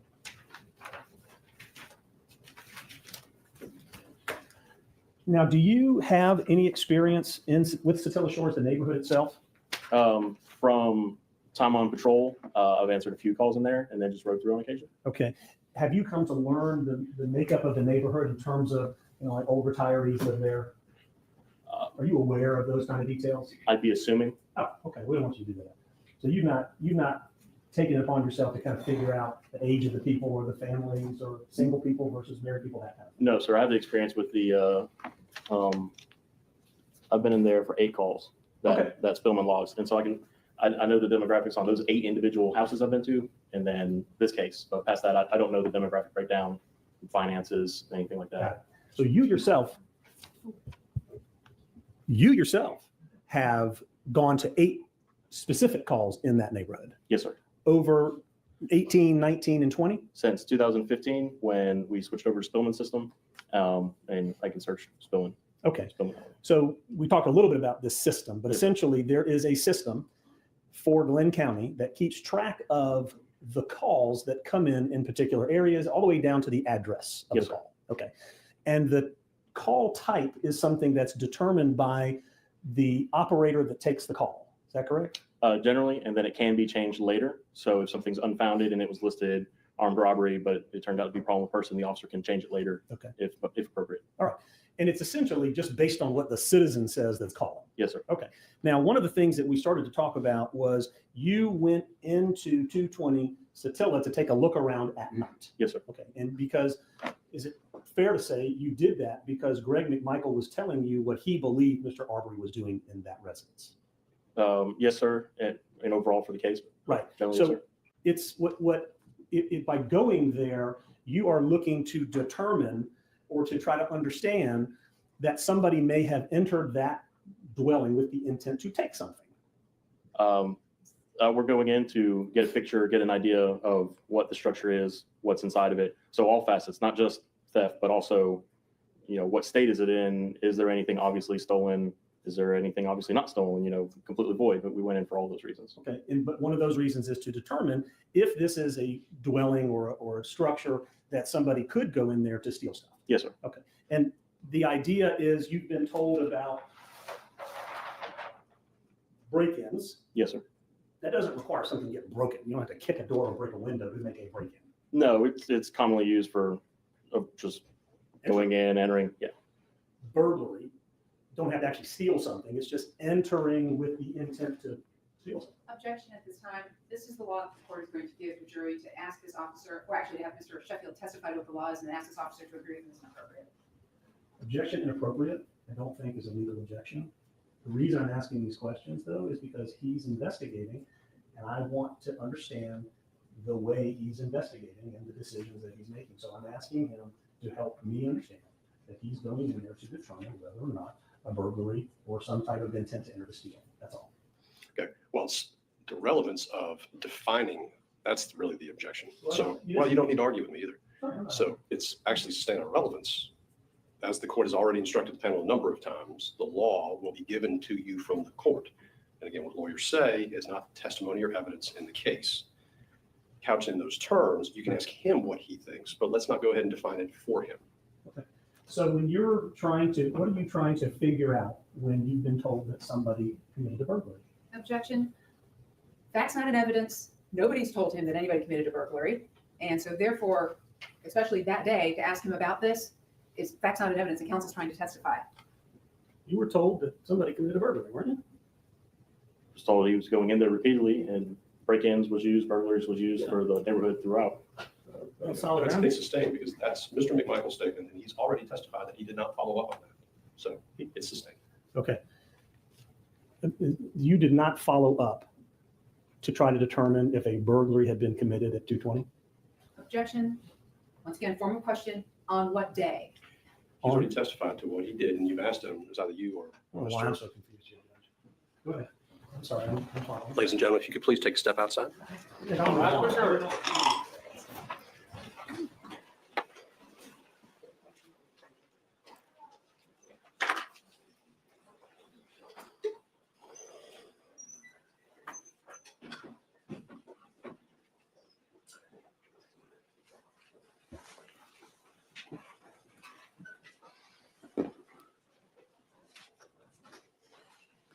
Please do. Mr. Sheffield, Yes, sir. you can agree or disagree with this court. That is your prerogative. But to act in the way that you just did in front of this panel, disrespect, I don't care whether you like my rulings or not, or you like me or not, but in this court, the Superior Court, it is axiomatic that counsel show at least respect for what the court is doing. And what you just did shows a lack of respect for what the court is trying to do here, which is create an environment which is fair to all parties.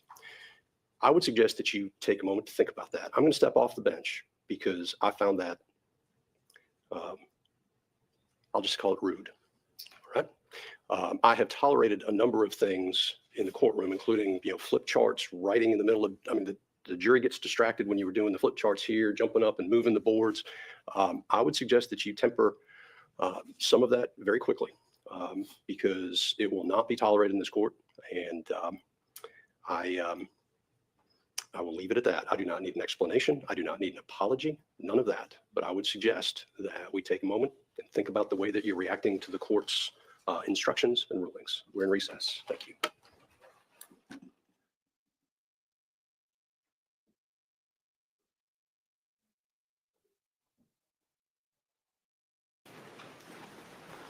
Anytime a judge tell you not to apologize to them, ooh,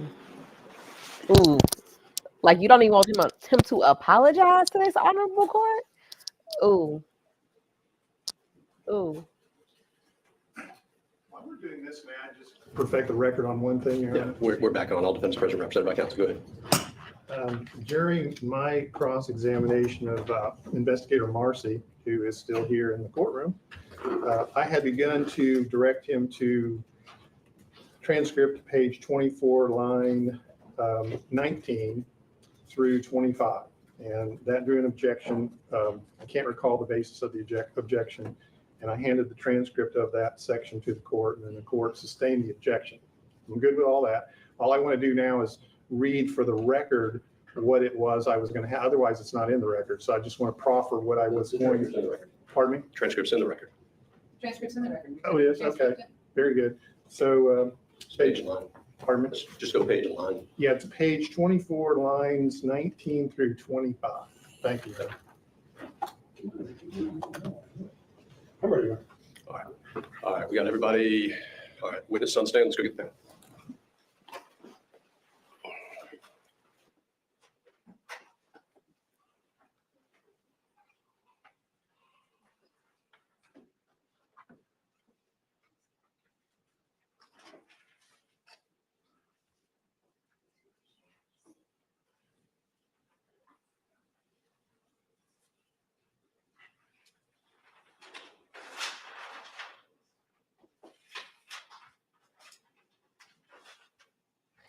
He almost cleaned house, Sonya. He almost cleaned house because he told him, look, I ain't even gonna say what you said was rude or what you doing is rude, but you need to go take a minute and reconsider how you behaving up in here. All right with the jury?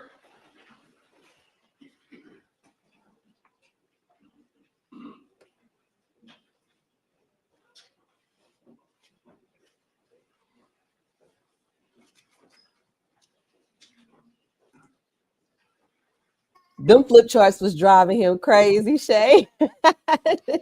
Shay, I'm sorry if I pronounced it wrong. They were driving him crazy. He said, you bopping around, you moving, you're doing flip charts like, you ain't gotta like me. All right, welcome back, ladies and gentlemen. We are ready to continue with the evidence of the case, Mr. Sheffield. We were talking earlier about the video, and you were helping us kind of understand what you were looking at, what you were interpreting in the video. Just wanted to make sure that I understood a couple of points from that.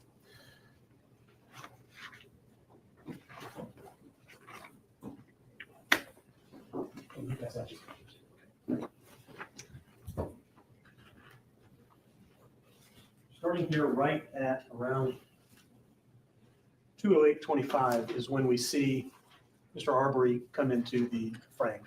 Yes, sir. And what we understand about this is that he's walking. Based on his gait, yes, sir. Okay. He's walking up to 220 Satilla Shores, the house under construction. Yes, sir. And now he's standing in the yard with his hands on his hips. Right? Yes, sir. Okay. He's looking around and then he goes into the house. Yes, sir. Okay. Now, in a minute, we're going to see Matt Albenzi come up into the frame. And is it your understanding, there we see Mr. Arbery now walking into the larger garage. Do you see where he does that? Yes, sir. Okay. In a minute, we're going to see Matt Albenzi come up here at the top of the screen. And he's going to kind of make an appearance there between those two trees. And that's where he makes his phone call to 911. That's what you understand. Yes, sir. Okay. And when he does that, he is literally standing right in front of 220 Satilla Shores. Yes, sir. Okay.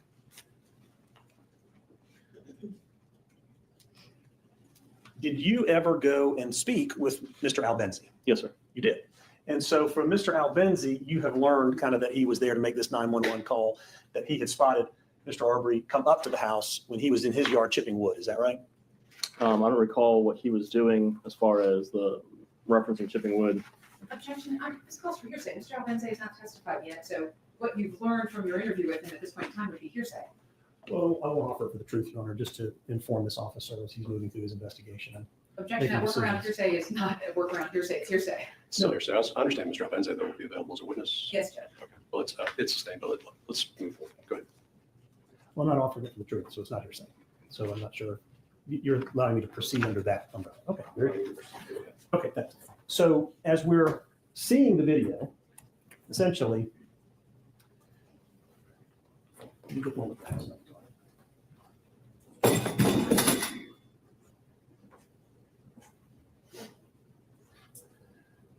220 Satilla Shores is located right here. Do you see that? Yes, sir, I do. Okay. And essentially, 220 Satilla Shores comes to the intersection of Jones Road and Satilla Shores. You see that? Yes, sir. Okay.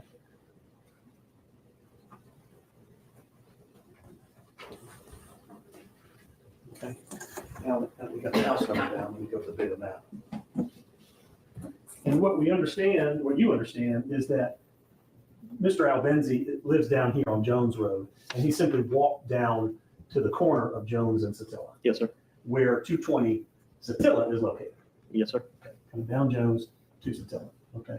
And that's where he stands and makes his phone call to 911. Yes, sir. Okay. Now, in a moment, we're going to see Mr. Arbery. And in a moment, what we're going to see is that Mr. Albenzi is actually going to come further out into the street in front of 220 Satilla. Yes, sir. Right?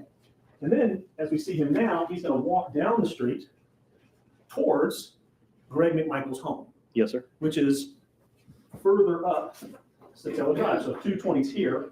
You know it goes by twos. So 22, 24, 26, 28, 30. Is that correct? Yes, sir. Okay. So he's walking from in front of 220 up into the direction of Greg McMichael's house. Yes, sir. Okay.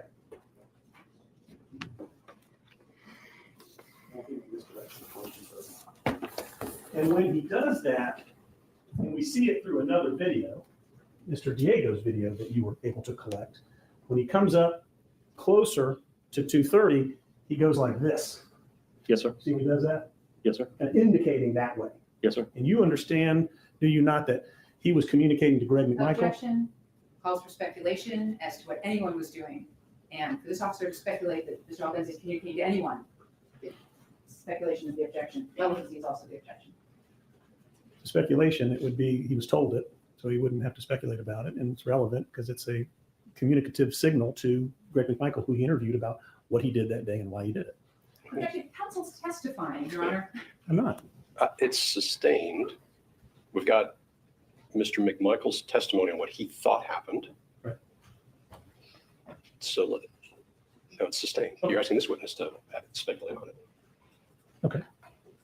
Greg McMichael told you that he observed Albenzi? I don't recall that. Do we have a, you have a page? No, I'm just asking you. No, sir. I don't recall I that. don't recall that. Okay, that's fair. All right, let me move to another area lastly. We talked briefly, and I'm going to get just back on track with it. One of the things that you said about this data system that collects calls is that a person will call in with a problem, and that will get a call label. Yes, sir. One of those call labels is suspicious person. Yes, sir. Okay, and a suspicious person label can really mean a lot of things in Yes, your sir. experience. Yes, sir. If a homeowner is calling about a suspicious person, that could be somebody who's on their property, a trespasser, right? Yes, sir. Or somebody that they're concerned about where they are and what they're doing, essentially. Yes, sir. Whether that turns into a break-in or a burglary or assault or whatever it turns into later, a lot of things begin with suspicious persons. Yes, sir. Okay. Did you attempt to determine the number of those types of calls for Satilla Shores at any point in time? I'm sorry. Objection. Well, let's see where this did. If you did, then let's figure out Yeah, in what that's all I'm asking. context. Thank you. Did you attempt to determine the number of suspicious persons calls in the neighborhood? Working with the GBI, we ran reports, and then with me, I have a list of all the calls for a time period in Satilla Shores. And is that something you did pursuant to your relationship or working with the GBI? The list here is from the prosecutor in this case. This particular work I have here was a request from her that we brought up earlier today. Okay. Okay. Other than what the state has asked you to do here, did you take, after speaking with Greg McMichael, take it upon yourself to look up, or were you asked to look up the number of suspicious calls? For Greg, I looked up calls related specifically to 220 Satilla. Okay. And then when the GBI was looking for data, I assisted case agent with getting CAD reports, written reports, and handed them over to the GBI. I don't have those That's stats okay. I before just me. wondered if that's something that you did. Yes, sir, I did. Okay, very good. So you were assisting, and that was continuing into the months after February 23rd. Yes, sir. Okay. Similarly, you could get calls for specific things like a burglary. That could be literally the type of a call that you get. Yes, sir. Or you could get a trespass call. Yes, sir. You could get something called extra watch. Yes, sir. Extra watch is when the police are asked to come out and kind of have a presence in the neighborhood. Yes, sir. It can be a broad spectrum of a whole neighborhood needs some extra watch, or a particular residence. They're asking for a little bit more law enforcement riding by, getting out, talking to a store clerk, stuff like that. To try to show presence in the neighborhood to deter crime. Yes, sir. And to try to follow up on some maybe suspicious activity that people have noted in the neighborhood over a period of time. It wouldn't be as much of a follow-up if you ran into something great. Otherwise, it's just extra presence. A problem person, that's another type of call that you get. Yes, sir. That's just dealing with somebody saying, I got a person out here and it's causing me a problem, whatever that problem might be. Yes, sir. That's an obvious one. Citizen assist. Citizen assist, is that another way of a person saying, I just need help with something that's happening on my property, at my home? Could be something simple as some paperwork to a flat tire, anything that law enforcement helps out somebody that's not criminal in nature. And then we have some other specific ones like a bin inspection. So that would be citizen assist, but more specified. So it's pretty broad. All right. If you're going to do a neighborhood patrol, that means that you have taken it upon yourself to drive and patrol a neighborhood. Is that right? Or is that something that you're asked to do by citizens? It's mixed. So part of what we do is riding through neighborhoods, businesses to be included. We can call out that we would call it 1081 was 10 code for it. And it would just mean I'm at this location at this time, checking this business or this neighborhood. And it could be for a particular house, it could be for an entire neighborhood, an entire shopping center. And it's just basically a date and time stamp. This officer was there, didn't see anything unusual. Okay, but it would be at least documented that the officer was out patrolling a particular street or a particular neighborhood, looking for criminal activity or trying to resolve criminal activity in some way. Yes, sir. So while that's part of the patrol duties as a routine, this would be an affirmative. Hey, everybody else over here. Very good, very good. Did you take it upon yourself to look into, I asked you about suspicious persons, but the other types of things, did you pull the call data for a period of time for those types of calls as well? Yeah, like we talked about for the GBI, yes, and that was for all-encompassing, all calls. And was that at the direction of the GBI? Like, hey, we want to know what's going on in this neighborhood? Investigator Lowry was working at it, and I'm good at navigating our system, so I began helping him, and then they were handed over to the GBI. Very good. Okay, thank you. One moment, please, Your Honor.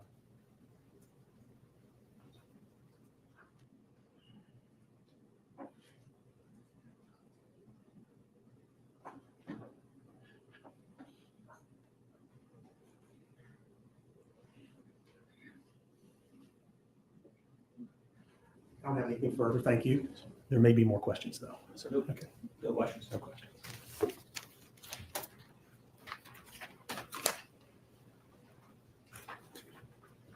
I think we just want to take a clear focus.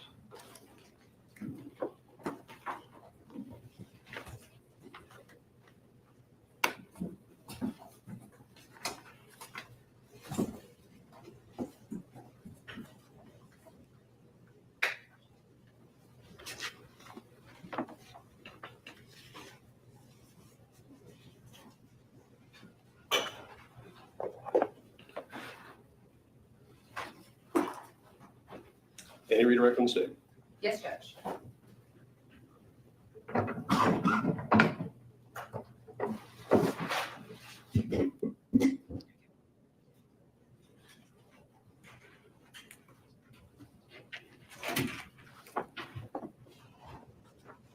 All right. So I want to ask you, Investigator Marcy, directing your attention to page 44 of the transcript.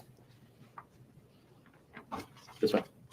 All right. I think you indicated that we're about to dump everything that's ever happened in that neighborhood and see if, because Mr. McMichael's telling you all about these break-ins that are happening, right? Yes, ma'am.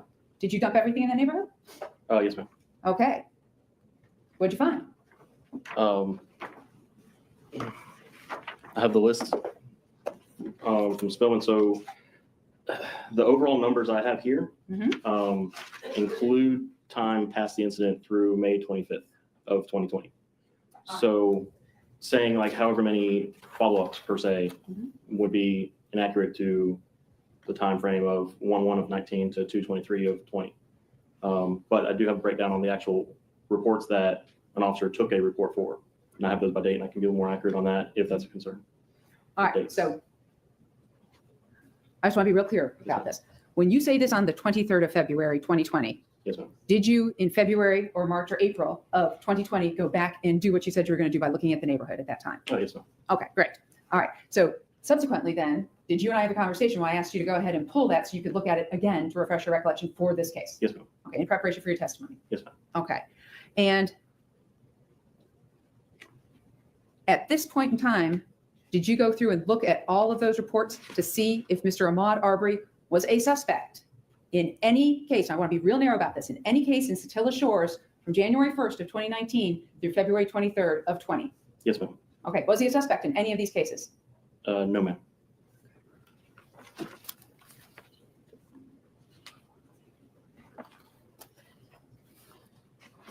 All right. Also directing your attention to page 44. Yes, ma'am. Defense counsel asked you about when Greg Michael started saying, if he had turned around and said, hey man, I'm Joe, I live around the corner, I'm just out running, it would have been a whole different ballgame, right? Yes, ma'am. So Mr. Greg Michael expected that this man would stop for him. Objection. She's asking him to get into the mind of Greg McMichael. All right. At the end of that, he indicated that Mr. Arbery had no intention of stopping. Yes, ma'am. Did he ever explain why he believed, talk about Greg McMichael, did he ever explain to you why he believed Mr. Arbery had to stop for he and his son? No,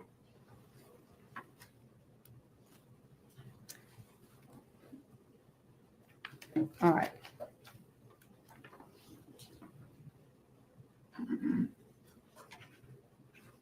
I'm going to direct your attention to page 39 now.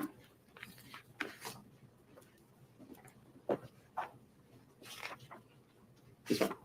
Okay. And I'm going to talk about lines 14 through 16. All right? Yes, ma'am. All right. I'm going to have you directly quote.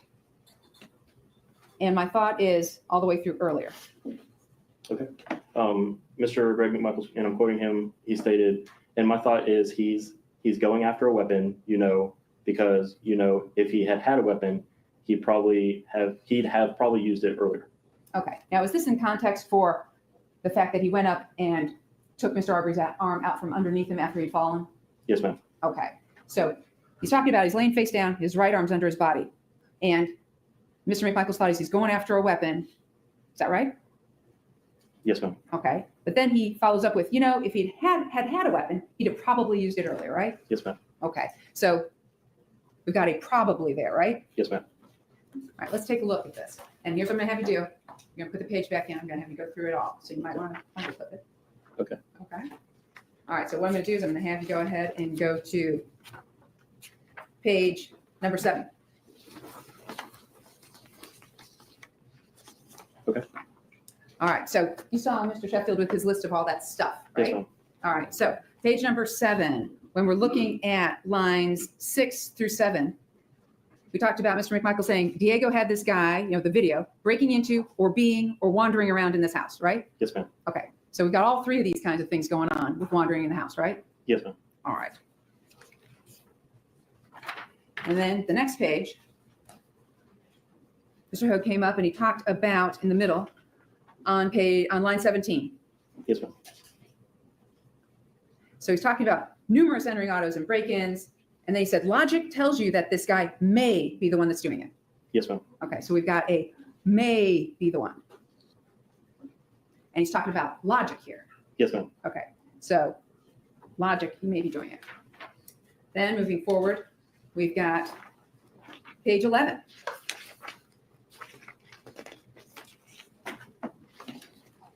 Yes, ma'am. All right, so he's talking about lines 15, 16. So now we've got a missing weapon and the possibility in my mind that the guy's been breaking in down the road there. Yes, ma'am. Okay, so we got a possibility. And then you asked him, possibility, and that's your subjective opinion. Yes, ma'am. Okay. And then he says, well, that's just a hunch. Yes, ma'am. All right. So now we have a hunch.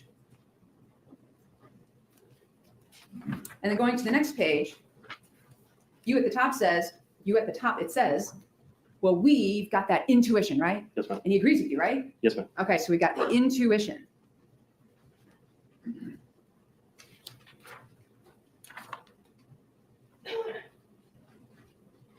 All right, so then the next page, 13. All right, you went ahead and asked him specifically. So you see this guy out today and he's hauling, what are your thoughts? Yes, ma'am. And he's thinking he's either done something or somebody's chasing him or, maybe somebody drove up and found him in their house. Yes, ma'am. Or drove up to that particular house he likes to go into over and over again. Yes, ma'am. Okay, so we have like speculation on 4 different things in that sentence, right? Yes, ma'am. All right.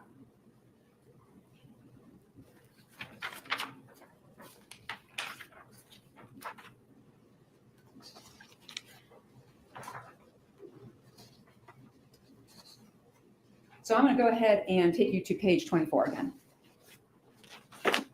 Okay. All right. So middle of the page, line 9. You asked him, is he picking up anything, going through anything? Yes, ma'am. What is the quote Mr. McMichael says at that point? Quoting Mr. Michael says, not that I recall. I don't think the guy has actually stolen anything out of there, or if he did, it was early on in this process. Okay, so if he did. Yes, ma'am. Okay. Not knowledge that he did, it's if he did. Yes, ma'am. So we got an if. Plus we got an I don't think the guy's actually stolen anything out of there. Yes, ma'am. All right. And then he says he keeps going back over there, and then he goes, plus we've had numerous entering autos. And then that's when he says, this guy would be a prime suspect.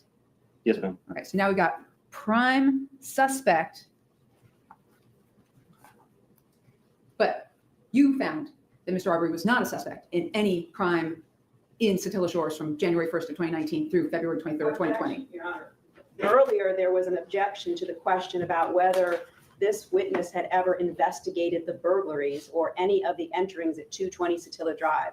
And that is right before we took the break. And the state said that this. Unobjected, speaking objection. Finish the thought then. And the state said that this witness had testified he did not investigate any of those break-ins at 220 Satilla Drive. So for that reason, she's now asking him whether he has confirmed that or disconfirmed it. This is not appropriate. The state just asked him about page 44. We're about to dump everything that's ever happened and see if and I asked him specifically, did you dump it? He said yes. I said, did you find Mr. Arbery as a suspect in any crime? And he said, no, I didn't find Mr. Arbery as a suspect in any of those crimes. That's on the record. So what's the question now? So the question now is,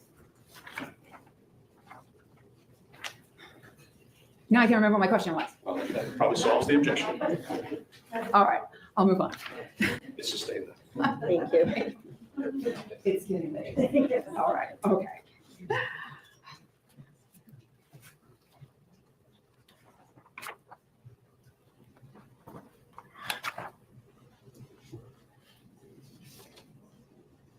All right, and then I'm going to direct you to page 43.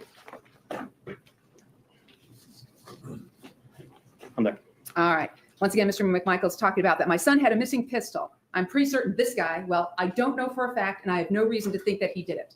Is that what he said? Yes, ma'am. All right. So he doesn't know this for a fact and has no reason to believe he did it with regard to the missing pistol.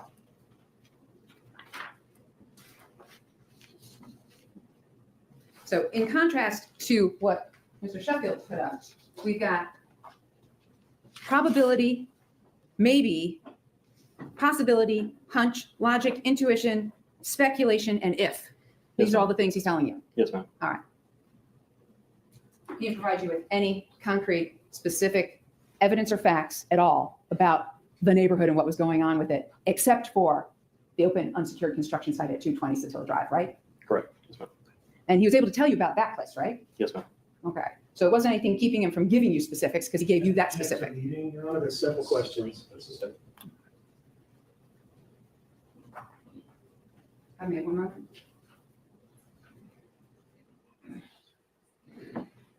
I will go ahead and pass the witness to your honor. So it's Greg Michael first. Yes, just to recross.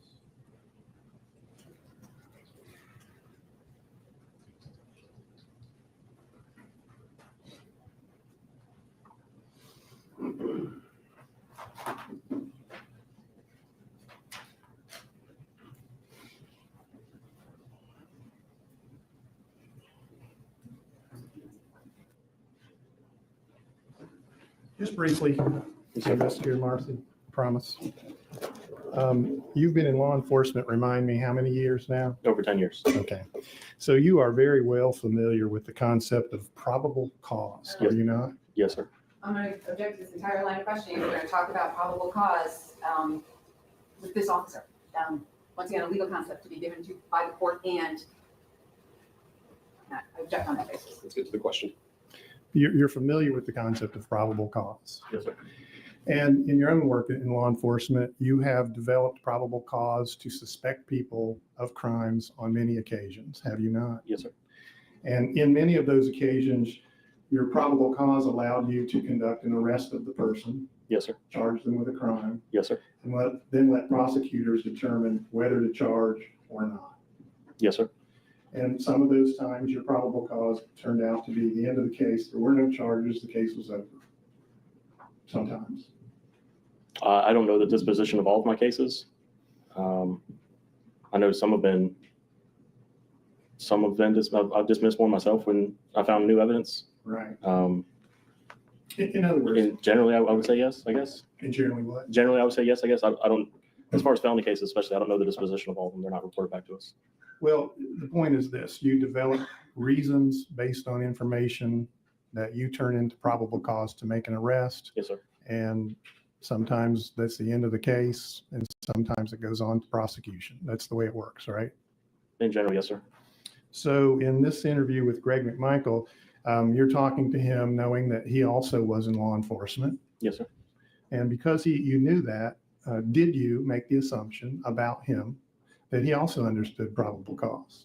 Objection, speculation, and relevancy is to an assumption made by this officer about anything Greg McMichael knew or understood.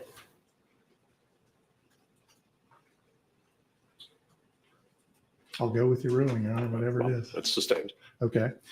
Well, so when the state just went through words with you like logic, possibility, hunch, intuition, they left out lead. You also told in your interview with Mr. McMichael that you thought it could be a lead, that he had a hunch and you called it a lead and he agreed with you. You remember that? Yes, sir. Okay. And if, and I don't think, and so forth. He also told you, did he not, that he was certain about some things, like on page 44, you still have your transcript? I do. I'm on 44. Page 44, line 1. He was telling you, I think there's other houses that they're pretty certain this guy's broken into. Certain. The guy he's talking about is Ahmaud Arbery, right? I think there's other houses that they're pretty sure this guy being Mr. Arbery. Yes, sir. Okay. And he called him a prime suspect at one point. Yes, sir. All right. And a suspect would be basically somebody you suspect of having committed crimes, right? Yes, sir. All right. Thank you, sir. That's all I have.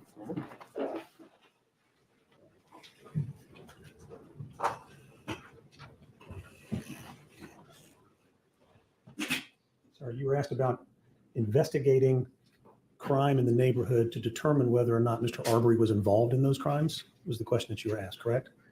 Reviewing the cases to see if he was a suspect. Reviewing is the what cases. I recall, yeah. So looking at the cases that we have in Satilla Shores Okay. prior to the incident and seeing if he was listed as a suspect or could be a suspect. Yes, sir. All right. Did you review the burglary case at 405 Holmes Road, Satilla from 7/1/19?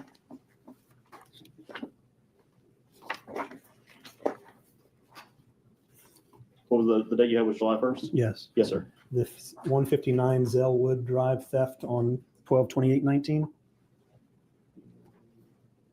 Yes, sir. The entering auto theft on 135 Zellwood Drive on 12/8/19? Yes, sir. And when you say you reviewed this, you're saying you reviewed that something had happened, something was stolen, right? I pulled up the report and got a broad overview of the general what happened. But in those cases, there was no arrest made on any suspect. No, sir. Yeah, so it's unknown who the suspect was. Correct. Okay. The suspicious person call from 7/13/2019 at 230 Satilla Drive, did you review that case? From 7/13 of 2019? Right. What was it labeled as? Suspicious person call. The only suspicious I have were in May of 2020. If it was, you know, the case number G20 or G19 dash? Well, how about this? If you're saying you don't have any suspicious person cases that you've reviewed, is that what you're saying, other than the one in May of 2020? No reports that I've reviewed. There may be CAT events, which is a report wasn't done.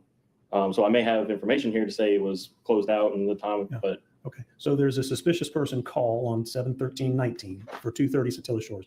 Did you determine who the suspicious person was? no, sir, it's closed out. I didn't review the CAT details for that. And this happens a lot, right? People call the police and say, we see somebody on our property, right? Yes, sir. The person has actually taken the time to call 911 because they're concerned or worried or scared. Yes, sir. Right? And then somebody either comes out and doesn't find the suspicious person, right? Yes, sir. Or they can show up and find the suspicious person. Yes, right? Okay.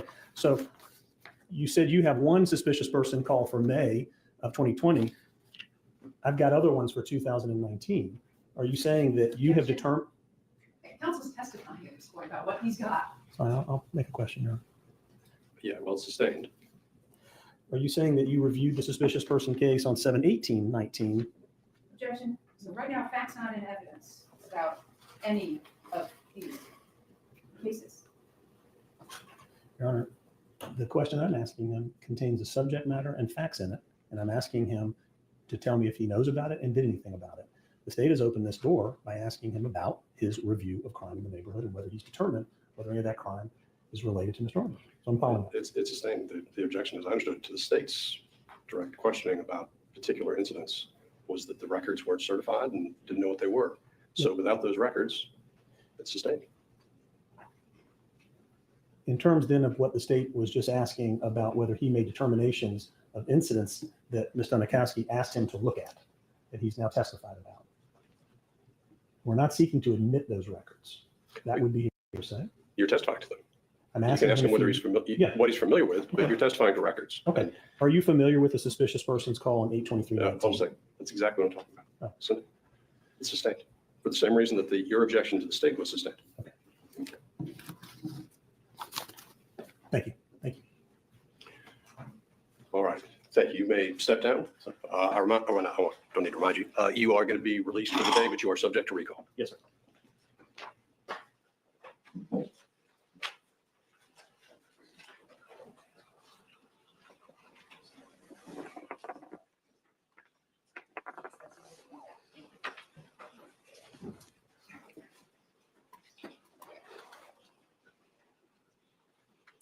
All right, ladies and gentlemen, we're at a good breaking point for the day. So we're going to go ahead and recess until 9 o'clock tomorrow morning. Again, during the recess, do not discuss this case amongst yourselves or with anybody else. Don't go looking for any information about the case. Don't let anybody talk about the case in front of you. Again, with newspapers and news feeds, make sure you're not looking at any newspapers, not looking at any news feeds about this case. With those instructions, again, all the other instructions I've given you up to this point, thank you for your time. Thank you for your service here in Glenn County, and we'll see you back tomorrow morning at 9 o'clock. Have a good night. All right with the jury.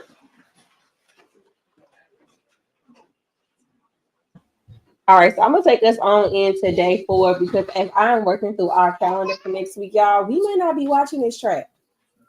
We may not be watching. We may have to circle or spin the block back once we get to it. So I'm actually just going to take us to the next day because y'all.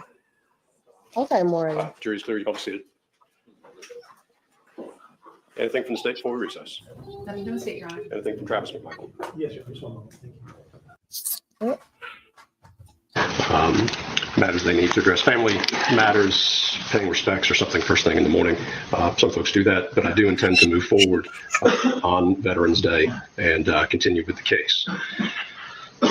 All right, as to the two open matters, let me address the CAD reports.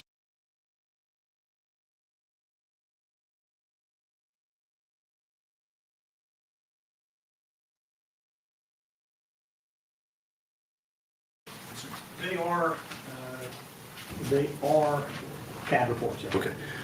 And were the CAD reports limited to the Satilla Shores neighborhood? They were limited to the Satilla Shores neighborhood and in particular addresses within Satilla Shores. Okay. So what I heard, and this is where the disconnect started in my mind, we were talking about the Glenn County database.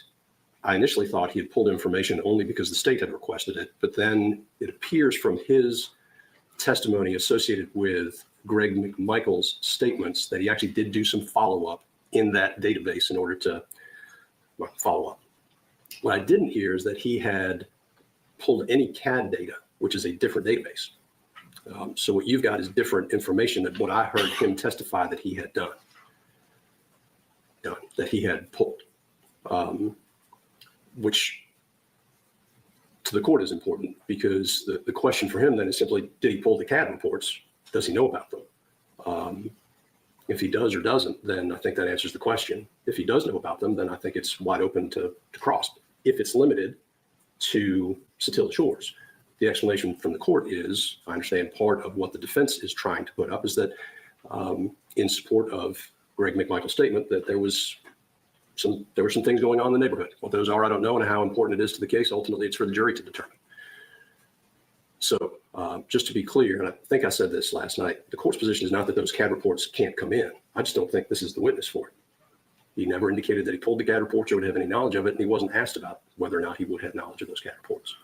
So the court indicated I would think that through a little bit more. We were getting a little sidetracked last night. So to clarify, that's where the court is on the CAD reports. Thanks for taking the time to look at it and understand what the court is saying. On the 404B opening the door, the court is not at this point going to find that the state has opened the door. I understand the arguments of counsel. I've heard them. I understand the testimony about whether or not he was looked at as a suspect is something that I don't think is an argument that's just being thrown out there for the sake of throwing out there. I see that as a serious issue, and I understand that. I think the parties understand the court is very cognizant of whether that door gets opened at some point. In fact, has been told over and over again that that is a flag that may be raised, and if it comes up under appropriate circumstances, the court might rule differently. But at this point, based on the testimony that's been provided, the court is not going to get into or allow the parties to get into the 404B evidence. I believe those are the two open matters the court has. I don't believe there are any additional open matters from yesterday. Not from the state, Your Honor. Not from Travis. Your Honor, my notes did correspond to the conclusions that you reached, with one exception that I wanted to place on the record. It does not seem that there was any indication that either Ms. Donikoski or the Officer Marcy was ever pooling the reports for the purpose of seeing if, quote, Ahmaud Arbery was a suspect in those cases. They were pooling the reports to follow up either on the information Greg McMichael had provided about other crimes in the neighborhood, and or the request that Ms. Donikoski had made of that officer to go back to the reports they pulled to address the issue of rising crime in the neighborhood, which the state rejects. So the insertion of the phrase whether Ahmaud Arbery was a suspect is what has tainted that evidence. And I wanted to place that on the record, and is what we would argue the reason why the 404B door is beginning to open here. It would be completely inappropriate for the state to question an officer about suspicions that officer had about Mr. Arbery's involvement in crime in Satilla Shores, Royal Oaks, Fancy Bluff, or Highway 17. As the state has indicated, it's all one big, very close area. So to intimate that Ahmaud was not a suspect in these reports, we all could tell that was kind of a useless question, because the officer, there's no way that he went and investigated a suspicious person report. And we're not allowed to get into the content of those suspicious persons reports in case those identifying characteristics are consistent with Ahmaud Arbery. We are following the court's ruling that we are not talking about Ahmaud Arbery's criminal history or suspicions of criminal acts outside of what was taking place at 220 Satilla Drive. So with that caveat, I wanted to state our position. Right. And that's the defendant's position. The court has already ruled. I've made clear what my ruling is. All right. I understand that we're ready for the panel. Does the state have its next witness ready? Yes, Judge, we do. Okay. All right. Let's go get the panel.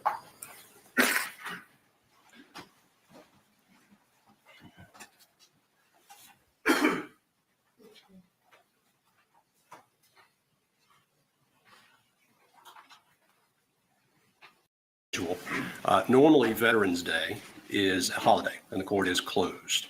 But given the way this case is moving forward, what I'm planning on doing is keeping the court open on Veterans Day and moving forward on that day with testimony. Now, I do know that some, and obviously for good reasons, do pay respects or do other things on Veterans Day. So what I'd like to know from you, and you go ahead, you don't need to tell me now, but send me a note if there's an issue that you have on Veterans Day, and I'll go ahead and see if I can get that addressed and make sure I understand exactly what that need is.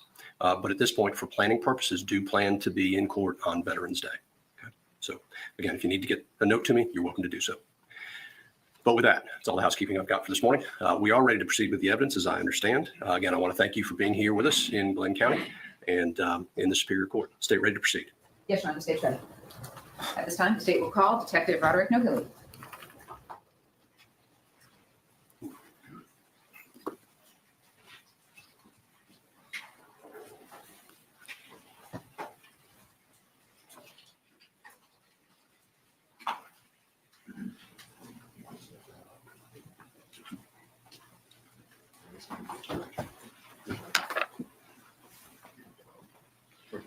Swear to tell the truth, whole truth, and nothing but the truth. I do. Go ahead and see.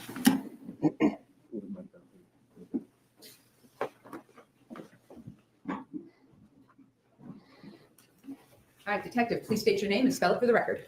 Roderick Nohilly, Roderic, last name Nohilly. All right, Detective Nohilly, how are you currently employed? I'm a sergeant on patrol at the Glenn County Police Department And how long have you been with the Glenn County Police Department? for 16 years. And your entire time in law enforcement with the Glenn County Police Department? No, I worked for Brunswick Police Department beforehand for about 3.5 years. So you're coming up on 20 years. I am. All right. And are you currently a post-certified law enforcement officer? I am. And you're a sergeant over patrol. So what do you do now? I supervise a patrol shift. And those the officers who drive around the cars? Yes. All right. Do you drive around in a car? I drive around in a car, yes. All right. Do you respond to 911 calls? I do. Are you assigned to any particular baker? No. You're over all of them? Yes. All right. So at any point in time with your tenure in Glenn County, have you been assigned to CID or in any capacity investigating things like homicides, armed robberies, and things like that? Yes, I was assigned as a criminal investigator in the Criminal Investigation Division. And when was that? For the first time from 2010 to around 2014, and the second from 2018 to a few months ago, well, beginning of this year. Beginning of 2021. Gotcha. All right. So I'm going to direct your attention specifically to February 23rd, 2020, in the evening at the Glenn County Police Department headquarters. Were you present there at that time? Yes. All right. So what we're going to talk about specifically is an interview with Greg McMichael. Okay. Yes. All right. Now, you're not the one who conducted the initial interview with Greg McMichael, did you? No. All right. You then became involved because you stopped by? Yes. Why'd you stop by? I was standing by while someone else was doing a statement form. I was just waiting. And did you know Greg McMichael prior to February 23rd of 2020? I did. Tell the jury how you knew Greg McMichael prior to February 23rd, 2020. I knew him as one of the investigators at our DA's office here. He would come to our station, deliver subpoenas here and there, and I would talk to him. I knew him professionally. And how long had you known him professionally? Since at least 2005. So any personal relationship, like out to dinner or anything like that? No. So when you stopped by, was he still in the interview room and was the recording still going? Yes, it was. And yes, he was. Sorry, that was a bad question. So he was still in the interview room? Yes, he was. And you stopped by to talk to him? Yes. Did he agree to speak with you freely and voluntarily? Yes. And what was kind of the nature or tone of the conversation you had with him? We were just talking about what happened. You know, he was telling me what happened. All right, so I'm going to hand you what has already been marked and admitted into evidence as State's Exhibit 225A. All right. Prior to coming to court today, have you had an opportunity to review State's Exhibit 225A, the transcript of the interview with Greg McMichael? I have. All right. And I'm going to direct your attention at this time specifically to page 59 of that transcript.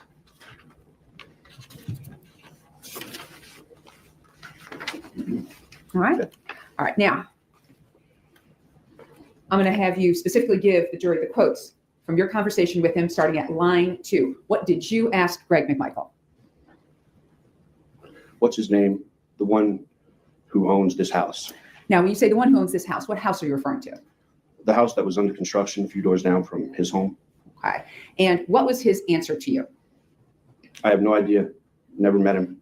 Never met him. Okay. What is the next question that you asked Greg McMichael? Did this guy break into a house today? And what did Greg McMichael say in response from line 8 to line 13? Well, that's just it. I don't know. That's what I told what's her name out there. I said, listen, you might want to go knock on doors down there because this guy had just done something that he was fleeing from. And I don't know, you might have gone, might have gone in somebody else's house. Okay. Or somebody's house. All right. So when he says, that's just it, I don't know, that's what I told what's her name out there. Do you have any idea who what's her name out there is? I'm assuming at the time it was Sergeant Oliver. Okay. So he's talking about, I was telling a law enforcement officer out there that they needed to go figure out what he might have done. Yes. Okay.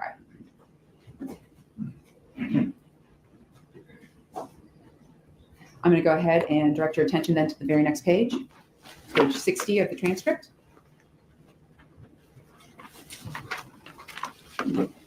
Direct your attention specifically to line 7. What did you ask him? Have you ever seen him before? And when you say, have you ever seen him before, who are you referring to? Ahmaud Arbery. At the time, we didn't know his identity. All right, so you didn't know what his name was at this time. So have you ever seen him before? What did Greg McMichael say? No. I'd never laid eyes on the guy. You then say, okay. What does Mr. McMichael then say? Nobody in that neighborhood, or at least nobody that has seen the video, that this guy has a clue who he is. All right, I know that was difficult. Okay, so nobody in that neighborhood, or at least nobody that has seen the video, that this guy has a clue who he is. Yes. All right. What did you ask next? Did he put it out on Facebook or something, the video?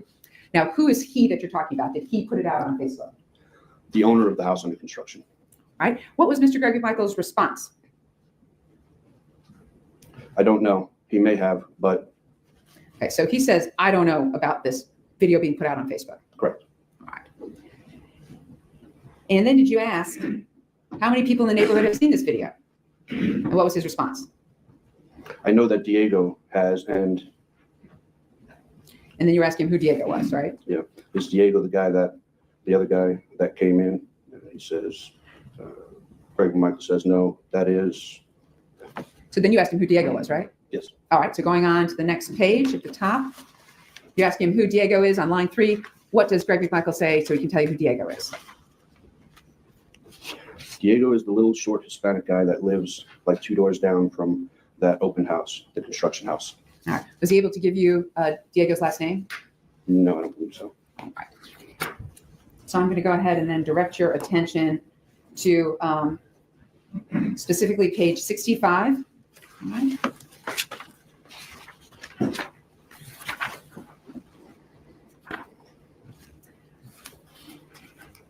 And at this point in time, are you asking Greg McMichael to speculate as to what was going through the mind of Ahmaud Arbery? If you look at the line on page 64, would that help refresh your recollection about what you're talking about here? Which line? Take a look at lines 22 through 24 on page 64.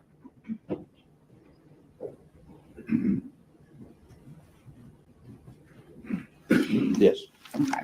So when asking Greg McMichael to speculate about what's going through the mind of Ahmaud Arbery, what does Greg McMichael say on lines 3 through 6?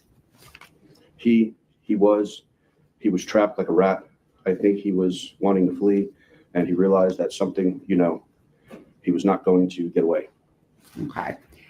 And then I think you indicated, and well, I'll ask you, what did you then say to him based on this? He was trapped like a rat. I think he was wanting to flee, and he realized he was not going to get away. Yeah. What'd you say? Yeah, but he could have run around your son, right? What's he say? Sure. Okay. And then what'd you say? From what I can tell in the video, the whole road is there. So you had seen the video at this point in time that you're talking to Greg McMichael? I had seen it on scene briefly. Yeah. Okay. So at that point in time, what does Greg McMichael say to you? Lines 12 through 16. Oh, yeah. And he was much faster than Travis would ever be. He had opportunity to flee further, We had chased him around the neighborhood a bit, but he wasn't winded at all. Continue.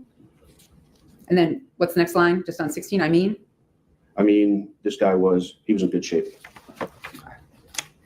Now, after speaking with Greg McMichael, was Greg McMichael then free to leave, and did he in fact leave? Yes. I will pass the witness. Thank you.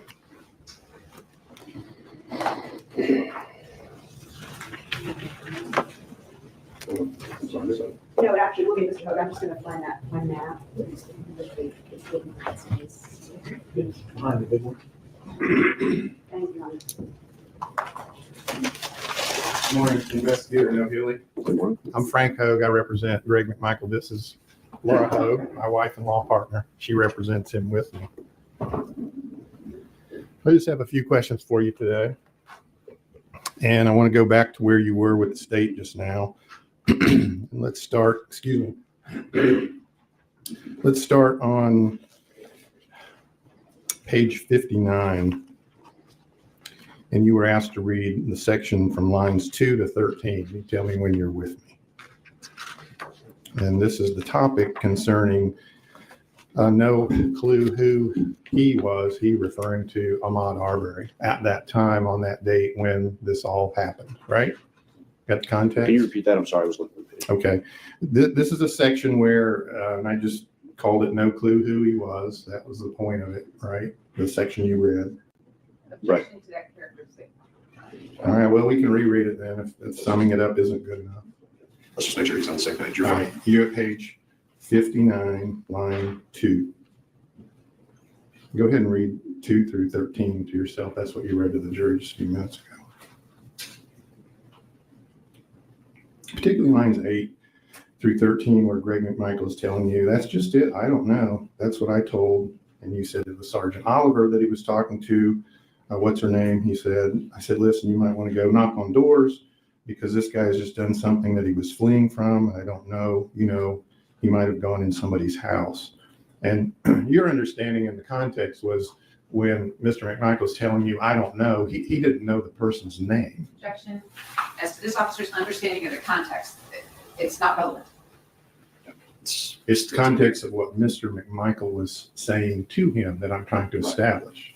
And you're asking him about what Greg McMichael was thinking and to explain his statements. Let's just rely upon his statements. If it's relevant in any other way, that's fine. But let's not have this witness characterize somebody else's statements in the record. All right. Mr. McMichael couldn't tell you Ahmaud Arbery's name, could he? Correct. Because he said he didn't know his name, didn't he? Correct. All right. Well, let's go on with that page to get further context here. You go on to ask him, I'm at line 14. You were the first one to see him? That was a question from you. And Mr. McMichael said, yeah, well, I guess. I don't know if somebody else saw him running, think anything about it. But when he came past my house. Objection. Mr. Hogue is just now reading this section as opposed to asking this officer what it is. In addition, it has absolutely nothing to do, it's not real completeness, it has nothing to do with what was above at all. I understand we're talking about context for statements. I understand these are the words of Greg McMichael. They've come in a couple different ways. Let's get to the context question. How's that? Let's get to the question part of it. This is a question. This is what Greg McMichael was saying to you immediately after telling you he didn't know the name of the person he saw running in his neighborhood, right? That's the context of what we're talking about. Correct? As far as line 16 on? Right. Yes. Okay. And so what I'm doing with you, Investigator Nohili, is I'm just reading the words on the transcript and you're affirming, yes, that's what Greg McMichael said to me. That's the form of all these questions. All right. You with me? Yes. Okay, good deal. So going on, he says, but when he came past my house, he met the description of the guy that Travis had seen run in that empty house, 2 weeks ago or however long ago it was. You say, yeah. And Mr. McMichael, so far I'm reading accurately, am I not? Yes. And then line 23, Greg McMichael, to a T. Plus he met the description of the video I had seen of this guy being in there. Short dreads, and go over to line 1 on page 60, you say, yeah. And then Mr. Greg McMichael says, white t-shirt, short pants. Plus he was hauling ass. And this, he was running like people don't run normally. He wasn't out for no Sunday jog. He was getting the hell out of there. I read all that accurately? Yes. Now in context, even though he's told you he doesn't know this person's name, he's telling you in effect why he suspected him and then chased him. Question, characterization. That's sustained. Okay, you understood what he was talking about, right? I mean, you were involved in the conversation, and the words he was conveying back to you in response to your questions to him were understandable to you, were they not? You knew what he was talking about. Yes. Okay, very good, sir. Now, let's go over to page 65, the other part of the transcript the state just reviewed with you. They read the part on 65, page 3, line 3 rather, down to line 16. And at line 16 is where the conversation was in the middle of Greg McMichael's comments to you about Ahmaud Arbery, where he said, I mean, this guy, he was in good shape. Are you with me? Yes. Okay. And then he goes on to say in that same context, completing his thoughts to you, and there was no hesitation on his part when he came to Travis. I mean,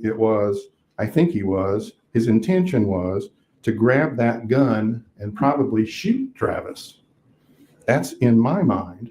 That's what I saw, you know. And with that in mind, if he had gotten that shotgun and there was any separation between Travis and him, I was going to cap his ass. And you understood he was describing to you the fight right at the very end of the confrontation that you perhaps had seen on video by this point. Is that what you understood the context of this to be? I'm going to object as to his understanding of the context. These are just the words of Greg McMichael. His understanding is not relevant. Well, then that is the context in which he's saying these words. He's describing the final encounter between Ahmaud Arbery and Travis, and that he thought Ahmaud was trying to get the shotgun away from Travis to shoot him with it. That's what he's telling you, right? Objection, counsel is now testifying. So again, this statement is coming through the witness. The statement's in. For context, you can ask the witness what he believes he was describing, but let's let the words, Mr. McMichael.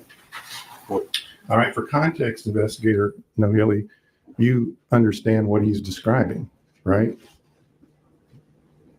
Yes.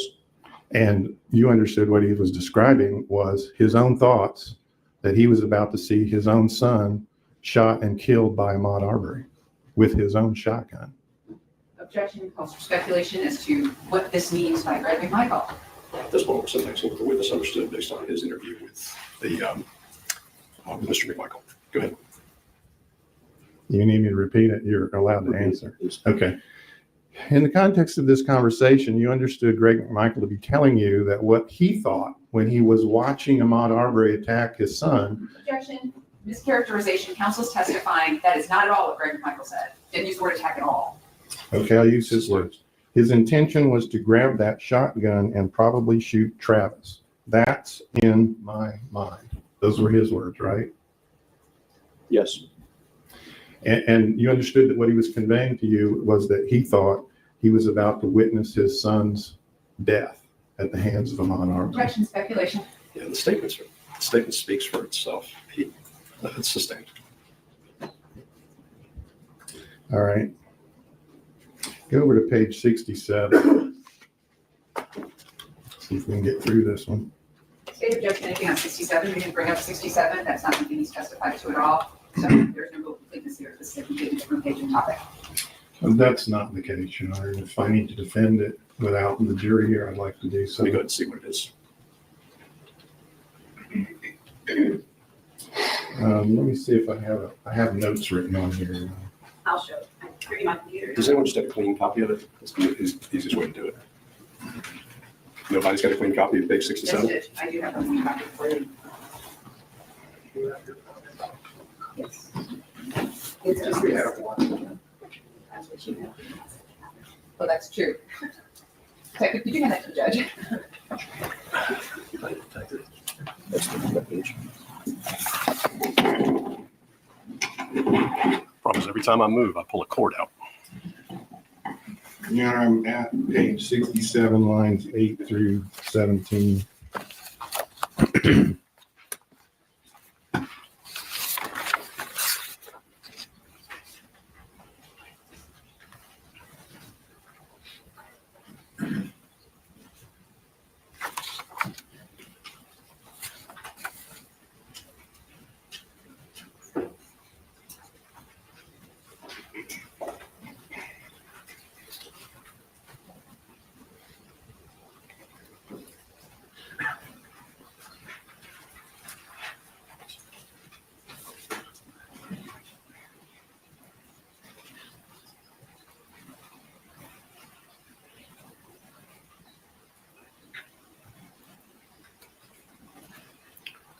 8 through 18. 67, is it? Page 67, lines 8 through 17. Through 17. Okay. I'll permit the question. Go ahead.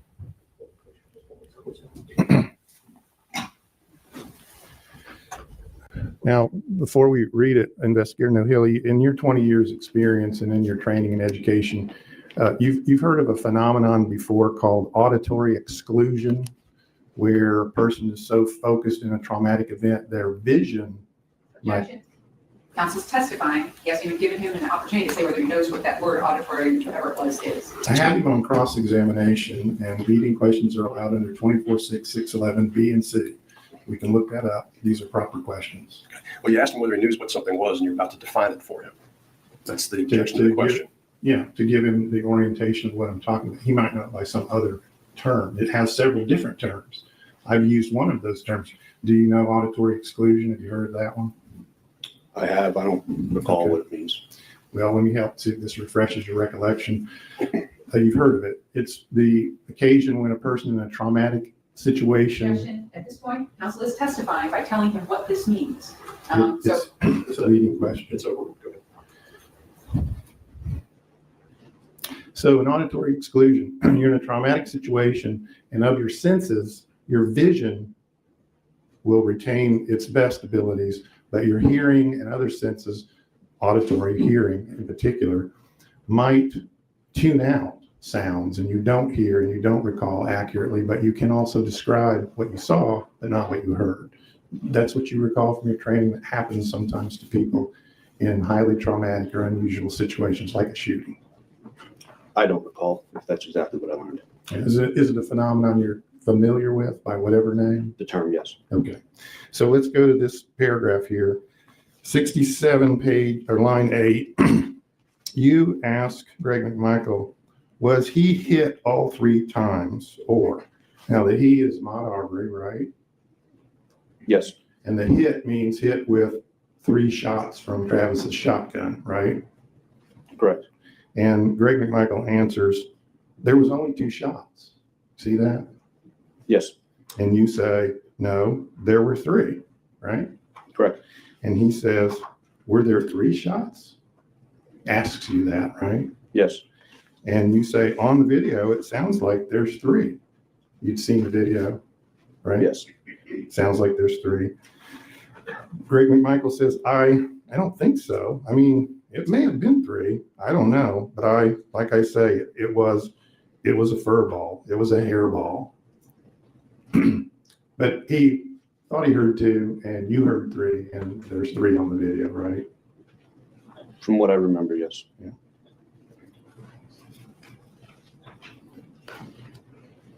And when you probably arrested many people through your 20-year career, right? I have. And when you do that and you try to keep the person from fleeing from you, you will use verbal commands like stop, don't run, stay where you are, that kind of thing. Yes. And if you have to raise your voice to give a stronger verbal command, you will do that. Yes. And if the person is still not compliant, you'll sometimes draw your weapon if you need to, won't you? Only in certain circumstances. Like when they're not listening to you in your verbal commands, not stopping? No. Yeah. No what? No, I don't just pull my gun. Okay. You'll do other steps before you pull your gun to get them to comply with you? Yes. Like what, raising your voice even higher, louder? Maybe. All right. Well, you'll do whatever the circumstances require. You're not just going to forget about it and go home. All right. Correct. All right. And if the person is still not complying with your verbal commands, and you're waiting for someone to come back you up, like other police officers, at some point, if you think the person is either going to attack you or flee, you will use your weapon, will you not? Not always, no. If the person is attacking you? Depends on how he's attacking me. He ain't no officer. Right. What you If talking you have about? a gun on you and the person is attacking you, you would have a concern that the person might take your gun from you and use it to harm you or kill you? Once again, it depends on the circumstances and the person. All right. If the circumstance includes being attacked by someone who seems to be trying to take your gun from you, putting his hands on it, You might use your gun, wouldn't you? At that point, it might meet the threshold, yes. Thank you, Investigator Hill.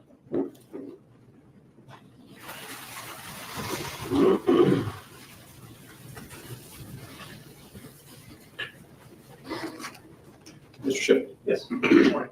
Good morning. I'm Jason Sheffield. I represent Travis and Michael. We haven't spoken before. Never. I don't believe so.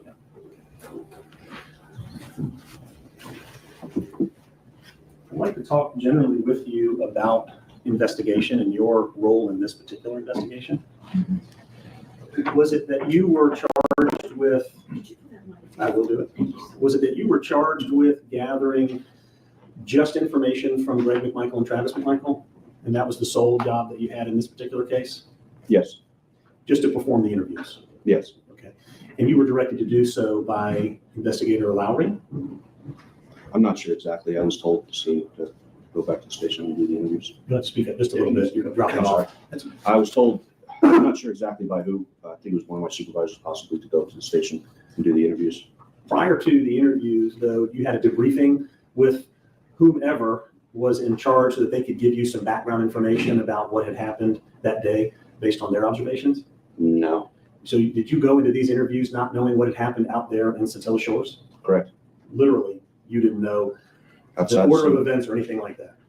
Right, outside seeing that video. Okay, so seeing the video, the video that you saw did it include Mr. Arbery running and then turning around and the driver of the car dropping the phone for about a minute and then it being picked back up and then filming as Mr. Arbery comes around the corner towards the shooting? Or did you just see the shooting? I think I just saw the shooting part of it. It's not even the entire video. Right, I didn't see the video. Okay, so you're stepping into a situation where you really don't know much other than that there's been a shooting. Correct. And did you say you were on the scene that day? I'd gone up to the scene. You was gone. How long were you on the scene before you left to go do interviews? Like 2 or 3 minutes. Okay, so you're really kind of an open book when you head into these interviews, not having anything in your mind that you're trying to get out of these individuals, just that you're trying to understand what happened. Correct. Okay, so in your mind then, you are trying to understand the dynamics of what Greg McMichael and Travis McMichael were doing out there that day. Correct. And what Mr. Arbery was doing out there that day. Correct. What Greg McMichael's intent was, based on whatever he told you, right? Correct. You conducted an interview of Travis McMichael as well, so what Travis McMichael's intent was out there that day. I'm going to object at this time. We're not going into Travis McMichael's interview at all. So I don't know why we're talking about it this way. Just has to be done it. Yeah, he's interviewed Travis McMichael. I'm going to ask him about it. I'm not going to get into statements made. Okay. All right. But you were trying to determine what Travis McMichael's intent was that day. Correct. And what Mr. Arbery's intent was that day. Correct. Okay. In doing so, you got some information about ongoing crime in the neighborhood. I'm going to object. Now we're going into content. I'll rephrase it. So thank you. When you talked to Greg McMichael, you got information that there was some ongoing crime in the neighborhood. You'll have to direct me to the line. I don't recall exactly. Okay. Just as you sit here, do you recall whether or not you talked with Greg McMichael about crime in the neighborhood? Yes. Okay. Did you endeavor after this interview to go and follow up about the crime in the neighborhood, pull any reports or anything like that? I don't think it was me that did it. I think I passed that on information on to other investigators and they did. Okay, that's fine. You didn't do it. That's fine. In stepping into a situation where you're going to be conducting an interview of a person just involved in a violent situation like this one, you have been trained how to interview individuals, correct? Correct. You have some basic training that you go through about how to interview people.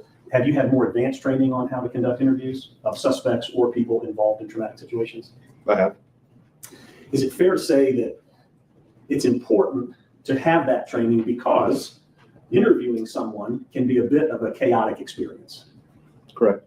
The person that you're interviewing could be all over the map in terms of the timeline of the event.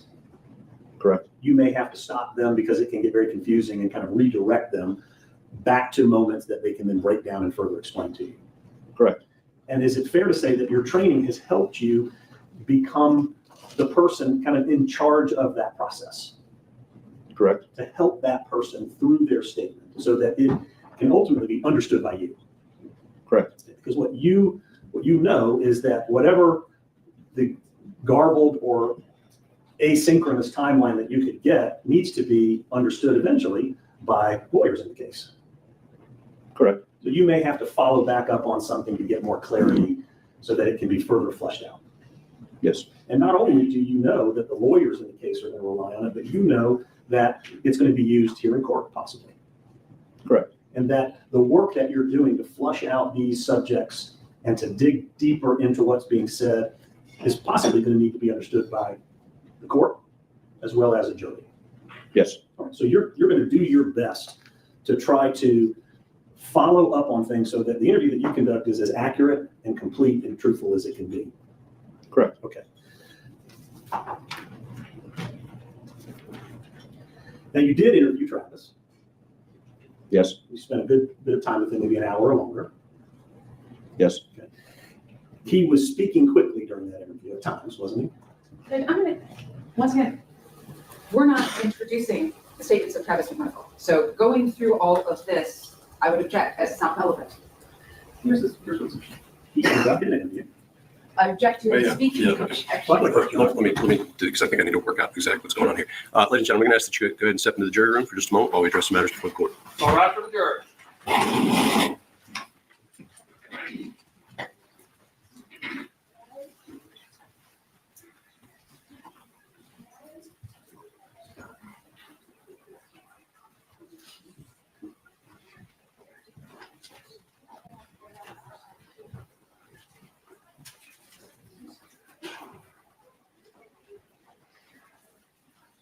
Please see. All right, Sergeant, if I could get you to just step down, if you just step out of the courtroom, we'll bring you back in for further testimony. Yes, sir.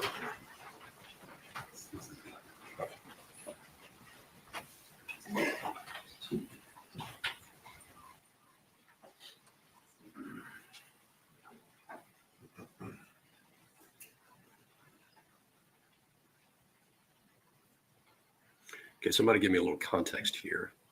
Sure. At this point in Well, time, hold on. Maybe the better way to do it. Let me explain what I understand. And I can say. So Travis McMichael's statement, I'm guessing, is not being used because there's too many issues to work through with Bruton that it's just not being used. Is that correct? yes, Your Honor. Yesterday morning, we informed the defense that we had made a decision not to tender or present any statements of Travis McMichael. Once they informed us that they basically wanted the entire thing in for rule of completeness. And we made the decision and informed them we're not tendering in Travis McMichael's statement at all, as currently right now hearsay. I talked with Mr. Rubin this morning. And I said, listen, I don't even want to go into the fact that he went ahead and interviewed Travis McMichael because we're not tendering it in. Because now the jury is looking at us like we're hiding his statement. And my fear, of course, is that I'll back up. The state's a little frustrated because the state has endeavored to communicate to the defense that we were not going to put this in. In fact, this morning I told Mr. Rubin, I'm not even going to ask this witness about Travis McMichael's statement at all. I'm going to just strictly have him on the stand to talk about Greg McMichael. I informed them of that. And I was told, that's fine. We can recall him at a time if it becomes necessary, if Travis McMichael takes the stand.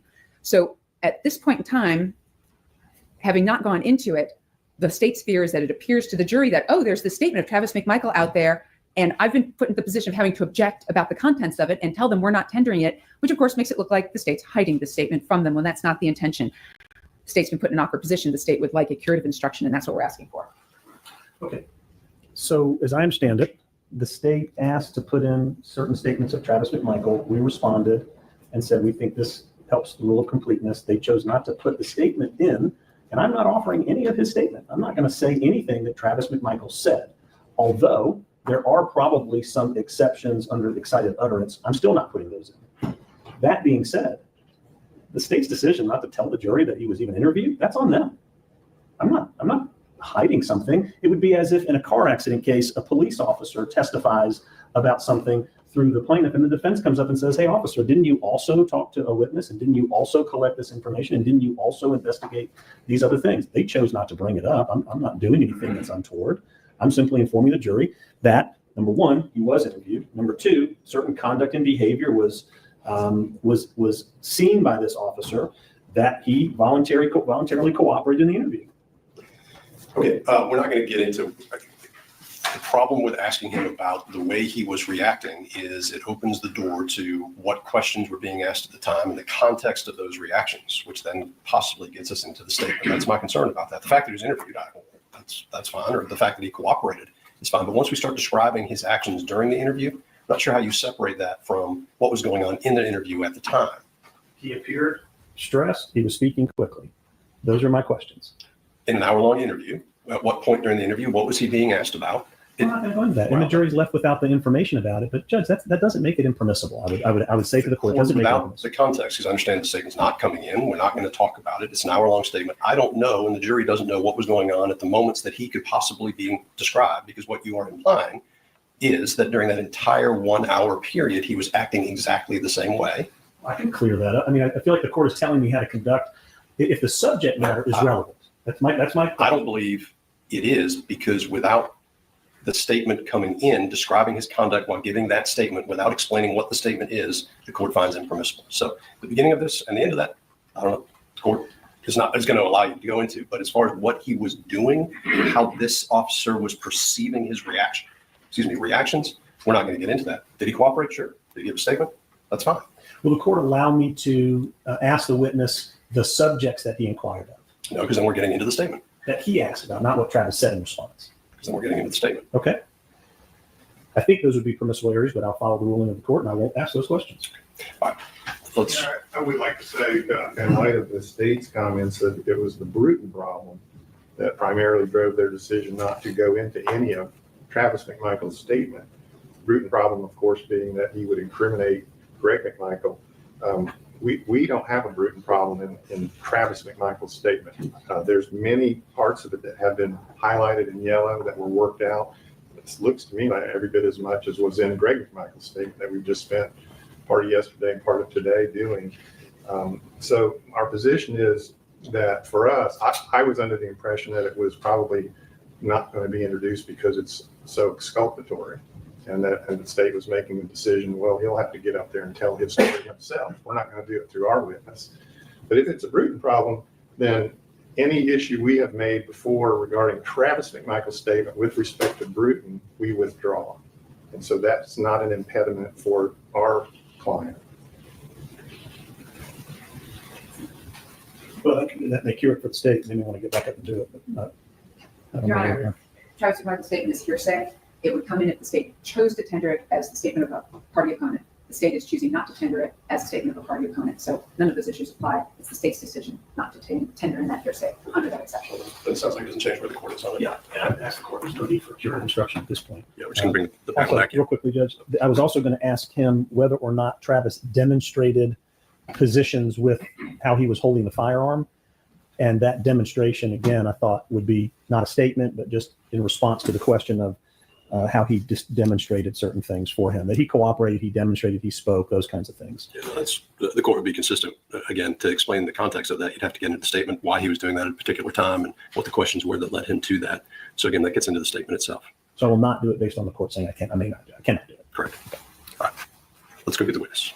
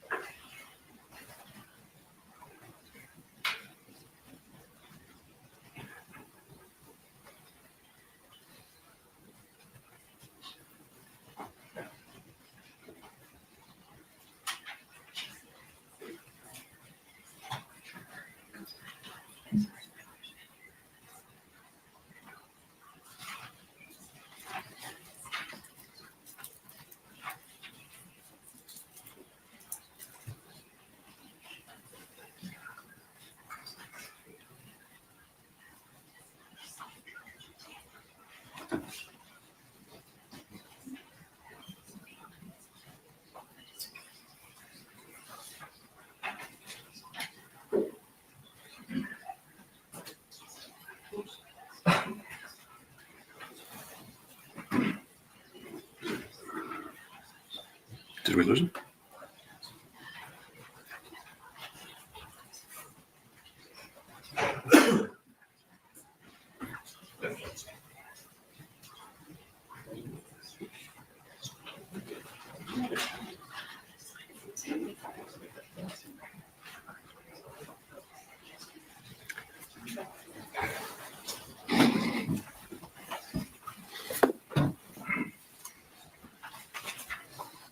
Welcome back, Sergeant.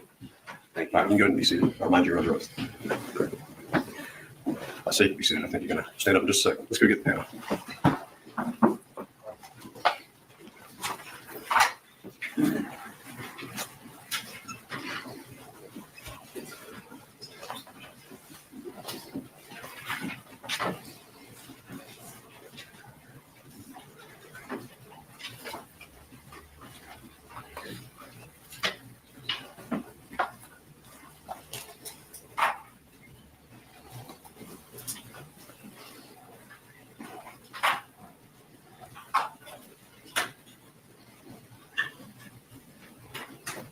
All right.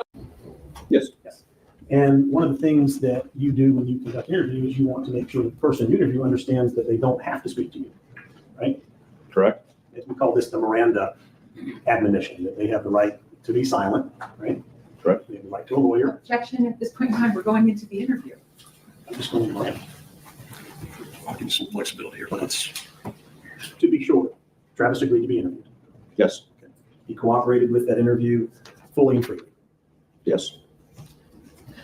But one of the things you were asked about just a moment ago is Greg's statement to you and Greg's expressions to you about Mr. Ahmaud Arbery and whether he was trying to run or flee or how he could have run or taken other routes or whatnot. You recall that line of questioning by Mr. Hogue? Yes. Okay. Did you ever undertake it yourself after speaking with Greg McMichael to try to figure out any background on Mr. Arbery?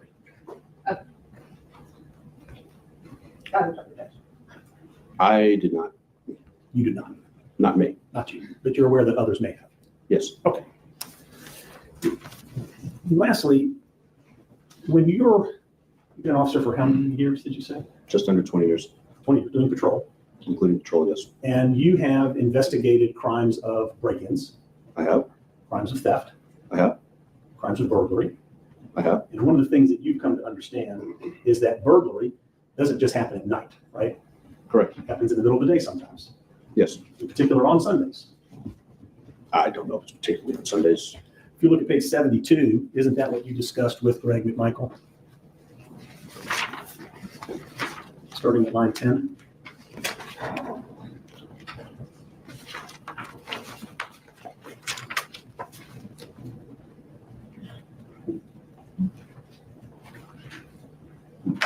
Yes.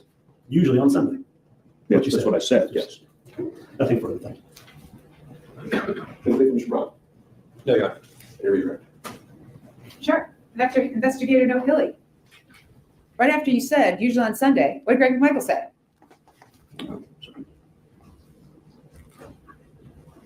That's right. That's right. Then what did he say?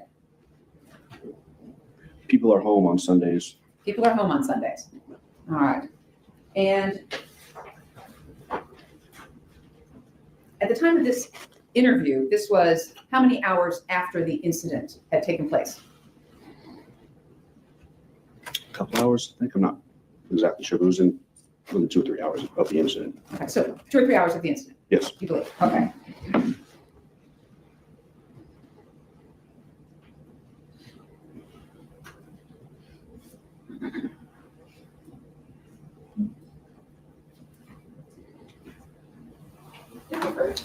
Anything on those limited issues? Hang on. No question. Hang on. Thanks, sir. May I step down? Thank you, Your Honor. You are excused for the day, but subject to recall. So, yes, Your Honor. Yes, sir. Thank you.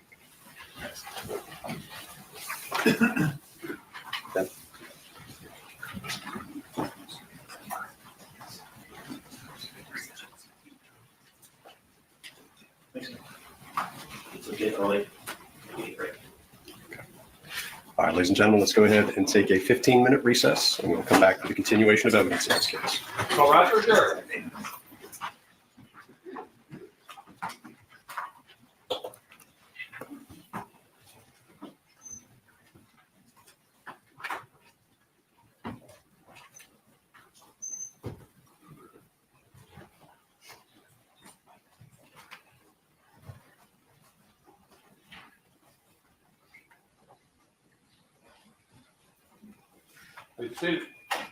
All right, if we can have the state's next witness ready to go in 15 minutes, the 10:30. Thank you, everybody. Pardon?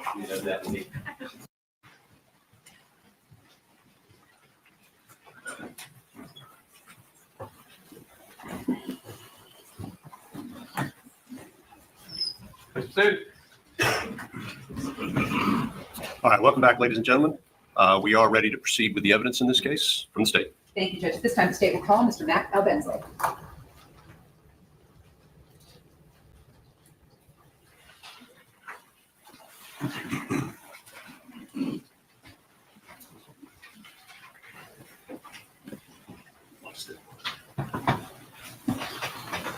Just raise your right hand. Raise your right hand. Swear to tell the truth, the whole truth, and nothing but the truth. Yes, sir. Go ahead, have a seat.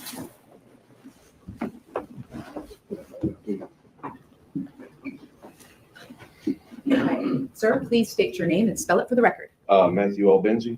It's Mathew Albenze. And Mr. Albenze, what neighborhood do you live in? Satilla Shores. How long have you lived in Satilla Shores? Since July 89. 32 years, 33 years. 32 years. 31 years. All right. And what's the specific address that you live at? 309 Jones Road.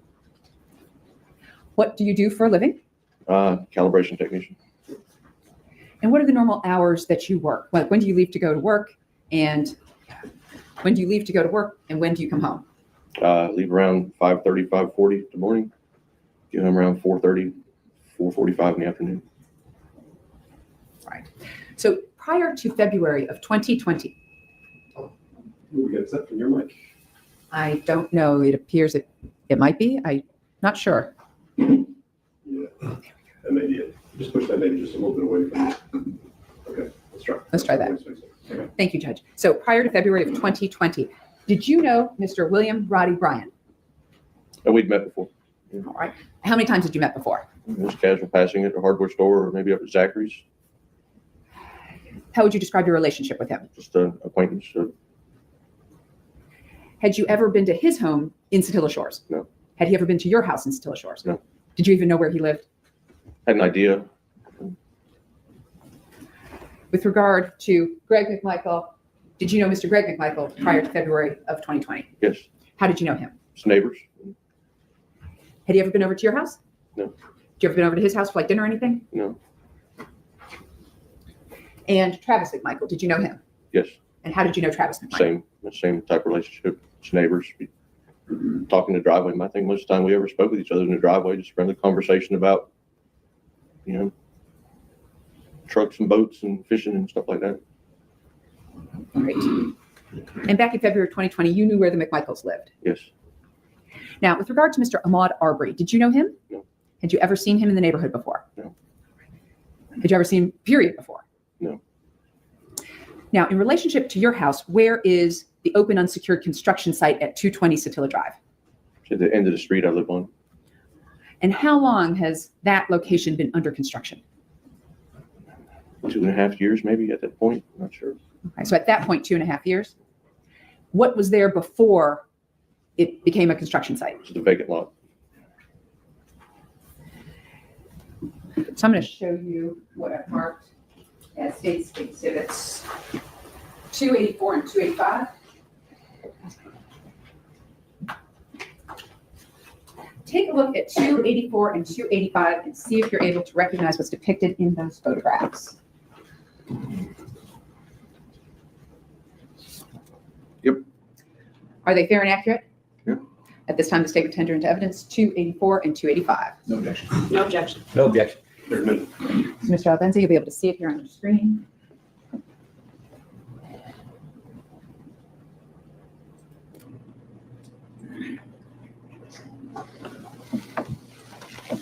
So I'm looking at 284.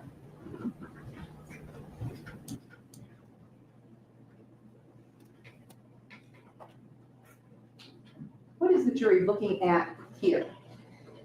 That's Mr. English's house, just above the garbage cans there. Right here? Yeah, and that and to the right. So all of this Right. in English's property. Yes. All right. And so where are we kind of standing looking down the street? It'd be about at the end of my driveway, I think, approximately. All right. And what road is this road, right? Jones Road. Now, whose house is this? Kenny Wade. What, do you know what Mr. Wade does? I think he's retired. So then looking at 285, Is this just a further close-up shot? Yes. Great. It's just our court reporter needs to take down everything we're saying. Thanks. Now, do you know Larry English personally? We've met, yeah. I introduced myself. It's my mailbox. It's the white mailbox here. So I walk down there every afternoon and check my mail. So that's your mailbox? Yeah. Okay. So how many times do you think you've met or talked with Larry English prior to February 23rd of 2020? Half a dozen, 10 times, maybe a dozen, I'm not sure. You ever come to your house? You ever go to his house? No, I talked to him either at the mailbox or, spoke to him in his backyard. He had an excavator putting some concrete on the riverbank. Just, yeah. All right. And had you ever seen various people at his open unsecured construction site? Maybe some contractors every now and then. Any looky-loos? People just stopping by to look at the property? No, you didn't see that. No, I did not see that. Okay.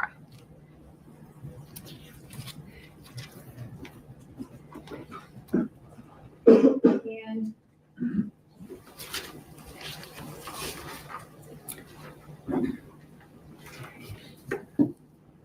from about October of 2019 through February of 2020, what condition was the open unsecured construction site? Was it like fully open that you could walk in? Yeah, no garage doors. I don't think the front door was on it.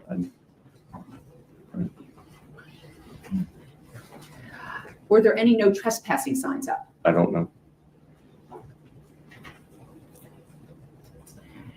Now, at some point in time, when you talked with Larry English, did he show you a video? Did he show you a video of someone who had come onto his property at night? Yes. And what was that person doing? Was looking around, walking around on his dock. The dock video. Yes. Did he show you any other videos other than the dock video? No. Do you remember what day it was that he showed this video to you? No. Maybe October, November timeframe of 19.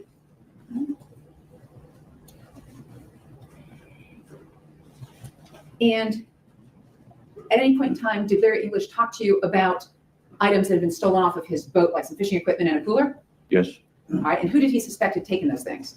He didn't really say. He just told me there had been some contractors work. Object to hearsay from Mr. English, what he told this witness.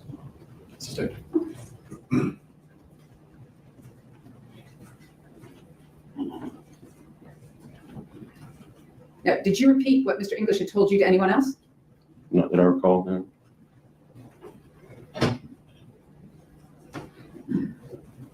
All right, I'm going to direct your attention, Mr. Albenze, specifically to February 23rd, 2020, approximately 1 p.m. in the afternoon. Tell the jury what you were doing that day. I was running a log splitter in my front yard, splitting wood. And how were you dressed? I had on boots and gloves and overalls. What did you see? I just stood up to move some wood, and I noticed Mr. Arbery standing in the front yard of that house. Now, at that point in time, did you know his name? No. Okay. So he was a stranger to you? Yes.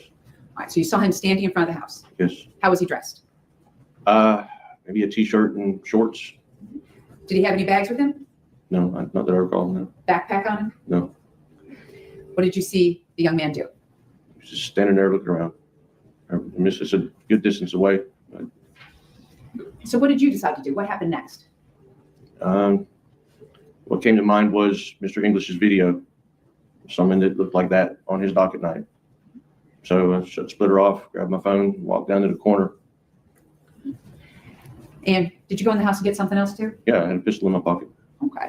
So you got your phone, you got your gun, and you walked down to the end of the drive or the end of the street. Right. All right. So on State's Exhibit 285, where did you stand? Behind an oak tree next to the stop sign. The right here? Behind the oak tree. Like right here? Yeah. Well, behind it, but the tree was between myself and the house. So more like right here. Yeah. Got it. And what did you do then? And I saw someone moving around inside the house, so I pushed the send button, called Glenn County Police. All right. So when you hit the send button, what number did you dial? The 7800 number. What's the 7800 number? It's the Glenn County Police Department. So you didn't dial 911? No. Why didn't you dial 911? I did not see an emergency. So you dialed the non-emergency Glenn County number, And were you connected to an operator? I was. Have you had the opportunity to listen to that 911 call? I've heard it a time or two, yeah. Okay. And you and I have met before, right? Right. And I played for you? Yes, you did. Okay. And at that time, was it a fair and accurate depiction of what you said to 911? Evidently, it's a recording, so, yeah. All right. So, Your Honor, at this time, the state will tender into evidence. Let me make sure I get the right number. State's Exhibit 143. No objection, Your Honor. No objection, Your Honor. No objection. It's getting published.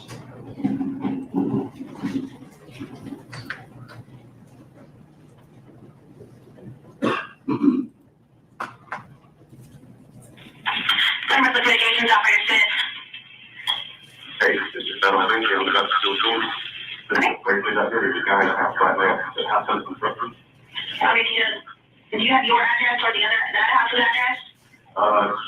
Right at, 219 or 220, Still Drive. Are you just someone breaking into it right now? Yeah, it's all open, it's under construction, and he's running right there, there he goes right there. Okay, what is he doing? He's running right the creek. Oh. Okay,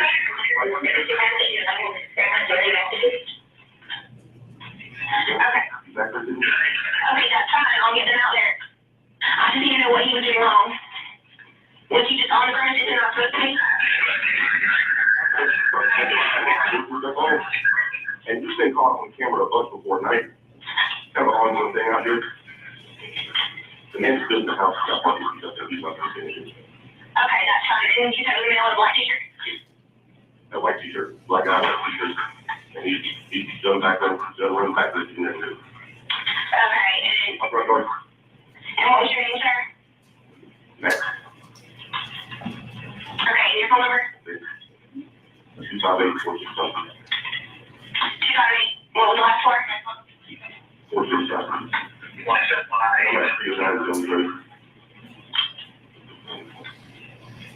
Okay, I'll go ahead and put it in and have somebody come out there and check it out, okay?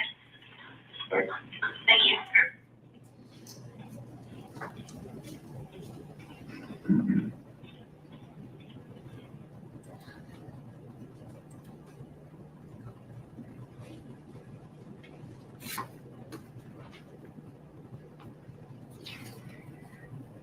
Were you able to see Mr. Arbery inside the house when you were standing behind kind of the oak tree area? Yeah.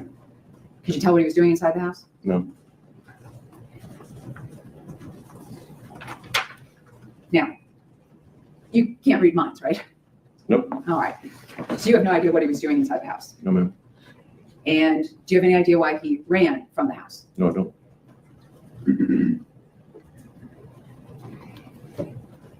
Now, after you hung up with 911, what happened next? Walked back to my house. Do you recall at all walking down the street a little further in front of, I guess, Subi Lawrence on one side and Diego Perez on the other side, down that street a little bit? Yeah. Okay. And do you remember making any sort of motion? I saw in the video, there he goes. And who are you doing that to? I was just thinking to myself, running down the street. Were you intending to communicate to anyone in particular at that time? No. And after you stood in the street and made the arm motion, what did you do then? And I went home. At any point in time, did you call Greg or Travis McMichael? No. Did you communicate with them in any way, shape, or form? No.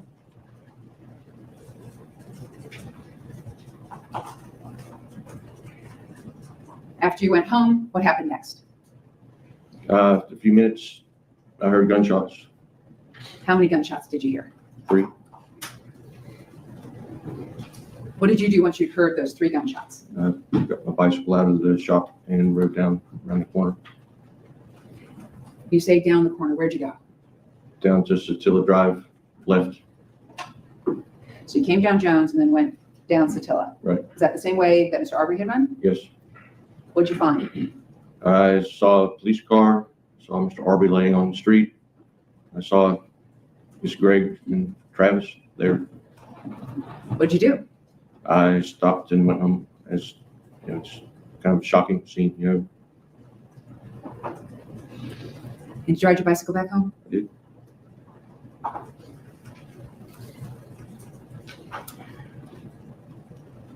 later that evening, were you contacted by officers from the Glenn County Police Department? Yeah. And did you speak with them at that time? I suppose, yeah, I did. Do you recall that at all? Not really. At that point in time, just to put it politely, had you had an adult beverage or cocktail at that point in time? Several, yeah.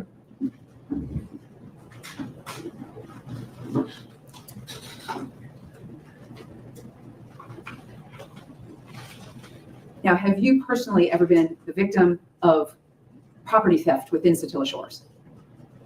My daughter's car was broken into, 20 years ago, maybe. It's been a long time ago. But nothing in 2019 or 2020? No. And do you subscribe to the Satilla Shores Facebook page? Yeah. Do you occasionally post there? Yeah. And do neighbors post about their concerns about crime in the neighborhood on that Facebook page? Yeah, they did. And is that normal for people to be concerned about property thefts and crime in a neighborhood? Objection is asking this witness to speculate what other people feel. Stay. Were you concerned about property thefts in Satilla Shores? Of course. Why? It's our home.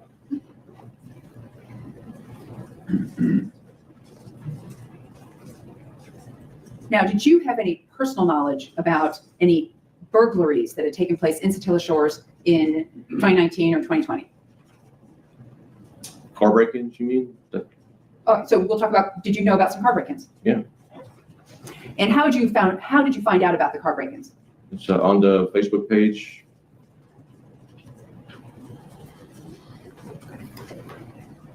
Had anybody actually personally spoken to you about their car break-in, like one-on-one, and you interviewed them and you got information about it? No.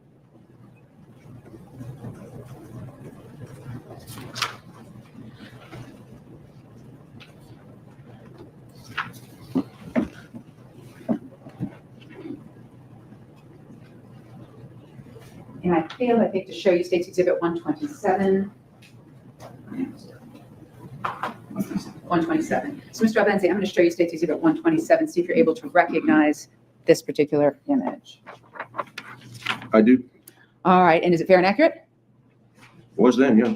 All right. At this time, the state would tender into evidence State's Exhibit 127. Okay. No objection. No objection. Submitted.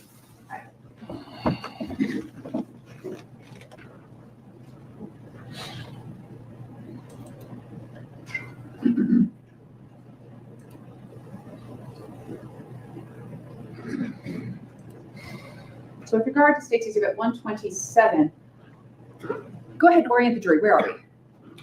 You're facing south on Satilla Drive. And so when you were standing behind the oak tree, was it about here? Yes. All right.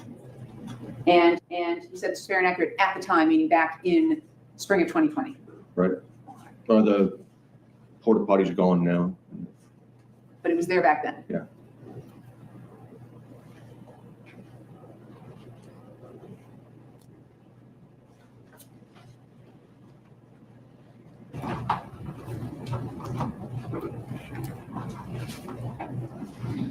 Can we have a moment?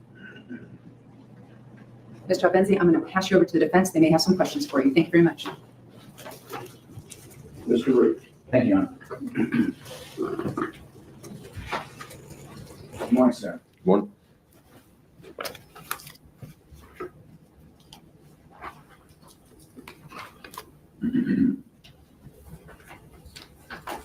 Speak if you want.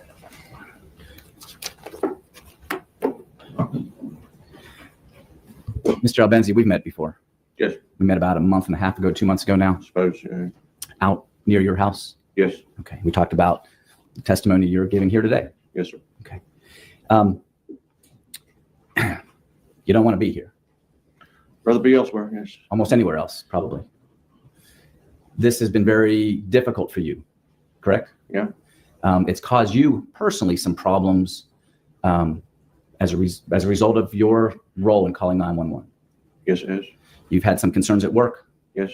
You've had concerns about your neighborhood, Satilla Shores. Yes. And even personal attacks on you, phone calls, things like that. Recently, yes. Recently. Even though all you did was call 911. Not 911, but yeah. the non-emergency number. Right. Okay. And that's put you in a difficult spot in general. Yeah, I mean, it's put me in a spot. I wouldn't say it's really difficult, but it is something I'm not used to. Okay. Well, let's talk about your your call to Glenn County Police Department for a second and orient the jury a little bit.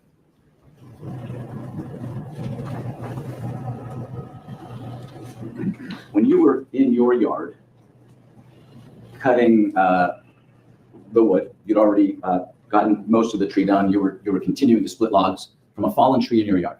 Right. You're out in your front yard, and you can see down from your house down towards Larry English's house. Right. Now, you had talked to Larry English before, right? Yes. You said 6 to 12 times, somewhere in that ballpark. Yeah. You shared mailboxes with him. Well, it's I don't mean the same mailbox. same area, yeah. So there's a group of mailboxes at the end of the road,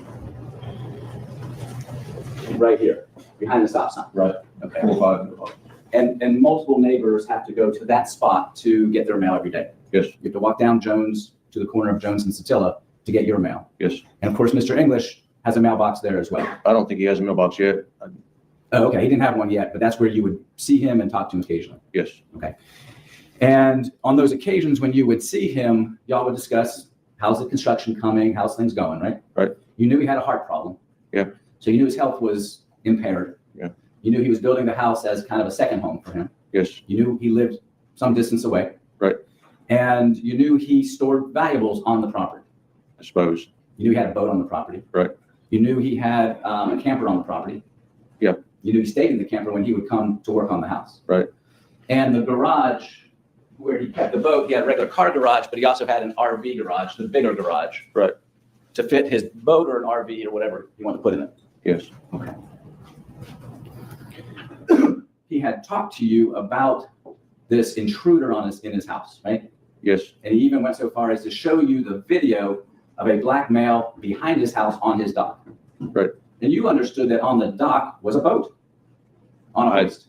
I don't know if I can't tell you what was on the, no, I don't know the arrangement of his dock, no. Okay, so you weren't aware there was a boat back there? Right. I couldn't tell you if the boat was on the dock or in the garage or where at the time. Did you know if Mr. English had multiple boats? Yeah, I think he had 2 or 3 boats. Okay. That he stored on the property? From time to time. Even though it was open and unsecured, this house, it was still his property as you understood it. Right. He wasn't inviting people to come on the property when he's not there, right? Not that I'm aware of. No. This male he showed you in the video, did Mr. English tell you he was authorized to be on the dock? No. Okay. As far as you understood, he was not authorized to be on the dock. That's right. And you understood that even though the house had no doors on it, it was still Mr. English's property, right? Yes. And he could decide who's allowed to come and not come on the property. Yes.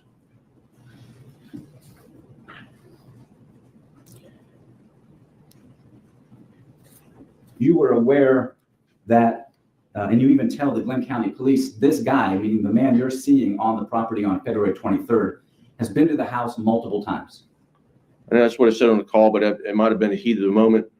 And, I can't say who it was, that guy, or just somebody that looks like it's what I probably meant to say. Okay, so you didn't know who that male was standing in the yard when you looked down Jones. No. But to you, he looked like the guy you had seen in the video. Right. And you knew that this guy who you saw in the video had actually been to the house, not just that one time, but a bunch of times. Right. Again, you didn't know if it was the same guy, but it was enough to pique your interest to walk down Jones. Yes, sir. Okay. In fact, you tell the Glenn County non-emergency number, he's been caught on the camera a bunch before at night. That's what you said in the call we just heard. That's what I said. Okay. It's kind of an ongoing thing out here. It had been. From that guy. Or at least the guy I can't say it was that guy, just somebody that fit that description. Okay. So you felt like this guy had been there before, you saw a video of it, and he's here again. Or at least you suspected he's here again. I suppose. Okay. And that's what you told the police. Yeah. Okay.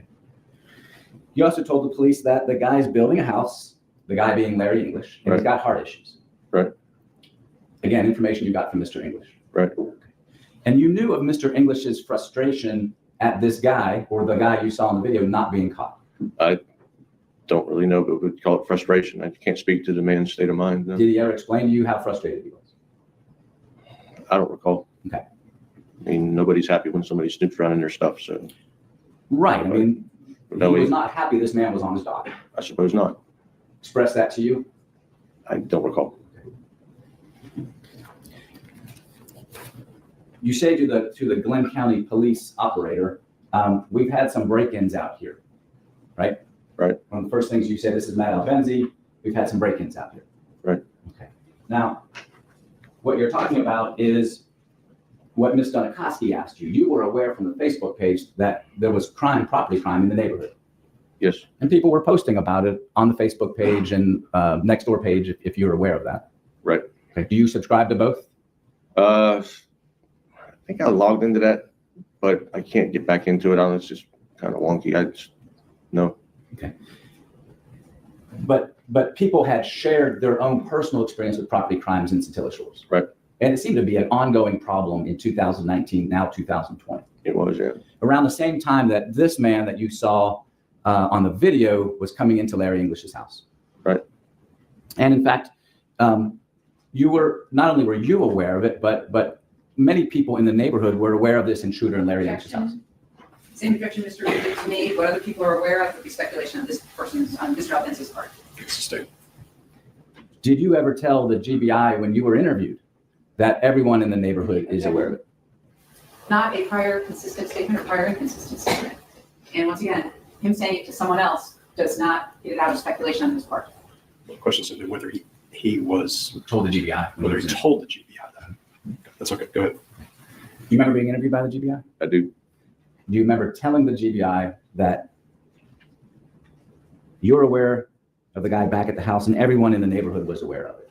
I can't say everybody, but it was, people that were posting things, people, neighbors talk to neighbors. So I suppose most neighbors were aware that there were break-ins occurring. And not just break-ins, but break-ins at Larry English's house. I don't know who knew about that, but.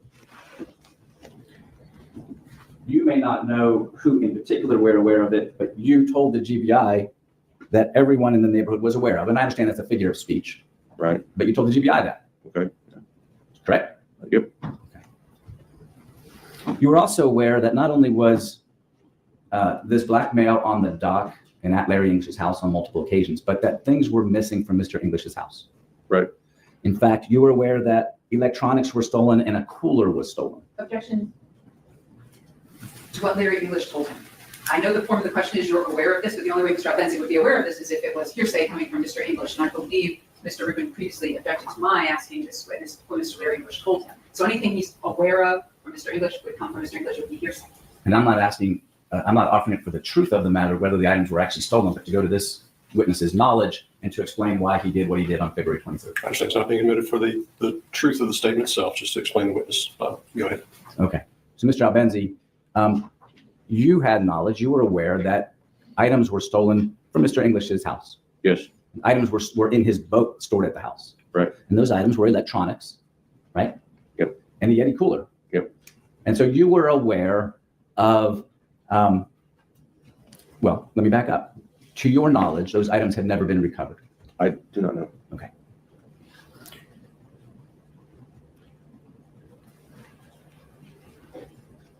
Were you present at Mr. English's house on February 11th, 2020, when police arrived at the house? I think I walked down, saw the blue lights, they flashed all over the place. I went down there to see what's going on. And this is at night? Right. It's dark out? Yeah.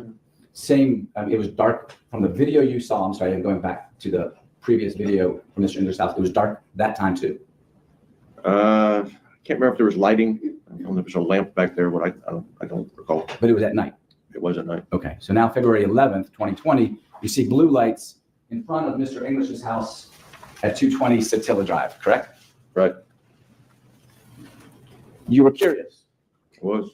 You knew about Mr. English's previous problems. Yeah. With theft at his house, right? So you went down to see what was going on. Right. Did you see Travis McMichael down there? Can't remember if he was there or not. I think he was there. Okay. Did you see Greg McMichael there? I don't remember. Okay. But you do remember Travis? Pretty sure. Do you remember talking to any officers there? I do remember talking to one officer.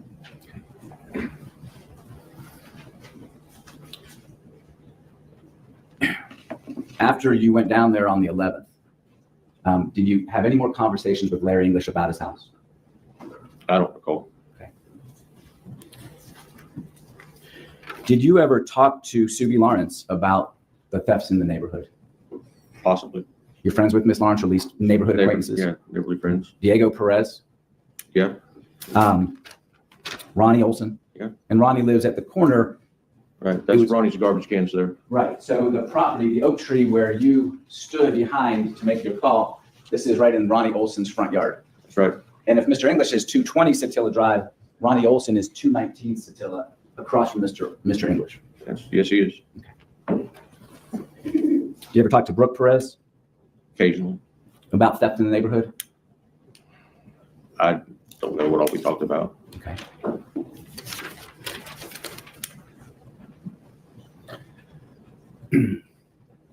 The man you saw in the videos that Larry English showed you, and the man you saw on February 23rd, 2020, you had not seen either of those men before in the neighborhood? No. Okay. You never saw either man, if they're different, to your knowledge, jogging in the neighborhood? Now, how long you've lived there? 32 years? Yep. Okay.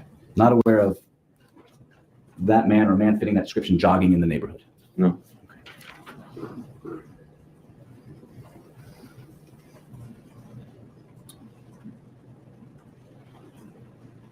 The man that you saw when you first saw him on February 23rd was not jogging. No. In fact, he was just standing in the yard. That's right. Did you see him look around? It seemed like he was just looking around. Okay. Wasn't bent over, out of breath? No. Wasn't tying his shoes, lacing them up? Not that I recall, no. Okay. You didn't know if that man was armed or not? No. Okay. Before you went down to make your phone call at the corner of Satilla and Jones, you grabbed two things. Yep. Cell phone. Yep. And your 9mm. That's right. Put the 9mm in your pocket. I did. That's for your protection. Yep.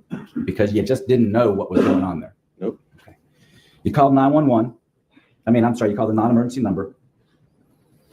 And as you're calling, you're looking at the house. Right. And you see a person in the house. I saw the person, then I called. Okay. Saw a person through the window of the house. Right.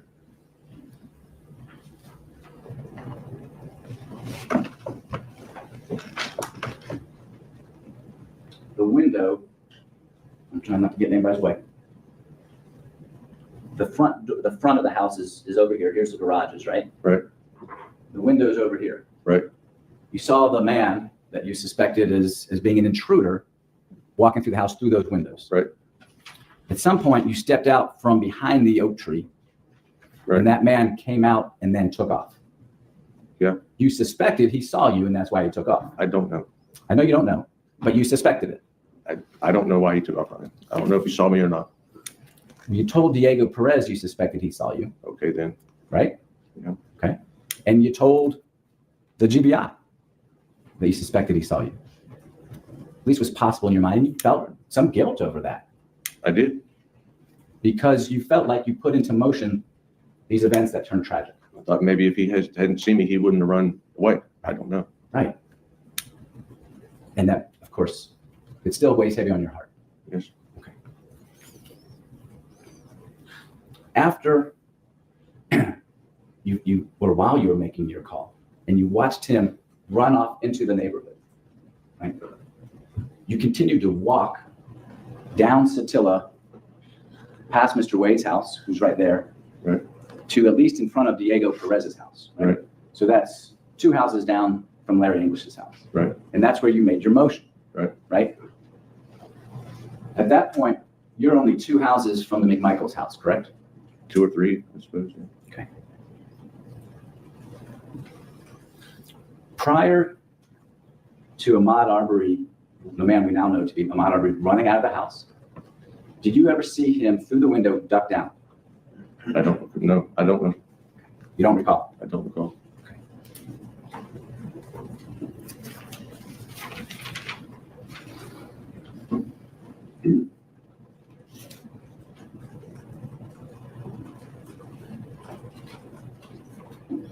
Excuse me 1 minute, Mr. Chavez. That's all I have, Mr. Chavez. Okay, yeah, because I was sitting here like, was his call and his actions the things that put everything into motion? And it absolutely was. Like, my heart breaks for him because, if you didn't want them to unalive him, that's what they did. And now you waking up every day with that. So we are at our natural stopping point for the day. What is it, 3:10? On a Friday. So yeah, we're gonna wrap it up here, and we will be back on Monday the 13th. Now, y'all know on Monday we got a YFL No Slime Left Behind streaming because Chris Eppinger is going to have his immunity hearing in front of Judge. I want to say it's in front of Judge Whitaker. I'm pretty sure it's in front of Judge Whitaker. And so we will start off the day on Monday watching that. And then we will switch over to Michigan versus Javaris Butt. So the case of Naziah Harris, and I could be pronouncing her name wrong. I apologize if I am. If you are not caught up on her case, I will be creating a 1-minute recap. But just, because we're here, she is a 13-year-old girl who's actually gone missing. They believe that she has been unalived and she may have been a victim of SA. And so, and little rumor has it that the man might be the mama's boyfriend or husband or something like that. So, I will be giving a 1-minute recap on those things. What's the timestamp so you can continue? Sure, Cindy, I'll get that to you. We are at 2 hours and 33 minutes, 9 seconds if you want to continue watching on your own. But that's what we're gonna pause. We're gonna pause for that. I heard that the Michigan case is supposed to go to trial pretty quickly. So I'm thinking, or I was told that the trial is actually supposed to start on Thursday, which is why I was gonna have us switch gears on Monday to make sure that we're caught up from the preliminary hearing, and the trial. But in the event, I'll say this, in the event that this trial is not actually kicking off next week, we will come back to this case and I'll update the calendar. All right. If you're wondering what the calendar is, I just created a calendar, a watch calendar for us to show y'all what we're going to be watching for the week to come so that everybody knows. And it's got our start times. I'm thinking that our end times may change, right? It may fluctuate. I'll try to look for a natural stopping point, but y'all know I'm somebody mama. So if something comes up and we have to end early, or if I need to do something, the end time will adjust. So I kind of left that off of there. But it'll be posted out there on all social media platforms. But I want you all to have a good, safe and fun weekend. I will see y'all later. Y'all can check me out on other platforms because if you talk to me, I talk back. Okay. All right, y'all. Have a good weekend.